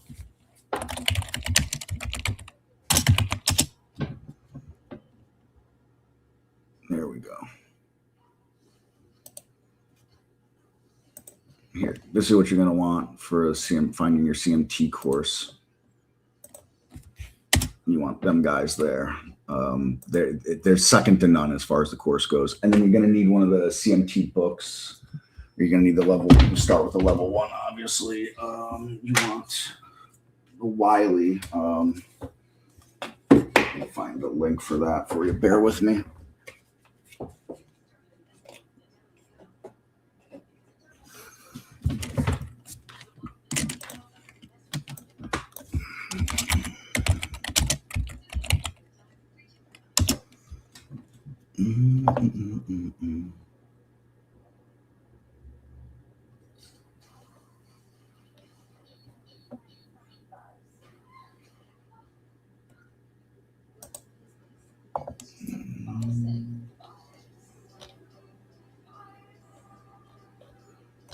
So, all right, you can find Wiley books here, but do not use the Wiley course. All right. Their course is not as good as Matthew's course at all. But their books are essential. You have to have those books. You won't be able to pass the test with just that course. You gotta do the books too. That's what I'd point you at. I'd stick with those for now. Those couple of things, you don't want to overwhelm yourself. Go a little bit at a time. So that's what I would. That's where I'd throw you at. Let's see. All right, folks. Snowman, welcome. How are you? Good morning, good afternoon, good evening, depending wherever you folks are located. So don't be shy, folks. Get those questions in for me. Open forum, and don't be shy. Other people are asking questions and I'm answering. You still pump in questions into the chat box. I'll get to them. I won't, We'll circle around and make sure we get everybody answered. And of course, as usual, if I don't have an answer for something, I'll let you know. Give you the email to send me a follow-up or a reminder on the question, and I'll do some research on it for you and do the best I can to get you that answer.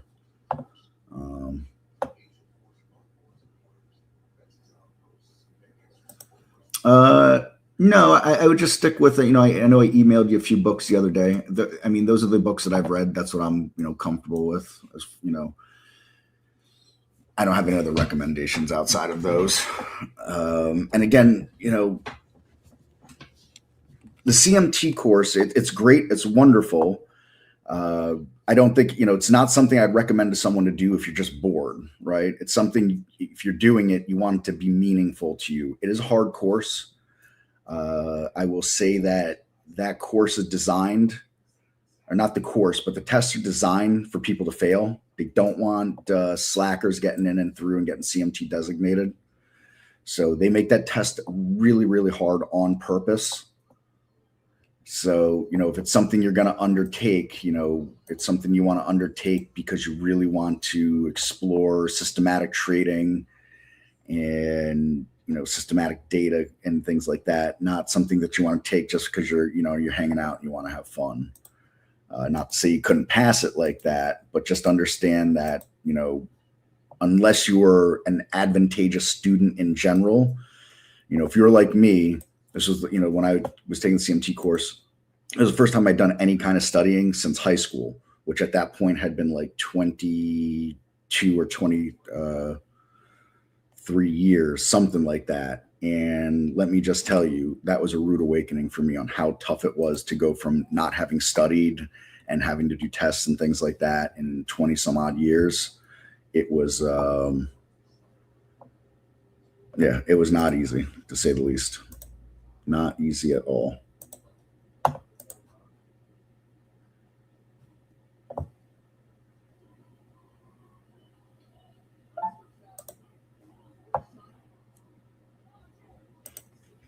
So again, folks, don't be shy. Get those questions in. We got 45 minutes, give or take, till Barry comes back. So let's see what we can't answer and can't help you with here regarding Z software.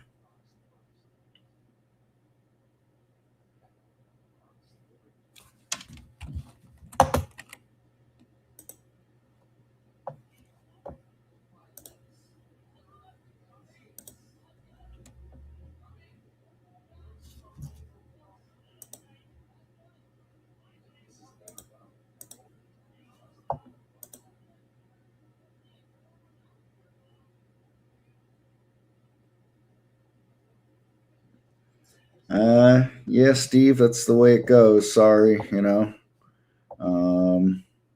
had that chart open a few minutes ago. I wonder where I clicked on it from. Oh, it's probably when I Explosive Winners channel open. Yeah. OLB. I saw it was, making quite the move here. But these are the kind of, these stocks they're just never been my cup of tea. I never did well with this kind of thing here, and intraday trading in general. Just moving on to swing trading was my calling in life, or my calling in the market anyways. just really tough because something like this, you can't take 100 shares of this and, and really do much. You need this thing to make, let's say $1 move, and $1 move on a sub-dollar stock is pretty tough. Obviously, if you'd owned it down here, it'd be a different question. But what I would say, Steve, I don't know what your experience is or how long you've been doing this or anything like that. If it was just, trade didn't work, or just you're not seeing things well yet on the charts. But regardless of that case, and maybe just as a general thing for anybody here, is journaling the trades. And I don't just mean today I traded blah blah blah blah blah because I saw it on a scan. What I really mean is, all right, I traded stock XYZ because it was above this, or it gapped on this, or it was moving above this. This is the reason why I entered it. This is the reason why I chose the stop. This is the reason why I chose the upside management. And then go back, over 20, 30 trades that you do that. And you're going to see the trades that work some commonalities and the trades that didn't work some commonalities.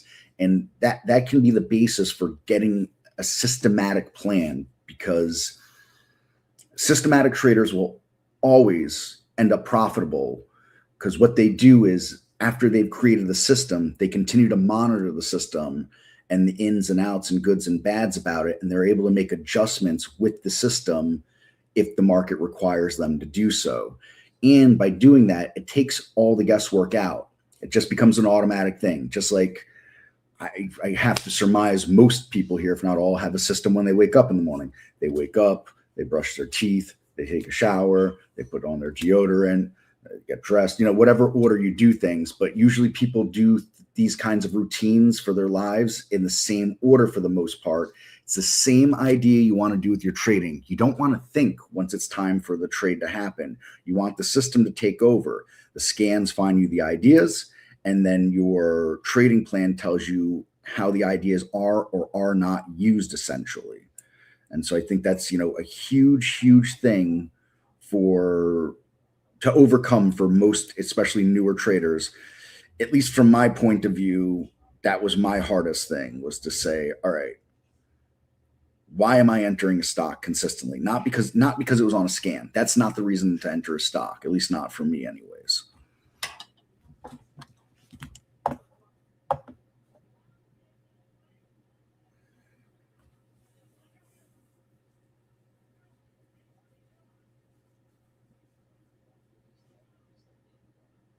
Yeah, well, that's the name of the game sometimes, Steve. Yeah, no, it sounds like you got a handle on things there. Discussing using the 2200 and all that. So, been there. But you know what? The most important thing too is, because I've also been on the other side where I was like, let me move my stop down, and then I end up not getting stopped out, and I get the win. But it's like, I got the win, but it's a dirty win because I broke my rules. And then all of a sudden, you make that kind of a habit. At least I did at one point. And next thing you know, you're breaking your rules constantly, and that one win helps usher in your next 15 losses or whatever it was. For me, anyways.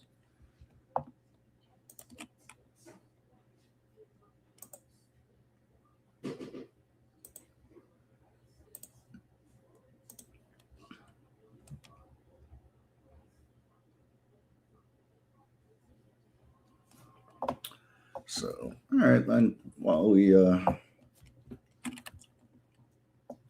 I'm waiting on some other questions, comments coming in, let's take a look here at what's happening in the relative strength from the open races I got going on. So, although I don't day trade anymore, doesn't mean I don't look a little bit, cheat, and at least satisfy that devil of know what's going on. So, ATOM having itself a pretty decent day here. I mean, up almost $1.50 at this point, and that's good for 37.25%. It's started our day off as a sub $4 stock actually, and is really coming on to it at this point. So running up, and now I traded this. I must have traded this a long time ago, because look at these lines that are here; those are there for a long time. So I don't think it's any happy accident that it's running into this line right here. And as we can see, that line, right there at the just above $5, we're running into this up here and across here and across here. So price has memory. Price has memory because people have memory. That's the way it works. Fairly new to systems, and yeah, breaking those rules and killing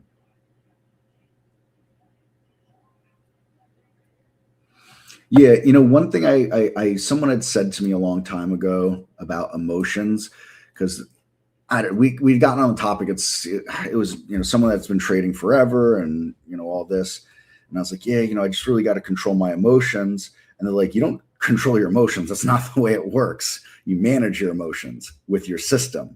Your system takes your emotions out of the decision making. You still have the emotions. They're still there. You still have that gut feeling, oh, I should buy or I should sell or I should do this.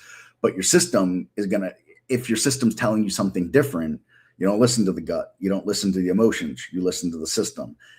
So you never actually manage or you never actually change or control your emotions. You're just not letting your emotions make the decision. Your decision is made by your system, and that's the end of it, So it just kind of changed things for me because, thinking about, you can't, you watch a movie and it makes you happy. There's no way to make that movie not make you happy. You can't stop the movie from making you happy. If there's a song you don't like because it reminds you of a sad point in your life, you can't stop that song from doing that. You know what I mean? You can't stop that from happening. I mean, maybe some electroshock therapy or some crazy nonsense like that. But my point being is, our emotions are there for reasons, but letting something else manage the decision making and not your emotions to manage the decision making, that's the key.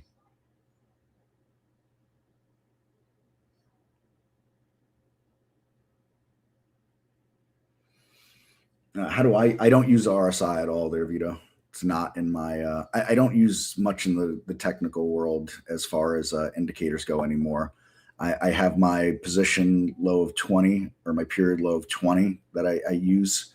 And I do like to look at the VWAP, just where we are in relation to the VWAP. And then support and resistance. I like to draw my own lines on the chart.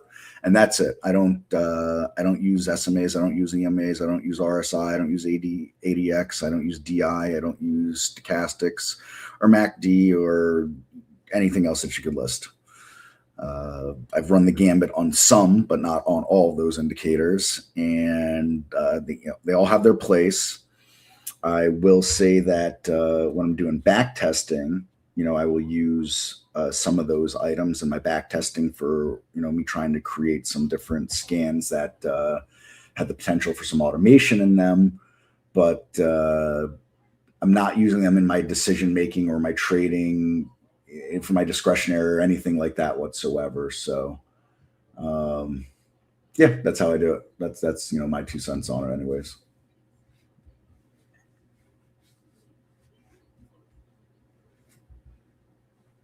Thanks, Steve. Appreciate hearing that. I like to hear, what different people are using and if they're finding success with it.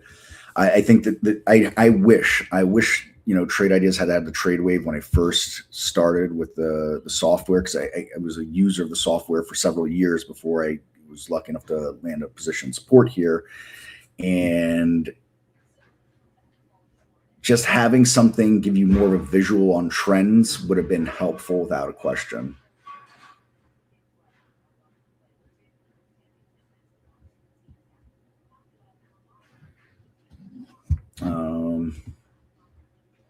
You approach evaluating across multiple timeframes for execution.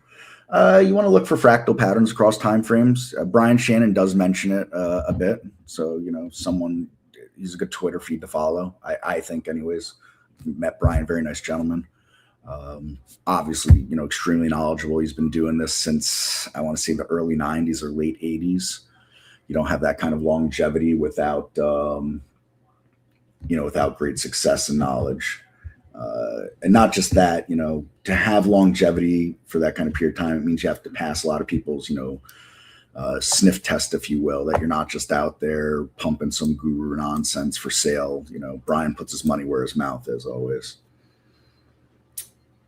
But Yeah, that would be my big thing is you want to look for fractal patterns across multiple time frames.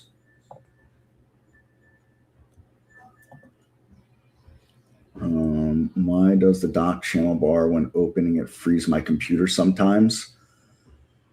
You know, could be a number of different things. Do you have other scans open somewhere else at that point? You know, I would suggest going to Windows and looking at lists to see what you've got going on here. There are limitations to what you can do.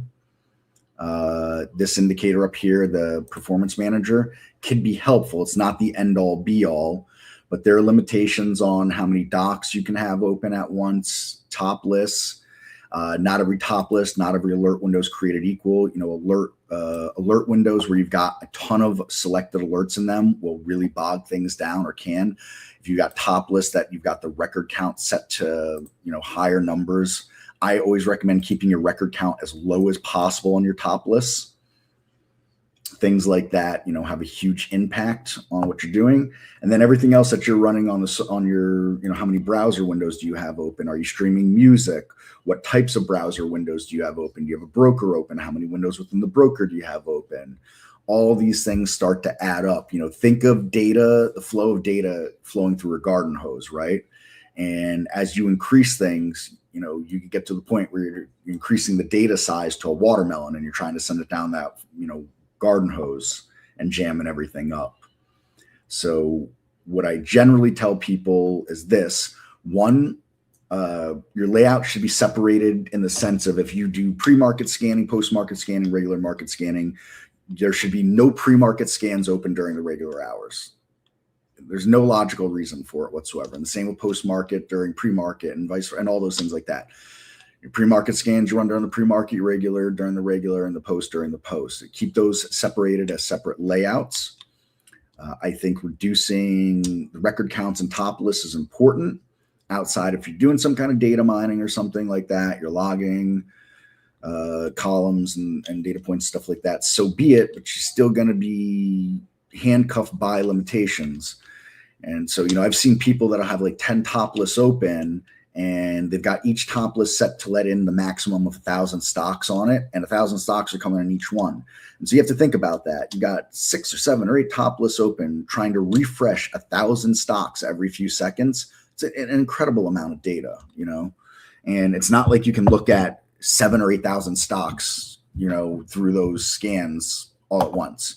I mean, how fast can you go through a list, you know, stocks on a top list and make a real assessment of what's going on the charts and so on and so forth? So I think it's important to have the data on the screen be impactful data. There is such thing as too much data, because then you're not using it all and it's a waste of resources essentially. These are kinds of things that I would be looking at. And I don't know if he's on the beta. I'm on the public beta here. I'm on the beta that all you could be on here. So I go to help in about 5.7.7.0. It runs all right for me. My computer isn't the greatest anymore. Sometime this year, I'm going to have to look at getting a new computer. It's coming time. It's coming time. So, you know, software, when I'm not streaming, the software is fine for me. As soon as I start streaming, I run into issues.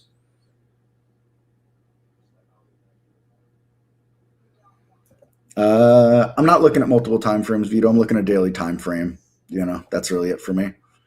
And I'm looking at this 30-day market breadth highs versus lows. So this is taking your 30-day highs versus your 30-day lows. That includes weekends. That's one of my big ones. And this one I created, I don't know, last year sometime. I don't remember when. Stocks above the 50-day moving average making new highs versus stocks below the 50-day moving average making new lows. I don't know that I put a lot of stock into this one. I'm going to be honest at this point, but I'll say this. I've had this where I use this in bear markets. I have not used this in a bear market, or at least if I had it last year during the bear market that lasted a whole 30 seconds, that just wasn't enough time for me to make any real assessment on it. This I like. This has been nice for me though, overall.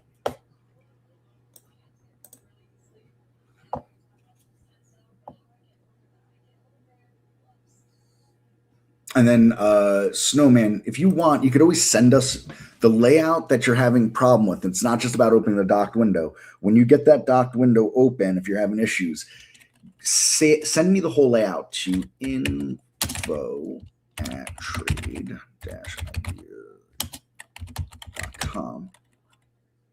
Send me that whole layout to info@trade-ideas.com and say, hey, Chris, we were talking about software slowing for me a bit. If you could take a look at this layout. And so once you've got all the windows open that are giving you trouble, go to File, Save or Share to Cloud, and then you'll name it here, whatever you want to call it, press Entire Layout, click Save and Share, and you're going to get this URL here, and then go ahead and send me that URL to that email address. I'll open the layout and I'll take a look and see if there's anything that stands out to me there that I could help with. You know, as far as my system goes, I don't even know what is my system here. Let's see.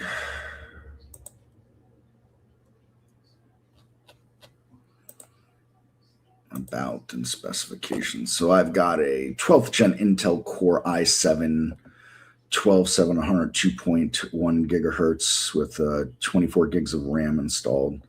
Really nothing awesome. This computer has got to be, I guess, 4 years old at this point, and it has no graphic card in it, which sucks. It was a gift to me from someone, and anyways, here we are. I was going to buy a new computer. Someone gifted me this. It worked pretty decent for the first couple of years that I've had it. I think it's just time to move on from this this machine at this point, though. You know, it came with only 8 gigs of RAM, and the person that gifted it to me had given me a couple of sticks of RAM to add to what was in it, so it didn't originally come with 24 gigs. I don't know if that makes any difference or not. I'm not a techie.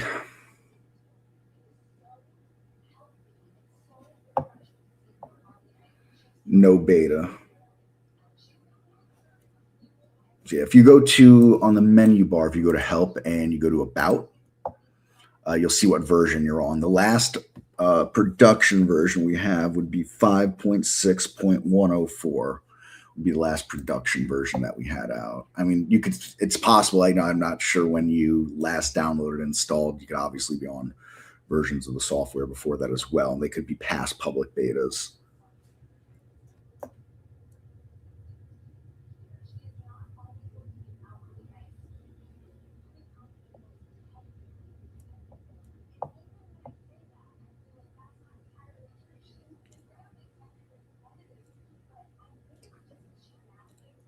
Trying to set alerts to if and when the market will turn. Would you use the well, what do you mean the market would turn?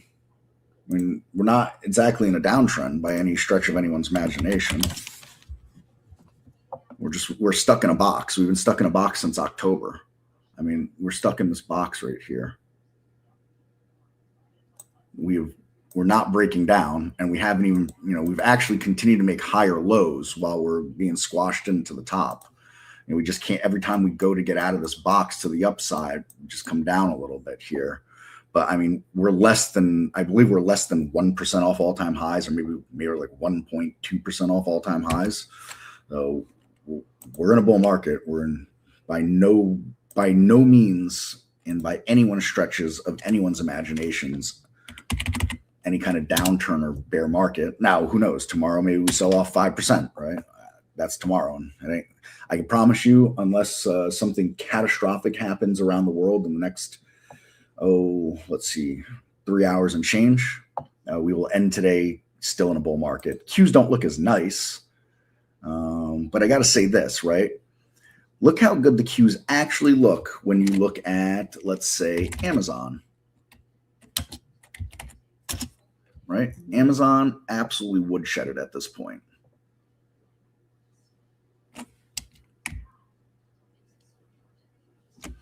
Off that gap down and move like that. I mean, all right, maybe woodshed's a little much, but off the all-time highs here, I mean, pretty darn beat up.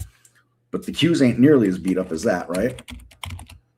Let's take my favorite social media platform, and by favorite social media platform, I mean I absolutely hate Facebook. I think it's a disgusting company. But with that said, this is beat up, right? Yet the Qs don't reflect being beat up nearly as bad as that, right? Microsoft, another darling company, right? That is really beat up. That is really, really beat up. And yet, again, the Qs don't reflect that, right? So I think it's important to keep things in perspective to what your highest weighted stocks are in these indexes and where the index is in relative to those. Anybody that had been telling you over the last few years that it was 7 stocks holding up the market, they're either really bad at math or they're disingenuous to the point they're trying to hurt people. But either way, it's never been 7 stocks holding up the market. Are there times when those 7 stocks are certainly doing most of the work? Yeah, definitely, without a question. But as we could clearly see, I just listed off 4 of the quote 7 stocks that hold up the market, and 4 of them ain't holding up nothing right now. They're not even holding themselves up at this point. And again, the Qs looking pretty decent at this point, in comparison to them. Eventually, will this have a larger impact on it? Maybe. I don't know. Nobody knows. And everybody that's predicting it, generally most of those people have predicted 1 or 2 of the last 700,000 bear markets that they predicted. So,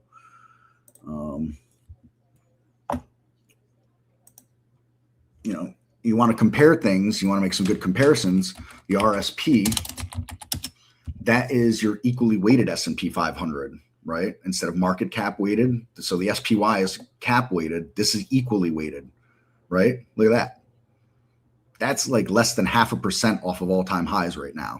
That's if you weighted every stock in the S&P 500 equally. And this remains in a pretty decent uptrend, actually. Let's not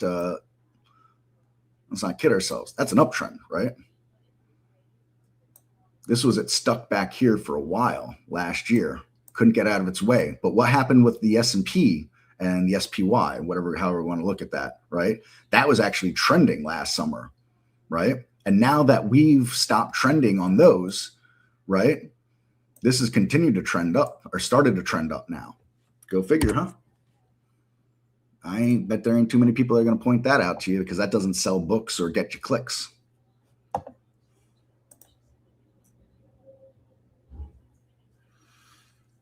Yeah, but that's the way it's always been. Another thing I'd point out to everybody here, how many people are you following the IWM, right? IWM looking pretty darn good here, right?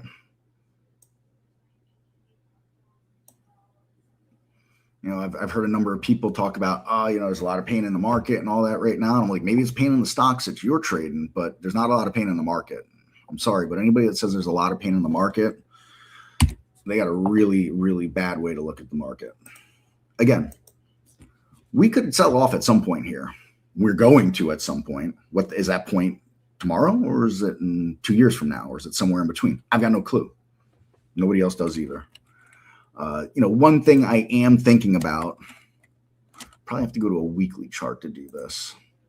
It is in my mind, because always I'm very optimistic, but I'm also cautious, right? I want to be hurt by hubris here, but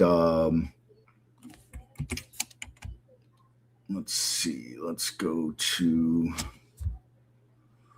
remember.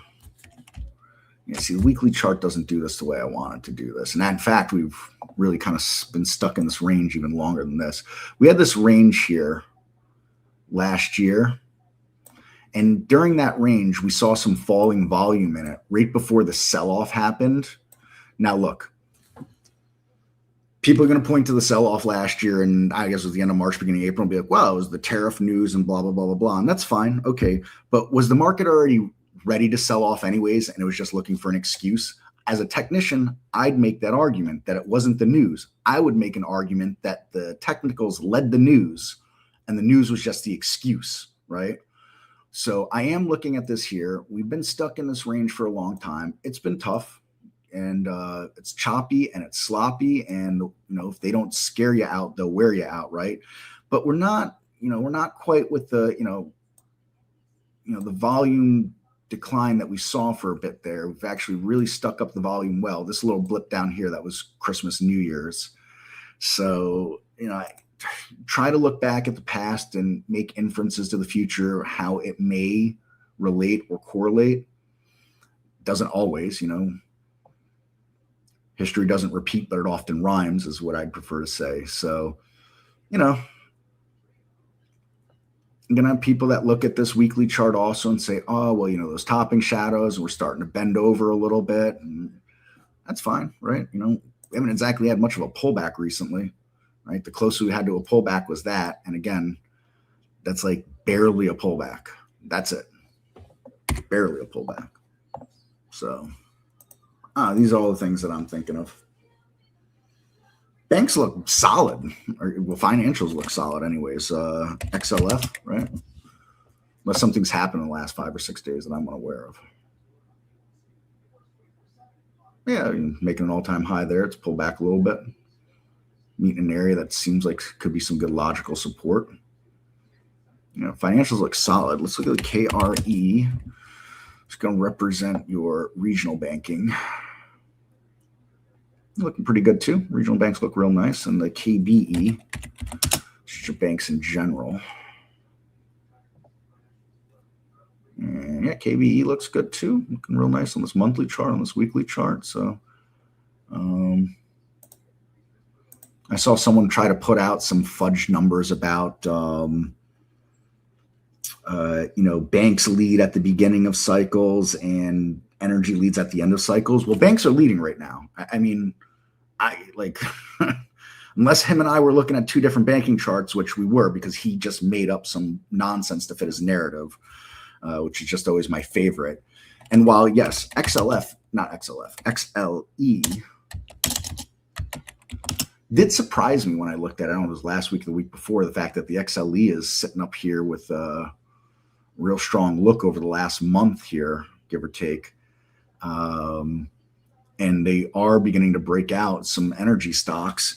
They're not leading on their own by any stretch of anyone's imaginations.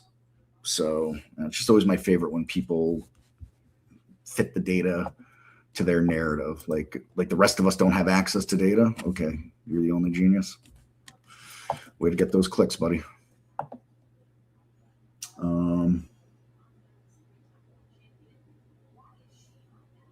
Market sells off. I think, like anything else that's new and we're unsure of where we're headed exactly with it and how it'll all shake out when it regards software and AI and data centers and all that stuff like that. You're going to see, things make some crazy, quote, great bullish moves, and then they'll get smacked up. And eventually you're going to start to see these companies fall by the wayside, and mergers and buyouts and fraud and all the things that you see happen, all the kind of stuff that you saw go on with, through all these different tech booms that we've had, or bubbles, whatever you want to call them. It'll be no different with this. It's never just straight up and away. So, there's a lot of risk there. Is the companies that I'm invested in, are they the ones that are going to make the cut, over the next years, or are they not, and so on and so forth. So a lot of volatility with that. That's all there is to it. And you have these new areas that really, who knows?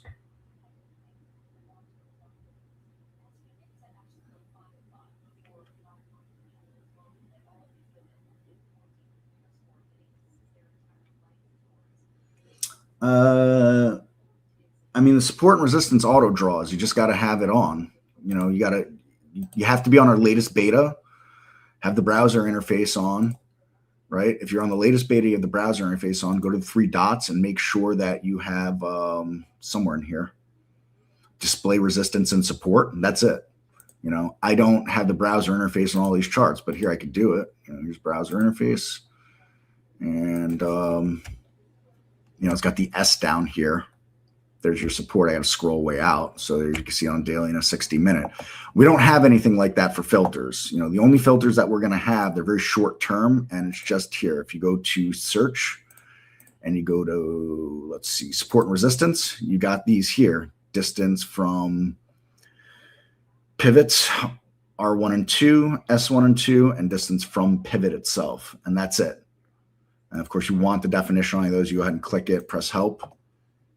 And you're going to get those here, but they're not going to coincide with what's on the charts. You know, they may by some happy accident based on just where things are lining up, but they're not related to each other in meaning that the chart data is not using that scan data to do that. It's just looking back at, you know, whatever the algorithm's determining for a pivot. I'm not sure how it determines a pivot.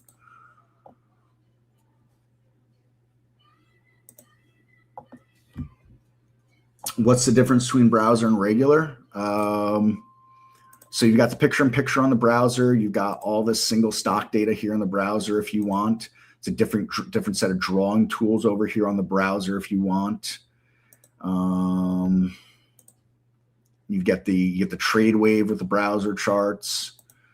What else is there? Oh, you've got the trade ticket if you want to trade off the charts. Click trade ticket. You can trade off the charts here like that if you want.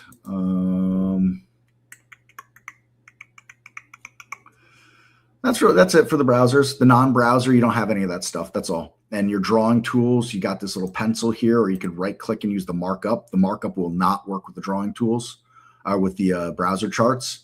And you could draw these lines or make annotations there, and that's it for that. I don't need all the bells and whistles, so I mostly use the non-browser charts, but I like to display them because other folks do like them. I will say I like the picture-in-picture very much. I do like that. I'm a big fan of that. It's an easy way to look back at longer-term time frames within the smaller time frames. That's it, though.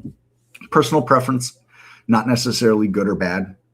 You know, is your preference, pasta or steak? Is your preference, waffles or pancakes?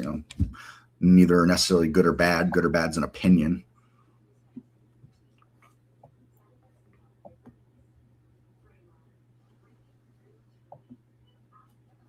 So yeah, if you want to draw a trend line with this here, you click on that. Draw a trend line like that if I wanted. And then if I wanted on here, right click markup, trend line, draw a trend line like that. There's more options with this here. So this won't transpose to other charts. This will transpose to other charts. So if I unclick the browser here,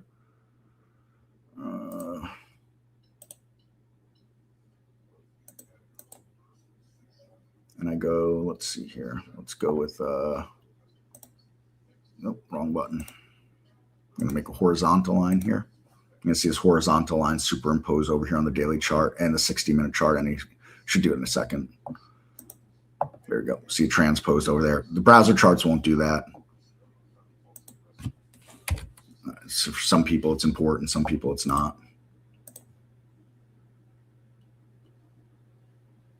Does it keep the trend lines? I believe if you save it, to your default layout. So like if you draw stuff on charts and you go File, Save Layout, and then you save it to your default layout here, I believe that it'll stick on there. I know it will with the legacy charts. I'm not 100% sure on the browser charts. I don't do a lot of drawing. And you can, click on this, click on the indicator, the drawing, and use the box, not the box, the delete to get rid of it for the browsers. On the legacy charts, if you just click on the line you drew and press delete, it'll get rid of it that way.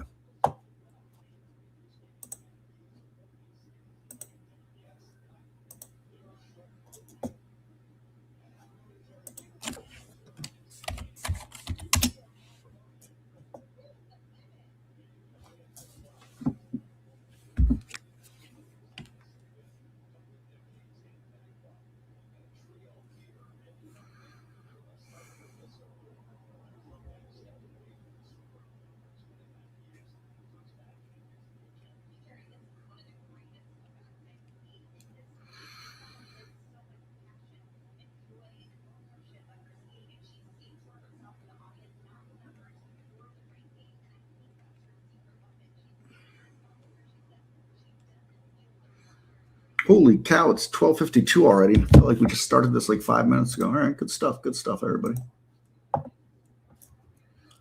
So a couple minutes before Barry comes back. So I want to open some software for something here because I got a meeting afterwards. I want to get myself in position for that meeting.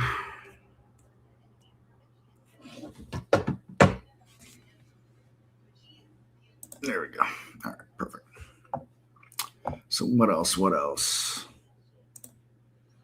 Yeah, I don't know. To just jump back in the overall, any goodies in the Market Explorer? That would be, that's subjective again, right? If we went to a restaurant and I'm like, oh, this place has all the goodies, it's all got all these great tapas in it, and blah blah blah, and you're like, well, I hate tapas. Well, oh, okay, no different with the Market Explorer, right? And it's there. Open it, right click, select strategy. The only two that don't have public access are the Go No Go and the AVWAP. You'd have to have the add-ons for those. I have recently had a number of people in support just take the Go No Go and the AVWAP, not knowing what they are, what they do, or anything, and then they like cursed us out afterwards. Like, these things are useless; they don't make any sense. If anybody here is listening and you're going to take an add-on, please have a reason for taking it outside of just wanting to spend some money and seeing it. That again, it doesn't benefit anybody to use something they don't have any reason or understanding behind. I would do some research first before taking it. That's just my 2 cents. I never understood people that just run out and make a big purchase with no research behind it. I mean, people do it every single day, and then they're mad about it afterwards, and they're never mad at themselves, which I won't understand either. But 8 billion people, you're bound to find all kinds of things on this planet. But with that all said, outside of those, everybody has access to all these other items in here. Make of them what you will. Some people like them, some people don't. There's a lot of stuff in here that is literally never used at this point, and a number of these things that are in here were via request from groups of users getting together and saying, hey, can you build this in the Market Explorer? And then, you get 30, 40, 50, 60 people asking for it. We built it, and then they never use it. So I guess it wasn't the magic scan they thought it was going to be, is what I would go with.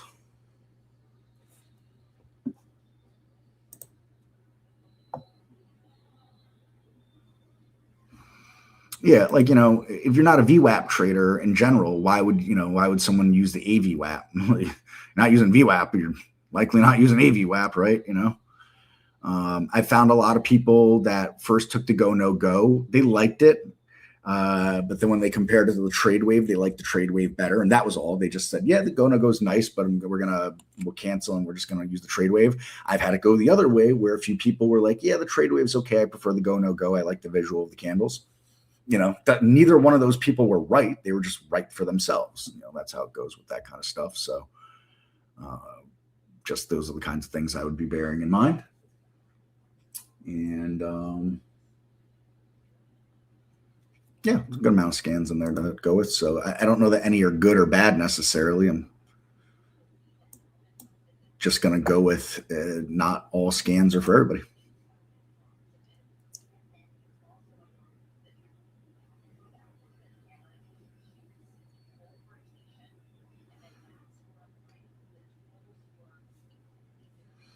For the time being, it's paper only on the money machine. I don't know. It will go live. I don't know when though. I don't have any answers on that stuff. I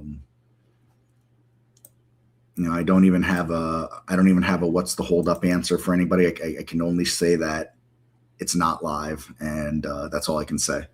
I can only say it's not live. Someday it will be live. I don't know how and when though. That I don't have, unfortunately, to share.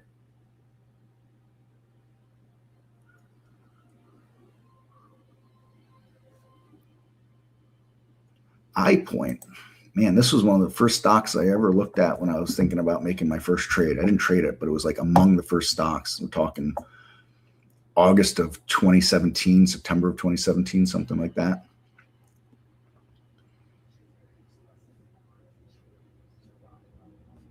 Haven't seen that in a hot minute.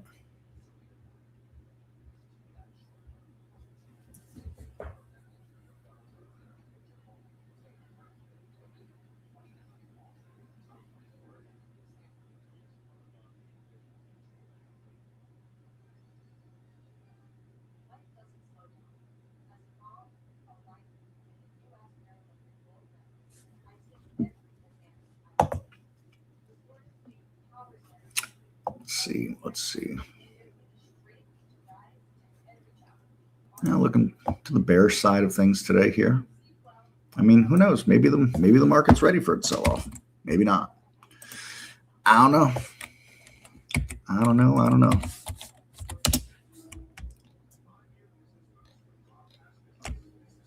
What I do know is we've been stuck in this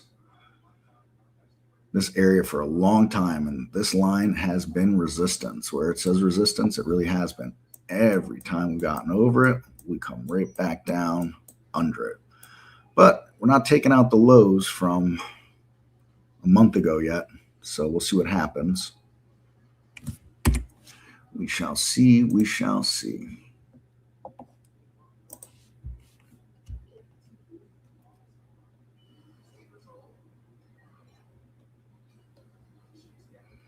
Yeah, you know, kind of see what I was trying to illustrate here with the daily chart before. Talking about the sell-off last year, you know, got stuck here for a while going sideways, and you can see the sloping, the volume sloping downwards here into the sell-off. And again, I get it. It was tariff news, and that's why we sold off. As a technician, I'd argue that the market was already ready to sell off, and that was just the excuse to have it happen.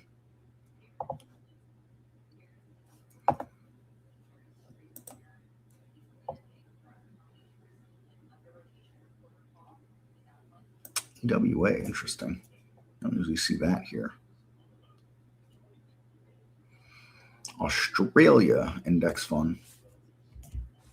Who's investing in Australia these days, I wonder?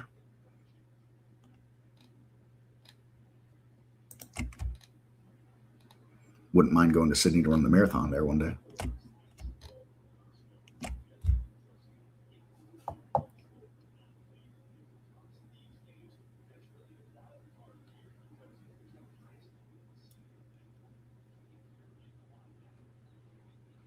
Take a look at something here real quick.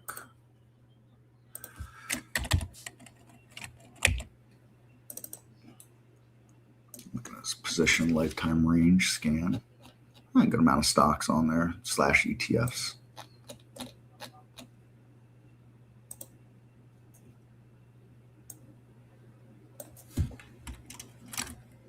Energy. Coca-Cola, Euro Pacific Partners. Interesting. Right, Barry? I know you're a big Coke fan. Oh, yeah. You know, I mean, I think like everybody else, we all had our Coke fixes. I can't stand Coke now. I really can't. Just way too sugary. I don't mind like a Fanta, you know, the Fanta Orange or something like that. I mean, it's as sugary, I'm sure, in terms of the amount. I just find that I find Coke is just way too sugary for my taste now. Yeah, so, you know, as a teenager, I drank a fair amount of soda. By the end of my teens, I didn't drink any soda, and really the only thing I drink at this point is water and my tea, and that's it. Well, you're such a marathon runner that, I mean, that you've got to keep that body in shape, right? Something like that. I just don't like soda. I don't know what it is. No, I agree. I'm not a big soda fan anymore at all. I mean, I get the odd fix that I need for a little Fanta, but what I do is I have a sip and then screw it back up. You know, so it could last a month. You know, it's sitting in there. So as long as you really tighten it, the fizz is still there.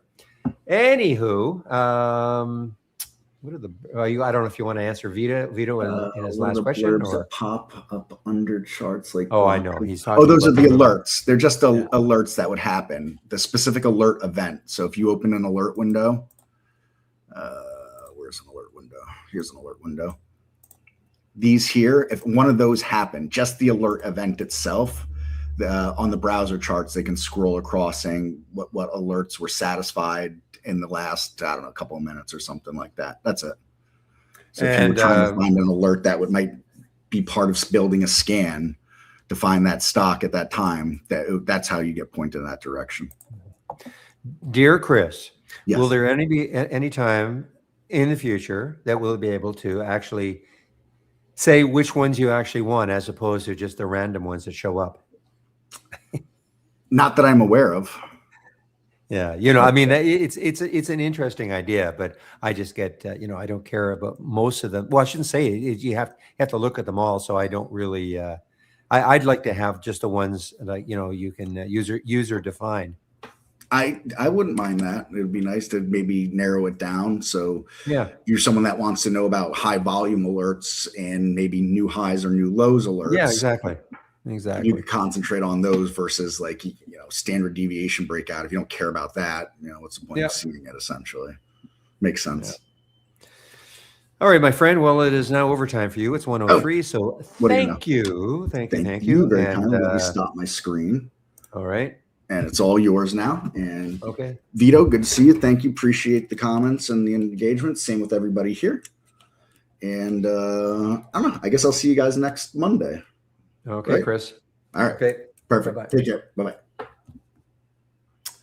Okay, guys, back in both rooms now. Just give me one moment as I get my music engaged.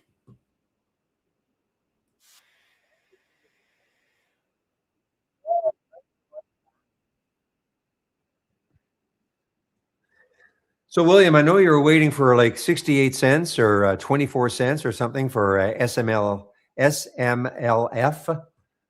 Great bounce. Holy smokes. What a great percentage move, though. I mean, after clobbered down stock, Poe, I'm sure you must have taken that, right? Come on, Poe. Even if you must have taken that SMLF. That's right up your alley.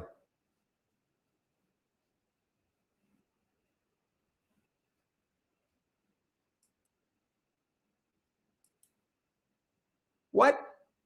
How could you not have seen it?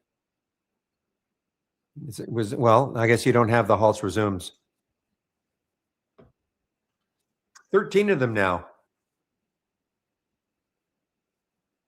I didn't tell you. William told you.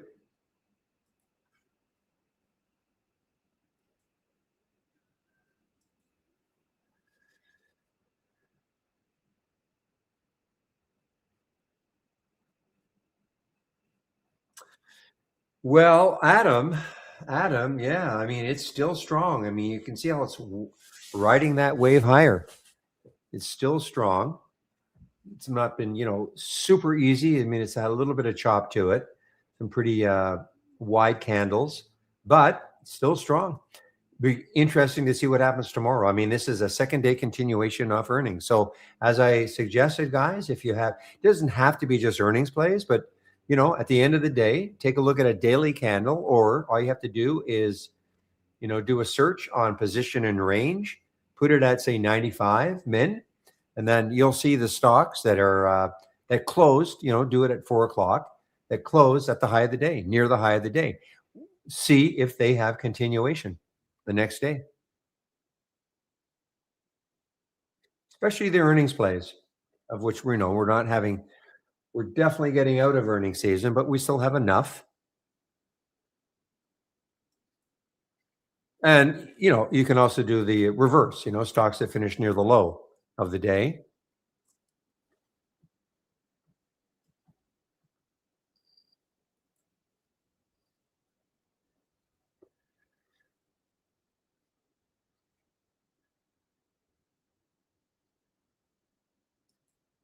The XLF is still, I mean, it's been a little bit choppy, but it's still positive at least. I'm just looking at the sectors. We still have sort of the same ones. Well, certainly XLF and IYT have been positive all day. Industrials, what are they? Yeah. And still silver is the weakest. But it is challenging now the VWAP. Challenging the VWAP. And where's gold?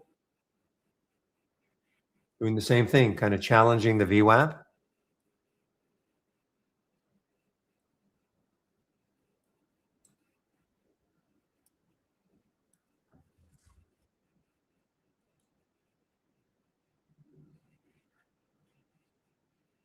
Well, speaking of the SPY, so the SPY, that's negative, but yeah, trying like mad to maybe hold that VWAP, that purple line there, trying to hold it.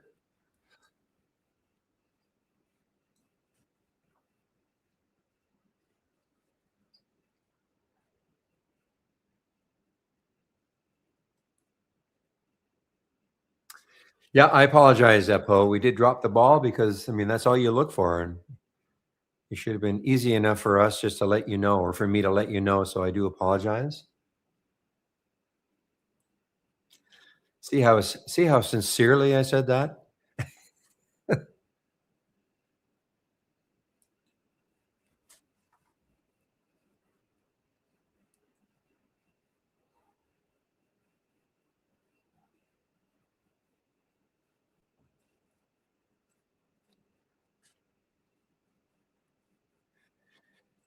All right, guys.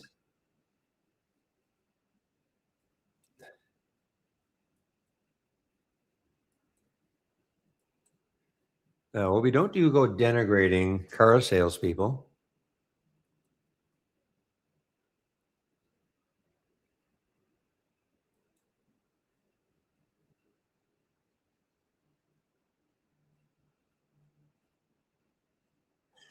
So I suppose there's a possibility on this one. Okay, guys, this could be one of those late dayers. What time is it now? It's 1:08.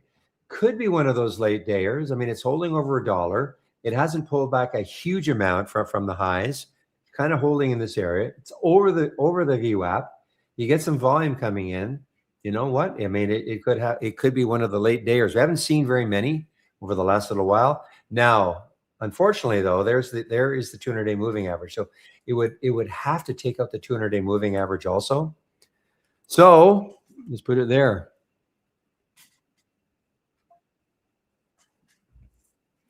Yeah, so it's got to take out that 200-day moving average.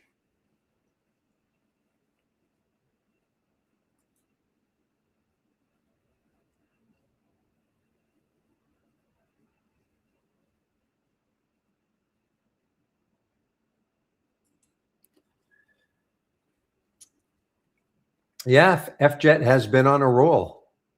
Next high looking left on the weekly chart anyway is around 828 or so.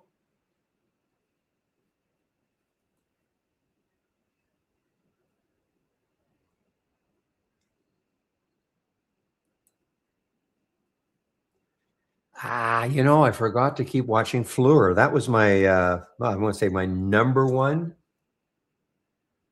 But yeah, I just forgot to keep watching it. This is sort of my idea early as a short.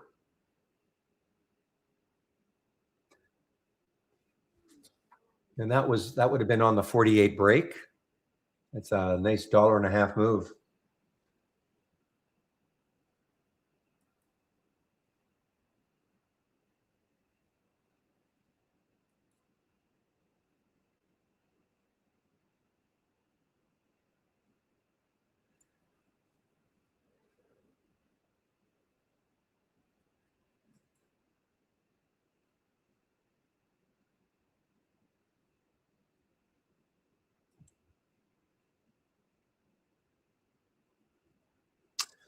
All right, guys, 111. So one last look at my homepage.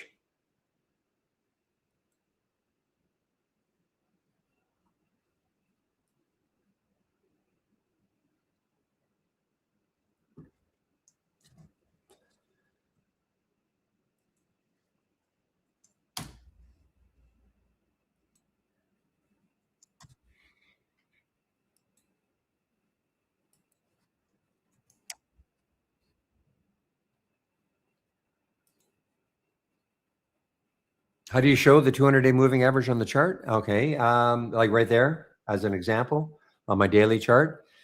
So it depends on if you're okay. First of all, what type of chart are you using? If you right click on the chart, is use browser interface checked or is it unchecked? Just let me know, because it's essentially the same both ways, but I just want to as well get it. So when you right click your chart, is use browse, it's checked. Okay, let me check it then.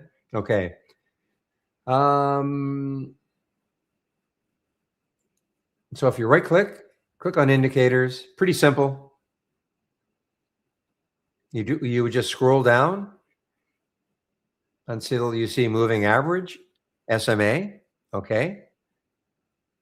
Where you see, so when you see moving average SMA, you click on it, and now here's how you can pick your color. It's really that simple. I think up and down color is sort of, this doesn't matter. So you just pick whatever color you want.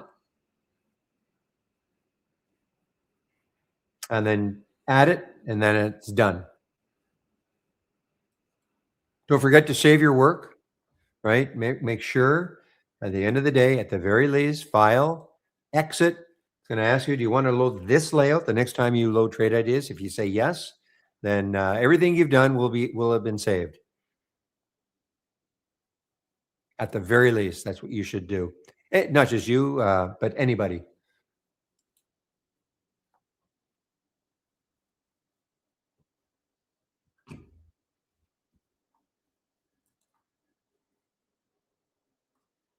All right, so looking at my homepage, this is what you're going to see. So here's how you can take a subscription to Trade Ideas. Hello, Lily. Welcome. This is the desktop version. If you have a PC, and this is the version you should be using if you can, okay, Lily, do not use the web-based version. Now, the only reason you'd be using the web-based version is if you have a Mac, but I'll tell you right now that we're not really supporting the web-based version anymore. So hopefully you have a PC, because you should, yeah, absolutely use the desktop version.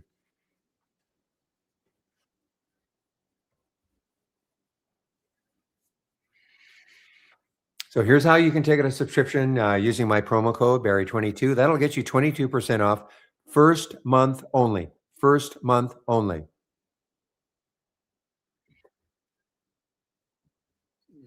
All right. I think I've got a link. I think I've got a link.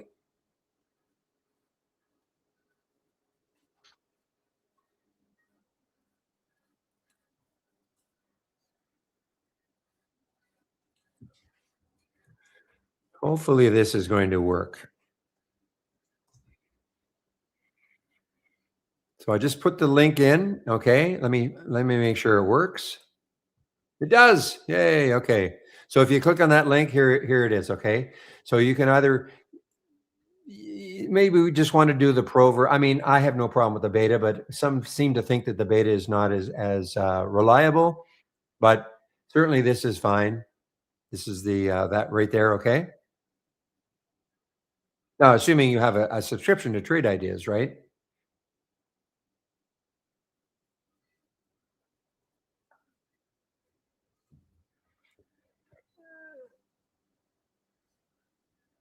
Okay, Lily.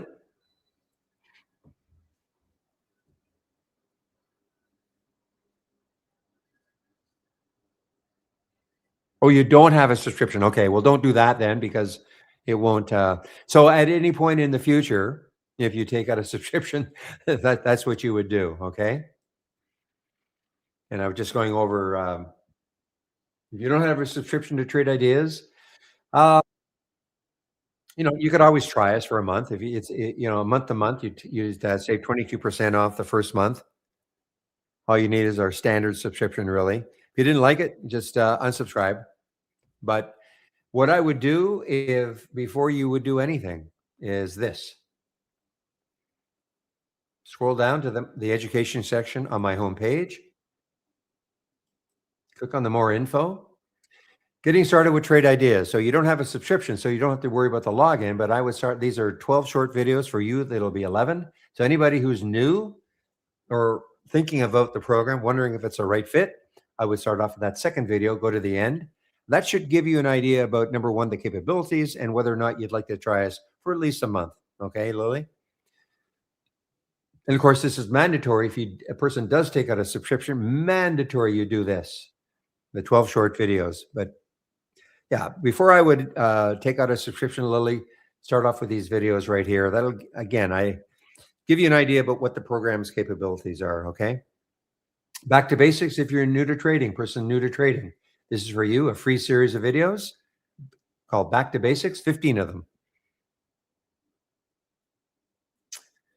And I always forget. So if you click on my homepage link, scroll down a little bit more, keep it simple, get the trade of the week.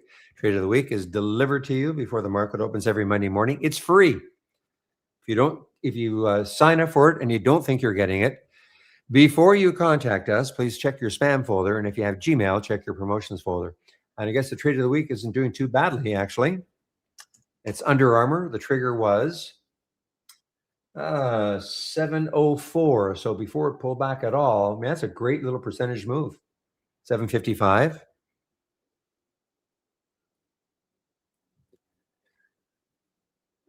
Now, if you're looking for my scans or the information that I'm currently sharing, you've clicked on my homepage link, scroll down a little bit, the middle section right here. 2 races are right here. Large cap race right here.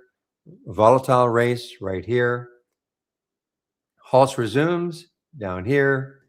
This is what I use in the pre-market. The pre-market actives up and the pre-market actives down. And I have some other scans that I am currently sharing you can take a look at.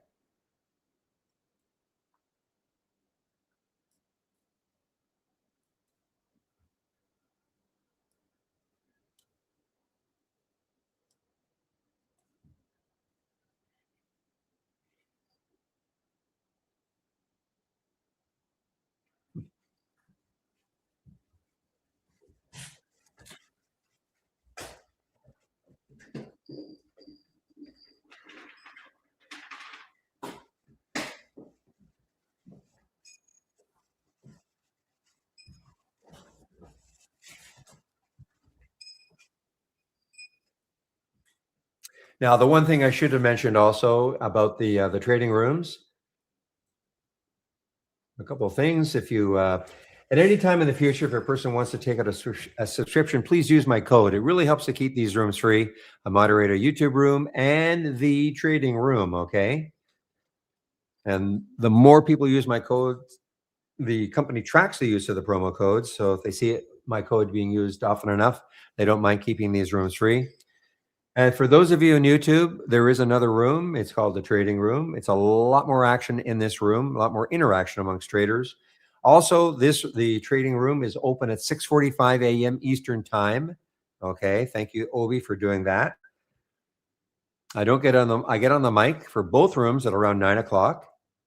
And I go to sometime between 2 and 2:30, usually, Eastern time, staying later if there are questions. But even when I leave in the trading room, William typically keeps the room open after I leave. And today he said he'll keep it open to 3:45. So this trading room is usually open from about 6:45 to 3:45. I'm on the mic between 9 and say 2:30, but it is open longer. So if you're looking for coming into the room during the pre-market, YouTube is not open then. So you can come into this room.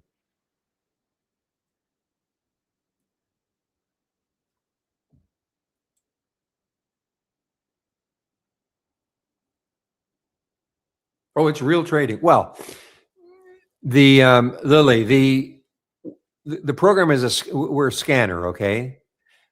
The alerts that you see here, they're basically real-time alerts. We have a way in which, like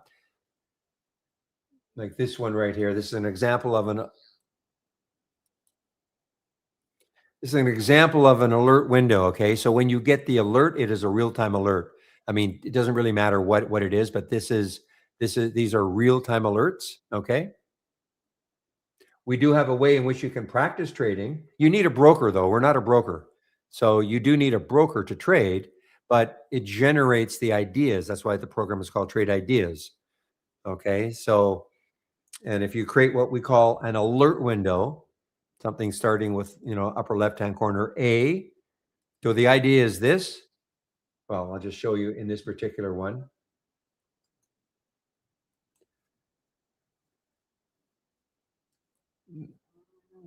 Yeah, I don't want to overwhelm you, but I mean, the whole idea of, and if you're new to trading, I mean, the other thing I would do before I keep going on this, you're new to trading.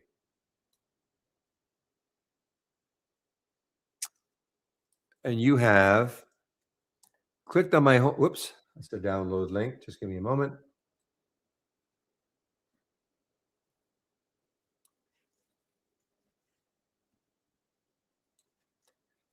Okay, so if you click on my homepage link again and scroll down to that education section, okay, the education section where it says more info, and then scroll down a little bit. Okay, I'm going to expand this a bit. So you see where it says back to basics? This is a free series of videos, 15 of them, for those of you who are new to trading. Not going to teach, not going to make you a master, of course, after watching 15 videos, but at least it'll give you an idea about, how to read a chart. I mean, that's the big thing, how to read a chart. Some money management is in here also, but really, because the thing about Trade Ideas, it's a fabulous program. It's called Trade Ideas for a reason, though.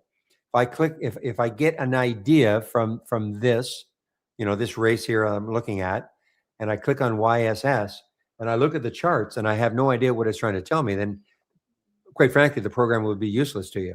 Okay.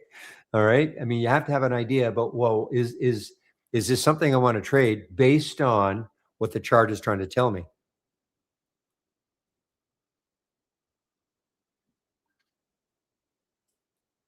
Okay.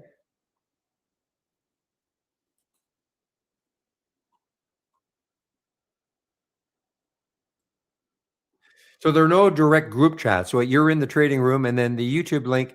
YouTube is just it's just another way to listen to me and see my screen. It's limited though, because a little more limited, because there's just not as a lot. There's not as much action in the YouTube room. It's not different, okay, in terms of what they hear and see, but it's just not, there's just not as much action amongst other traders.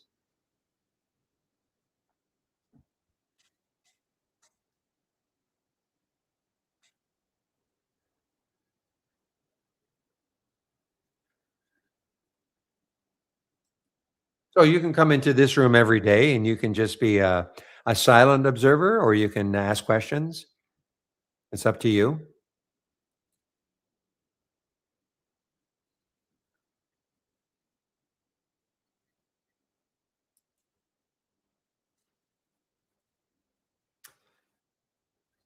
All right. What was I talking about before? I was talking, excuse me.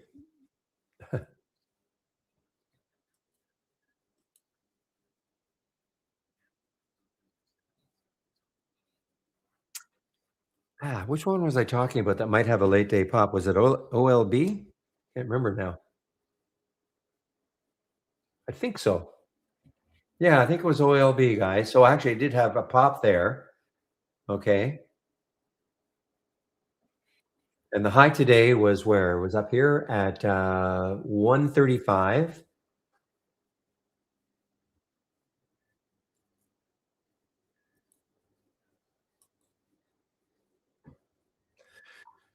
Looking left on the weekly chart, see, that is a high right there of 137. So that's kind of stalled it now. But if it got through that, the next high is 153. See, to me, it just doesn't. I wish when we look left on the weekly chart that the next high was, way up here at almost 3 or 250 even. Because then you could say, okay, before it would hit that high, see, all these little areas looking left could stall its move up.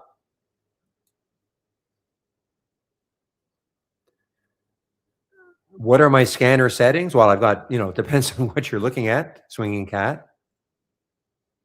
That my scanner settings are different depending on the scanner.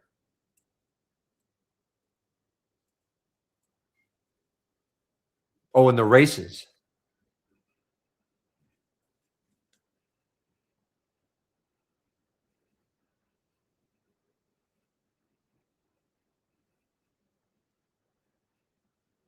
Well, okay. Do you understand the concept of racing? That all races start from a top list window. Do you understand that? If you don't, that's okay. I'll explain it. Okay. So in this particular one, if I open the top list, this is what it's looking for. So as long as the stock is between $1 and $50, the volume is at least 200,000 shares, and up from yesterday's close, up at least 2%. Okay, so that's very little. Okay, so as long as the stock meets those requirements, it'll be in this list, and then the race is run based on this list of stocks. Now, many times you'll never see any of these stocks because they're not moving up the list. But we don't know that until we run a race on it. The race does. It takes this list and says, okay, at the start of so I'm a minute and a half into this race. Since the race started, VHub has moved 1.44%. Not a huge amount, but that's what's happened. VHub, I don't even know where it is. It's going to be somewhere around here, in here somewhere, I guess. And there it is right there. Okay. So, but, Under Armour, this is one of the, this is the trade of the week. Under Armour is up 8% right now. What if, though, it really started to move again, up 10%, 12%, 15%, moving up this list of stocks? You'd never know that. Okay, unless you're going to stare at it and somehow identify a stock that's moving up. But of course, that's what the race does for you. The race doesn't care whether a stock is up the most from yesterday. All it cares about is in this list of stocks that meet the filter requirements, what stock is moving the most percentage-wise. So here's one, Grace. Haven't seen it all day. GRCE. It's moving. It's 2.6% since the start of the race. And it's sort of in this area right here. So that's the concept of the racing. Now you can change those settings. So if you took my my race, let's say you loaded my race, okay? So I'm going to right click. I want to duplicate it because I don't want to overwrite it. So here's a quick way. So if you took my race, either one of these two races, and you click on the gear, here's something you can do very quickly. Maybe you don't like my price range. Maybe you don't like that minimum volume. You can make changes, here. Or you can also go to the advanced, and that's going to show you all the filters, everything that I'm using. That's not very many. But you could make changes, here, or also you could add, maybe if you have any trading experience, add your own filters in here. So you don't have to complete, like say you wanted to have your own race and you like kind of the concept of this, just wanted to make some changes, very simple to do. So you don't have to start everything from scratch. If that makes sense. Well, why? That's what I want to see. That's all. I mean, is there a time frame? No, it's as long as the stock is between $1 and $50, up 200,000 shares, or sorry, at least traded 200,000 shares, and up 2% from yesterday's close. These are positive stocks for the day. That it's not a strategy. It's just this is what I want to see. With that, that's what I want to see in that list of stocks. Okay, and then if a stock is moving in this list, you're going to see it here. It's not a strategy as such. Now you can control the time also. I'm running a 4-minute race. You can do things like once the race is stopped, like in red, it's stopped. So if I click on show the race setup, here's how you can control the time. All this is in the guide. I don't expect, if people are watching this, oh my gosh, that's too much information. Well, of course, you might want these are the ones that probably most people are interested in. How long is the race? I'm running a 4-minute race. Doesn't mean that that's what you have to run. Why am I running a 4-minute race? That's what I chose. Okay. A long time ago. You want to run a 5-minute race, a 10-minute race, a 2-minute race, but so what that means is you run the race. When the race is over, another one starts. So another race will start for me every 4 minutes. The other thing that probably people would care about is auto start unload. So if you want your race to start in the pre-market, as an example, so when you load trade ideas, if you're loading it before 9:30 Eastern time, and you want to have the race start, when you load it, you would click auto start unload. Pretty self-explanatory. So that means whenever you load trade ideas, the race will start. Now, if you load it at 10 o'clock, not half an hour after the 9:30 start, then it'll start at 10 o'clock. I have chosen to start it at a specific time. And I decided that what I wanted to do is to auto start, and you start the time at 9:30 at the 9:30 open. You don't have to do that. You can do, it's pretty customizable. I wouldn't worry about too much of the other stuff. I think those are probably the two. The big one being, how long do you want your race to run before it starts another one? And then maybe the auto start unload or auto start at a certain time. And the nice thing about the race, it automatically creates a top 10 list for you of the stocks that have won the most races over the course of the day. Eastern time zone, 9:30 is Eastern time zone. Okay, I mean that's sort of standard when people think that's when the market starts. 9:30 times Eastern time zone. I'm in Vancouver, so that's not it's 6:30 my time, but I have my computer and trade ideas and my brokerage platform. They're all set to Eastern time zone, so I have no conflicts.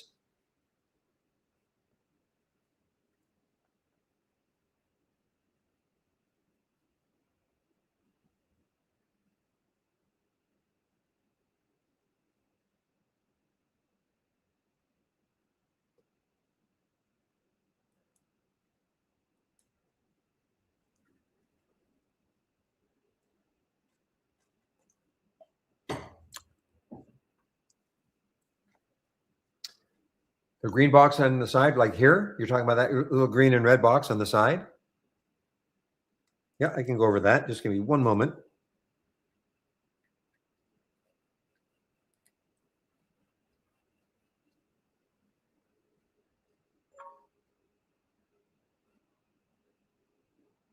All right. Okay. I did. The green box, I did. You're talking about that green box on the side right there.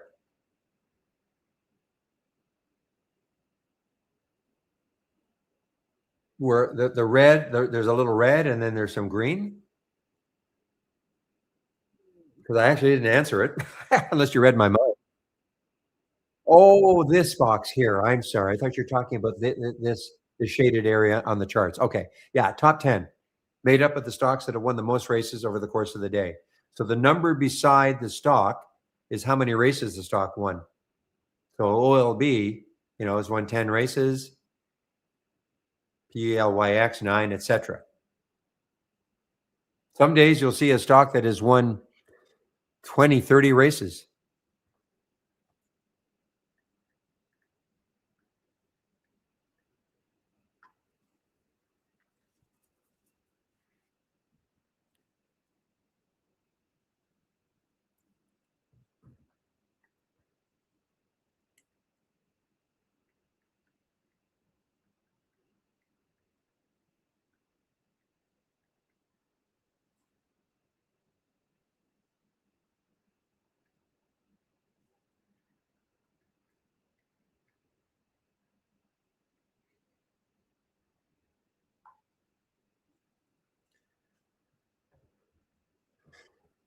Well, you can. I mean, it's not a matter. The idea of it is that later on in the day, like OLB. Remember, I've been talking about this one. I'm wondering if this one. What if some volume comes in and it just pops all the way through here, taking out the high of the day? I mean, it's possible to have a run. Okay, it's but not necessarily. I mean, it's hard not to be drawn to the ones that are winning the most races over the course of the day, because obviously they're super active. But if you see a stock here, see, look, FJET, for instance, FJET has not won a race all day, but it's still a very active stock. It has not won a race all day. So if you see something in here,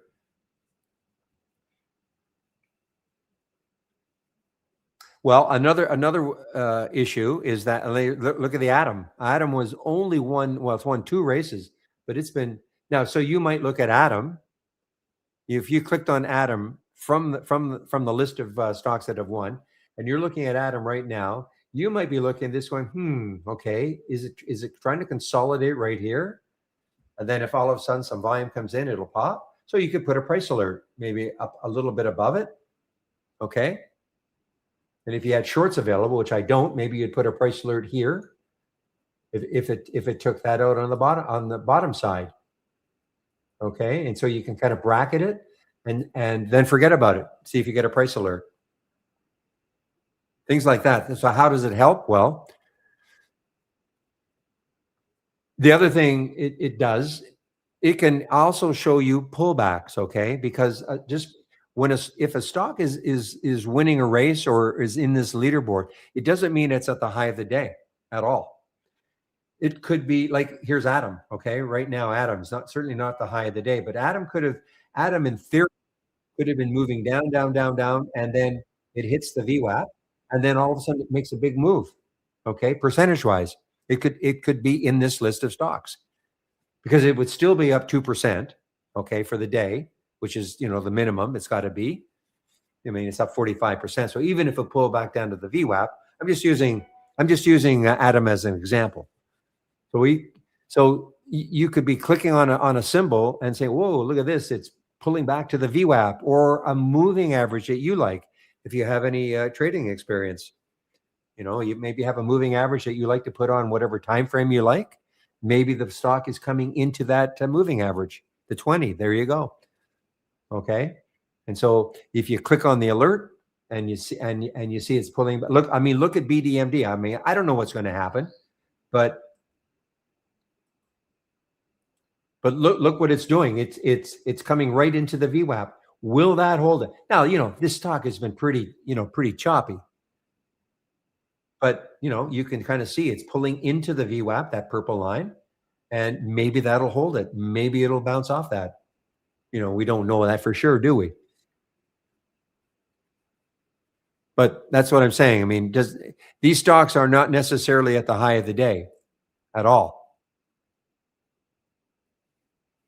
They have to be at least up 2% from yesterday's close, at least, but they don't have to be even close to the high of the day.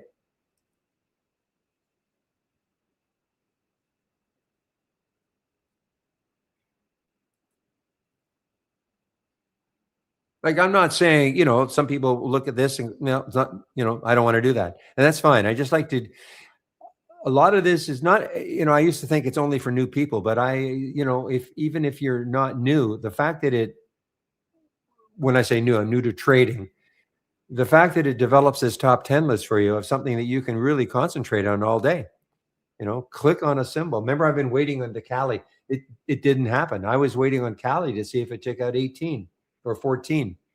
I had a price alert I set on top. Didn't do it.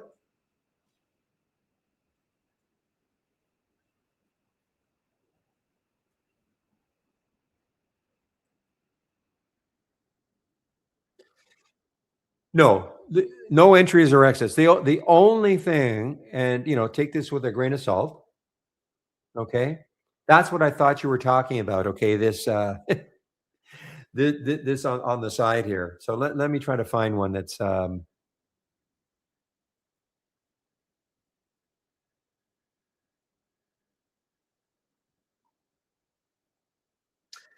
So in the charts, you have to activate it. Okay, it's called if you right click on a chart and you go down to indicators. I'm sorry, properties.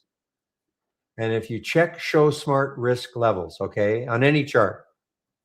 So let's take a look at that. So what that's trying to tell you is that if you took the stock right here at 567, if that made sense to you to take the stock at 567, it met your requirements. You could put it's suggesting maybe put a stop here at 533 at that little dotted line down here. It's maybe hard to see. So, that is not, I mean, that could be a stop if you want to follow something like that. You may have a different idea of if you took this trade, though, where you'd want to put a stop. But no, it's not going to generate automatically unless you want to follow this. And the target, all the target is double. If you can't see it because it's outside the range on that 5-minute chart, but if I could double that red to the green, it would be like the green would be double the red. Okay. Obviously nothing highly scientific, but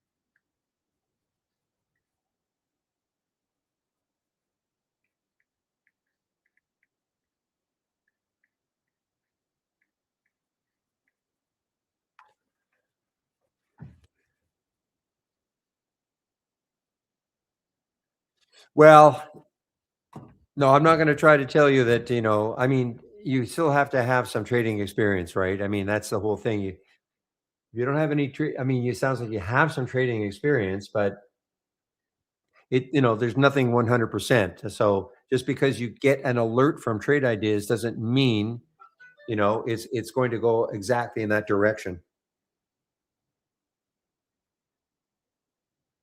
Okay.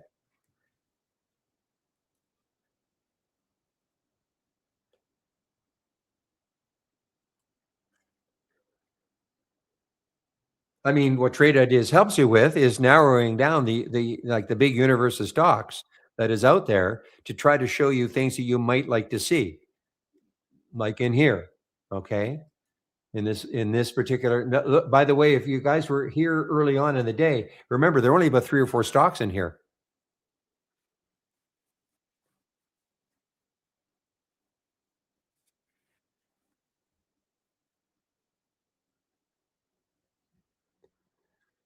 But look how the list has expanded. But that list was only about 3 or 4 stocks because the market was down. Remember at one point the market was down about 4 or 5 points when it was down here. So there weren't many stocks meeting the filter requirements. So in this particular race, I mean, I'm looking for stocks between 10 and 70. 200,000 shares have traded at least, up 2% from yesterday's close. It's these three filters here that are restricting. Well, we're restricting a lot of stocks. Okay, the market cap had to be 500 million. The float had to be at least 50 million, and then also the position in the day's range. If that number is at 100, that would mean the stock is basically right at the high of the day. So at 95, it means it's close.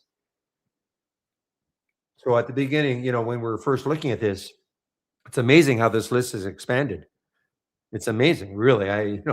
It's almost as big as big as this one. But again, if a person were here earlier on in the day, you would have seen just 3 or 4 stocks in here. And as I said, then it's not a static list.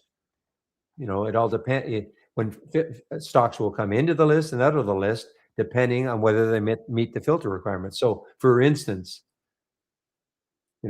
a stock could be up 2% from the close and it's in the list, and all of a sudden it starts to drop and it's not up 2% from the close anymore. So it drops off the list. The stock is near the high of the day and all of a sudden it has a big sell-off. It won't be in this list anymore. Things like that. Stock could be $10.10 and then it drops under 10, not on the list anymore. Or it could be $70.10, not in the list anymore. Okay, so this is not a static list. Morning, Ahmed. So the idea then is you you control what you might like to see. Most of us have a price range we like. Most of us should have a minimum volume. Most of us probably, if you're looking for strong stocks, maybe up a little, certainly a certain percent from yesterday's close. Or if you're looking for shorts, the other way, down a certain percent. And that's the beauty of trade ideas. You can really customize the type of scan you're looking for. It doesn't mean that when you get an alert, it's absolutely just take the trade. But it means that you're seeing stocks that otherwise you could be inundated with stocks you're looking at all day long. Click, click, click, click, click, click, and getting nothing done.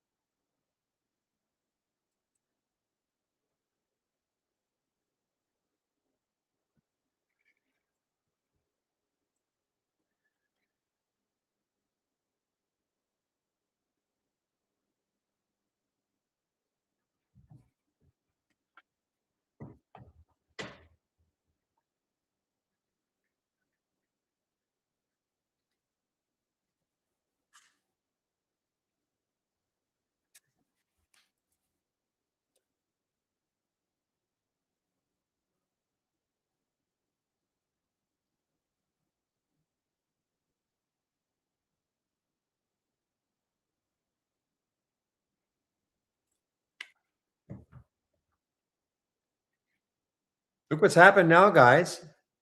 Look what's happened now, especially now that the market just put a nice little spurt up here, high. So remember, we were looking at the various sectors early, and there were only, I think, 3 of these sectors that are in this list of sectors that were positive. Now look at them. We're actually at about a 50-50 point of the stocks of the sectors that are in this sector list.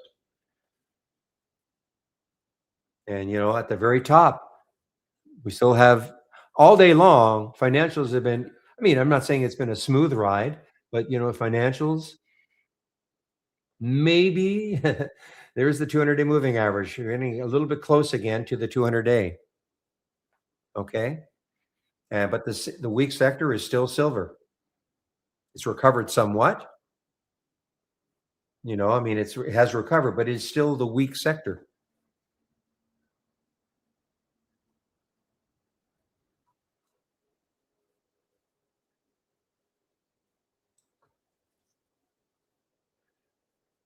So I think I'm going to go over this again.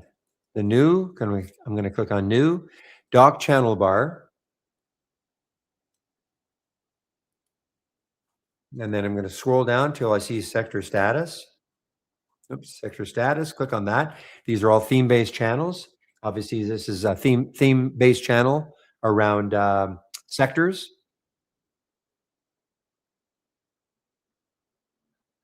Okay, so what I did was I took this one and I popped it out. So you don't have to be in the channel in order to see this. So if you wanted to do something like that, you right click and you duplicate into a free floating window. And so basically what that means is it takes this and it pops it out of the channel. So now you can control it. You can make it part of your layout if you want. So you don't have to come into the channel in order to see it.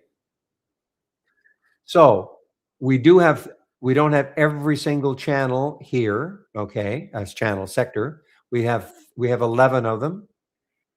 So you can see, I mean, energy has been weak all day long. Energy has been weak. Energy has not rallied. But at 100%, what that means is 100% of the stocks that make up this XLE are still down from Friday's close. And if you scroll down, you're going to see what the worst one is. It's still APA, though they've recovered a little bit. They were down a lot. They were down more earlier, but you can just at a glance, you can just see energy is the worst sector today so far, and basically all day, 100% of the stocks were down. Okay. Best, the financials, XLF has been the best sector all day long. 87% of them are up. It doesn't mean they're all ripping higher. It just means, they're up. They could be up like 0.0001%, but they are positive. But again, the cool thing to do, what's the worst one? Here's FDS. Terrible, 8.9% down. Okay, so this is really running counter to the rest of the sector. So, there's a way in which if all you wanted to do was track these stocks, find the top one in a sector and the worst one in the sector, and figure out a way to trade them.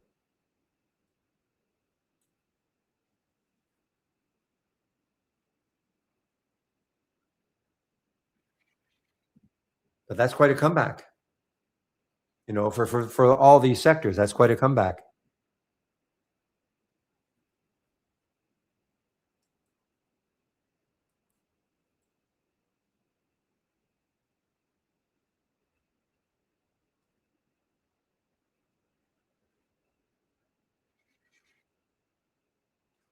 So just another way a person can use trade ideas. This might be something all a person does.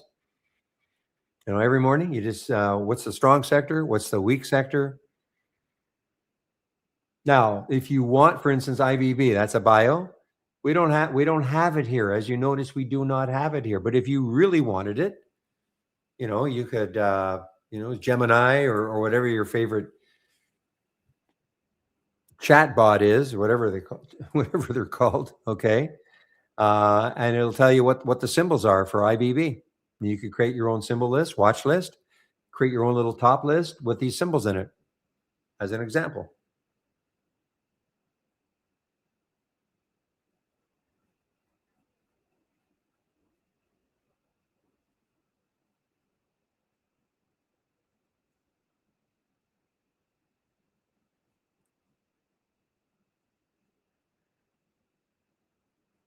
It definitely can simplify things.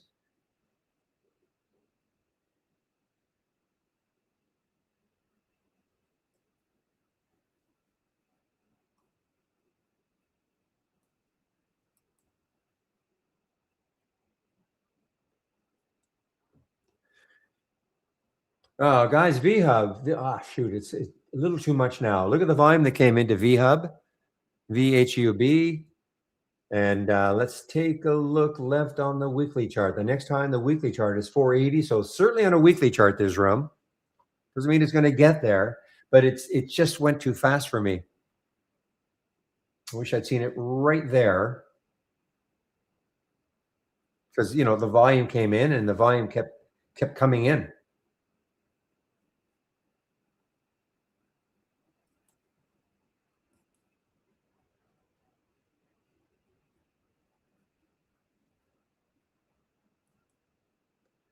And you can see this is what I'm talking about. Look at that move. Look at that 12.7% move. I mean, that is a big move, big percentage move.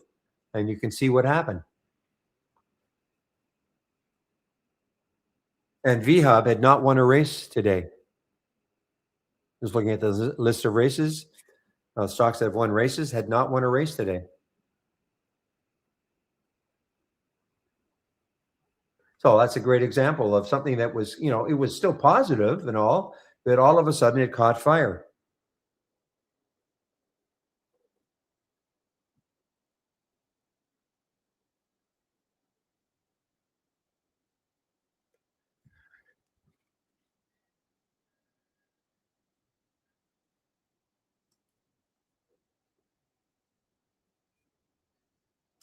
All right, guys. So it's 1:56. So again, I'll always stay later if there are questions, but I'm probably be taking off soon unless there are some questions. Okay.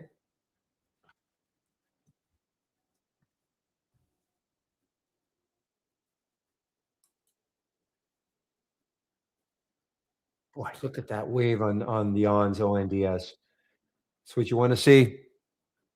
Just follow the wave, keep in the trade, keep in the trade, keeping in the trade.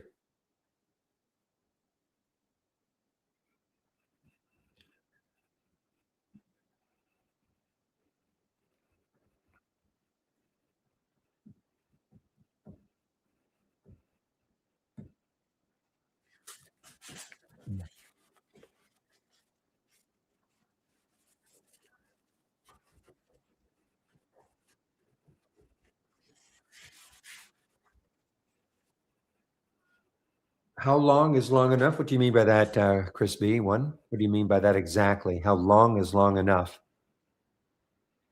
You mean the wave?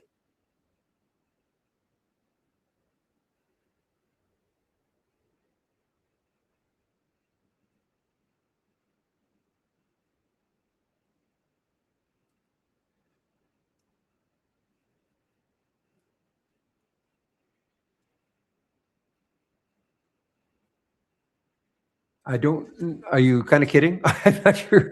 Just going long means buying the stock, right? I hope it goes higher. That's all. If that's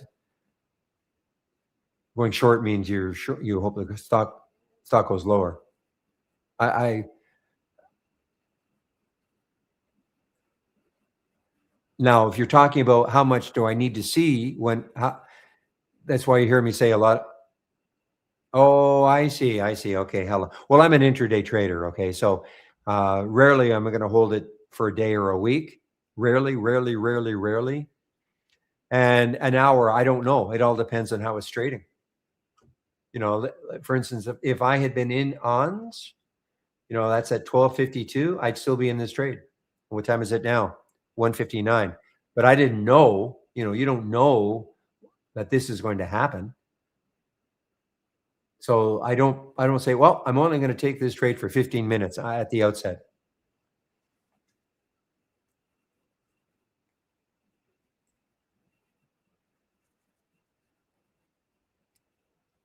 So the question in our YouTube room is, can you put a volume alert on the top race stock? So you could add the volume filter here. So if I wanted to do something like this, okay, Doug, in our YouTube room. So here's the top. So here's the top list that is based on, okay? So if I added something like this, volume, okay, volume, say the 5-minute volume, add the 5-minute volume percent. So if I added the filter and then I said, okay, I want the volume 5-minute percent to be 400%. That means it's got to be looking back at previous volume bars of 5-minute. It's got to be like 4 times that. It's not quite like that, but at least what'll happen is when you see some, you'll only see stocks in here then that are having volume spurts, if that makes sense. It's just a matter of adding that filter.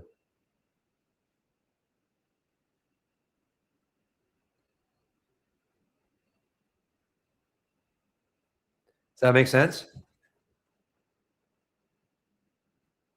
You know, as an example, okay? So there's your volume.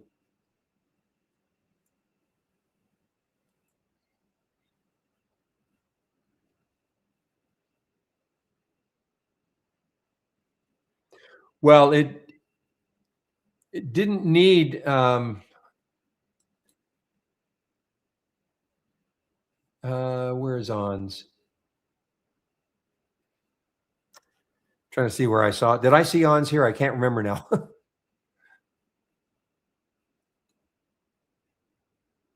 You don't need a race, you know, to identify something.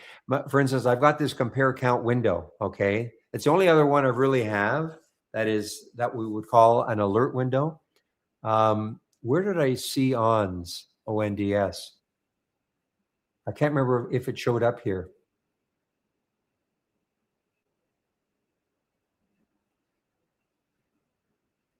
But there's no question. I mean,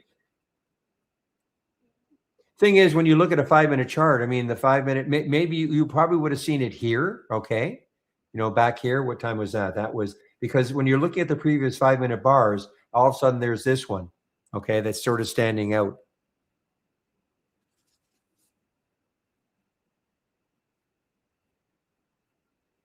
Oh, so if it was on here, okay. Yeah, I see. It would have been here. So yeah, that had nothing to do with the volume that came in. Okay. All this cares about is percentage moves since the race started. But you could add into the top list window a volume component. So you'll only see stocks that are actually popping on volume in this race. Let me just see what would happen if we did that.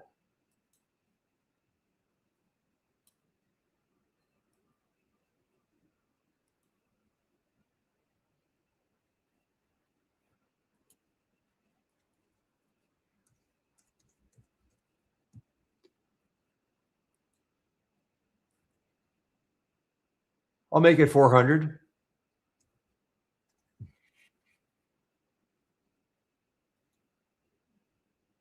Let's see how that worked.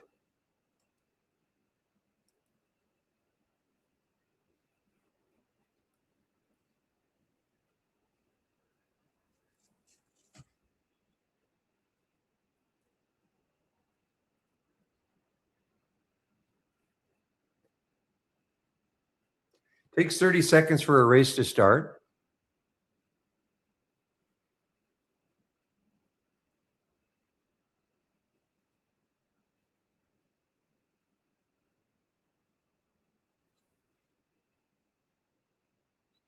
So you see what's happening here.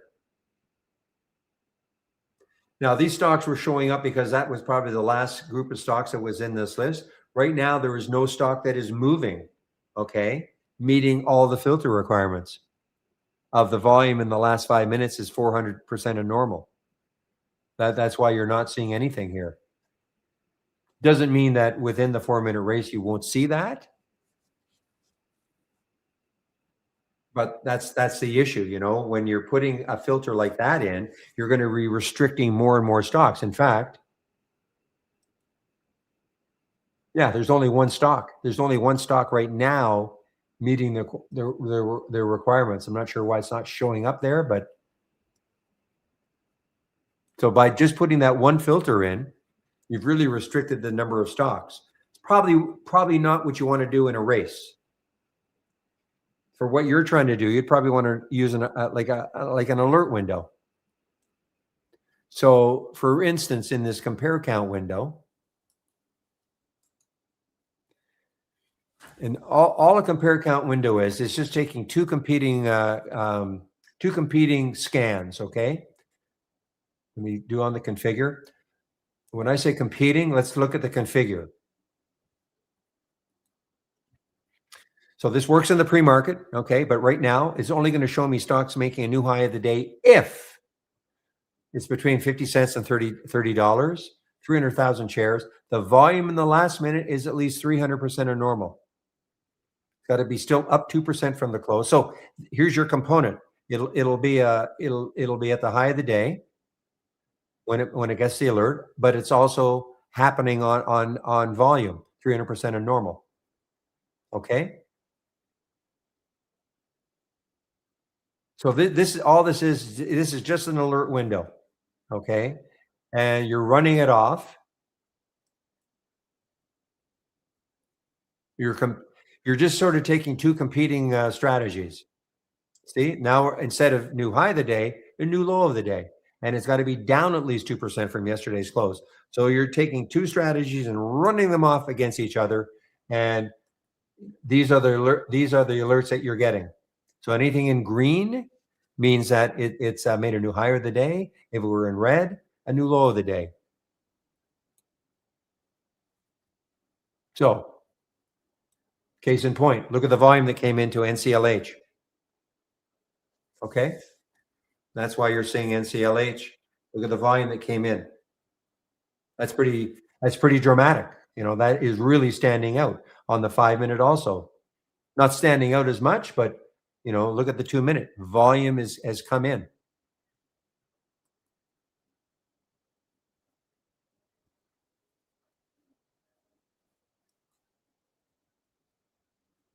You know, here's the CSR, here's the Corsair had earnings, I think, last week. Look at the volume burst right there. This is a 2-minute chart, not a 1-minute chart, but look at the volume that's coming in. So this will definitely give you stocks making either new lows of the day or new highs of the day on volume, on a volume burst, if that makes sense. You don't need a race for that. And it doesn't have to be displayed like this, okay? This is just another way of displaying our data. You could take this.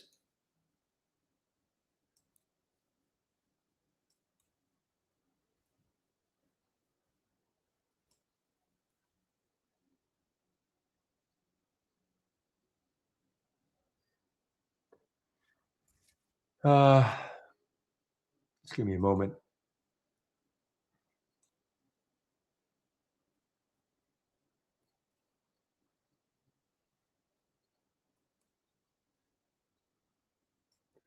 I haven't done this forever. I want to make sure this works.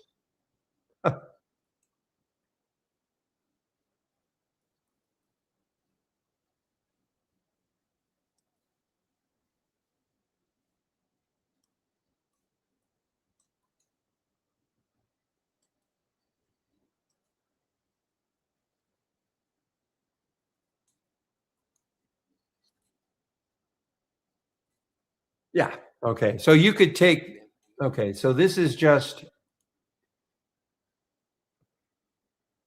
I know it's called movers to the upside, but this is basically taking the scans and separating them. Okay. So you could have an alert window for the upside, an alert window for the downside. Okay. It is just a different way of presenting. See how the wealth is there? And the wealth was in that. It's just a different way. So you could take these two scans and just break them out. So they're individual alert windows beside each other or wherever you want them. Just a different way of presenting our data as a ticker tape. But look at the volume that comes in.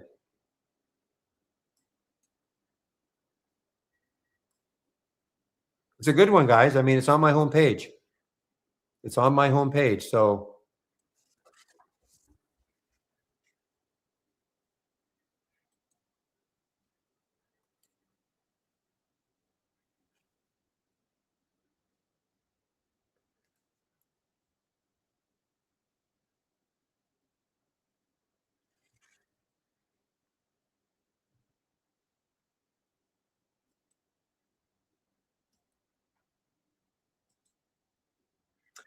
all right, guys, are there any other questions? I'm happy to stay if there's some more questions. Otherwise, I will head out. I'll stick around for another minute in case there's some more questions. Yeah, look at the NCLH. I mean, still the volume is coming in. This had some news, and I do think, even though this is up 13%, I do think it dragged some of the other ones up a little bit. Not 13. Jeez. Not 13%, but nice move on no news. It's sort of a sympathy play, but NCLH had some specific news for it.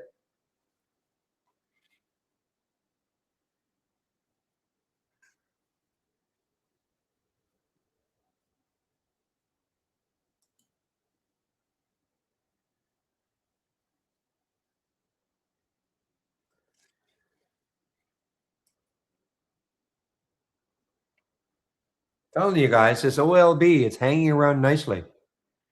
You get some volume coming in. That's why I've got a price alert up in this area. If it takes it out and I see a big volume bar, this could have one of those late day runs, OLB.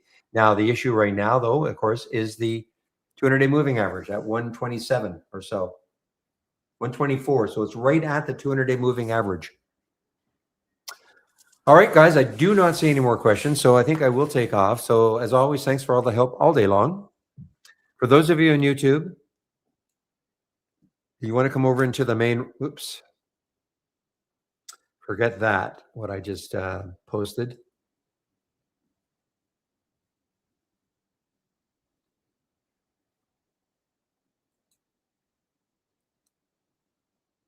Okay.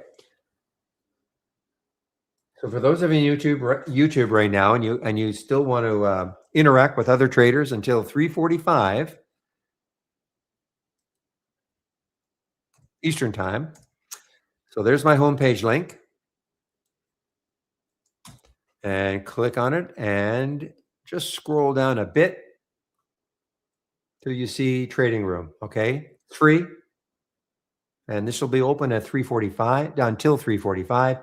Also, it opens at 6:45 a.m. in the morning. Okay, so well before the 9:30 open. Thank you, Obi, and thank you, William, for keeping the room open after I leave.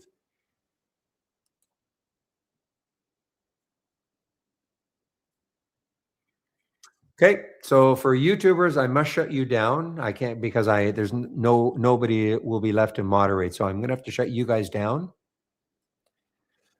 and I will.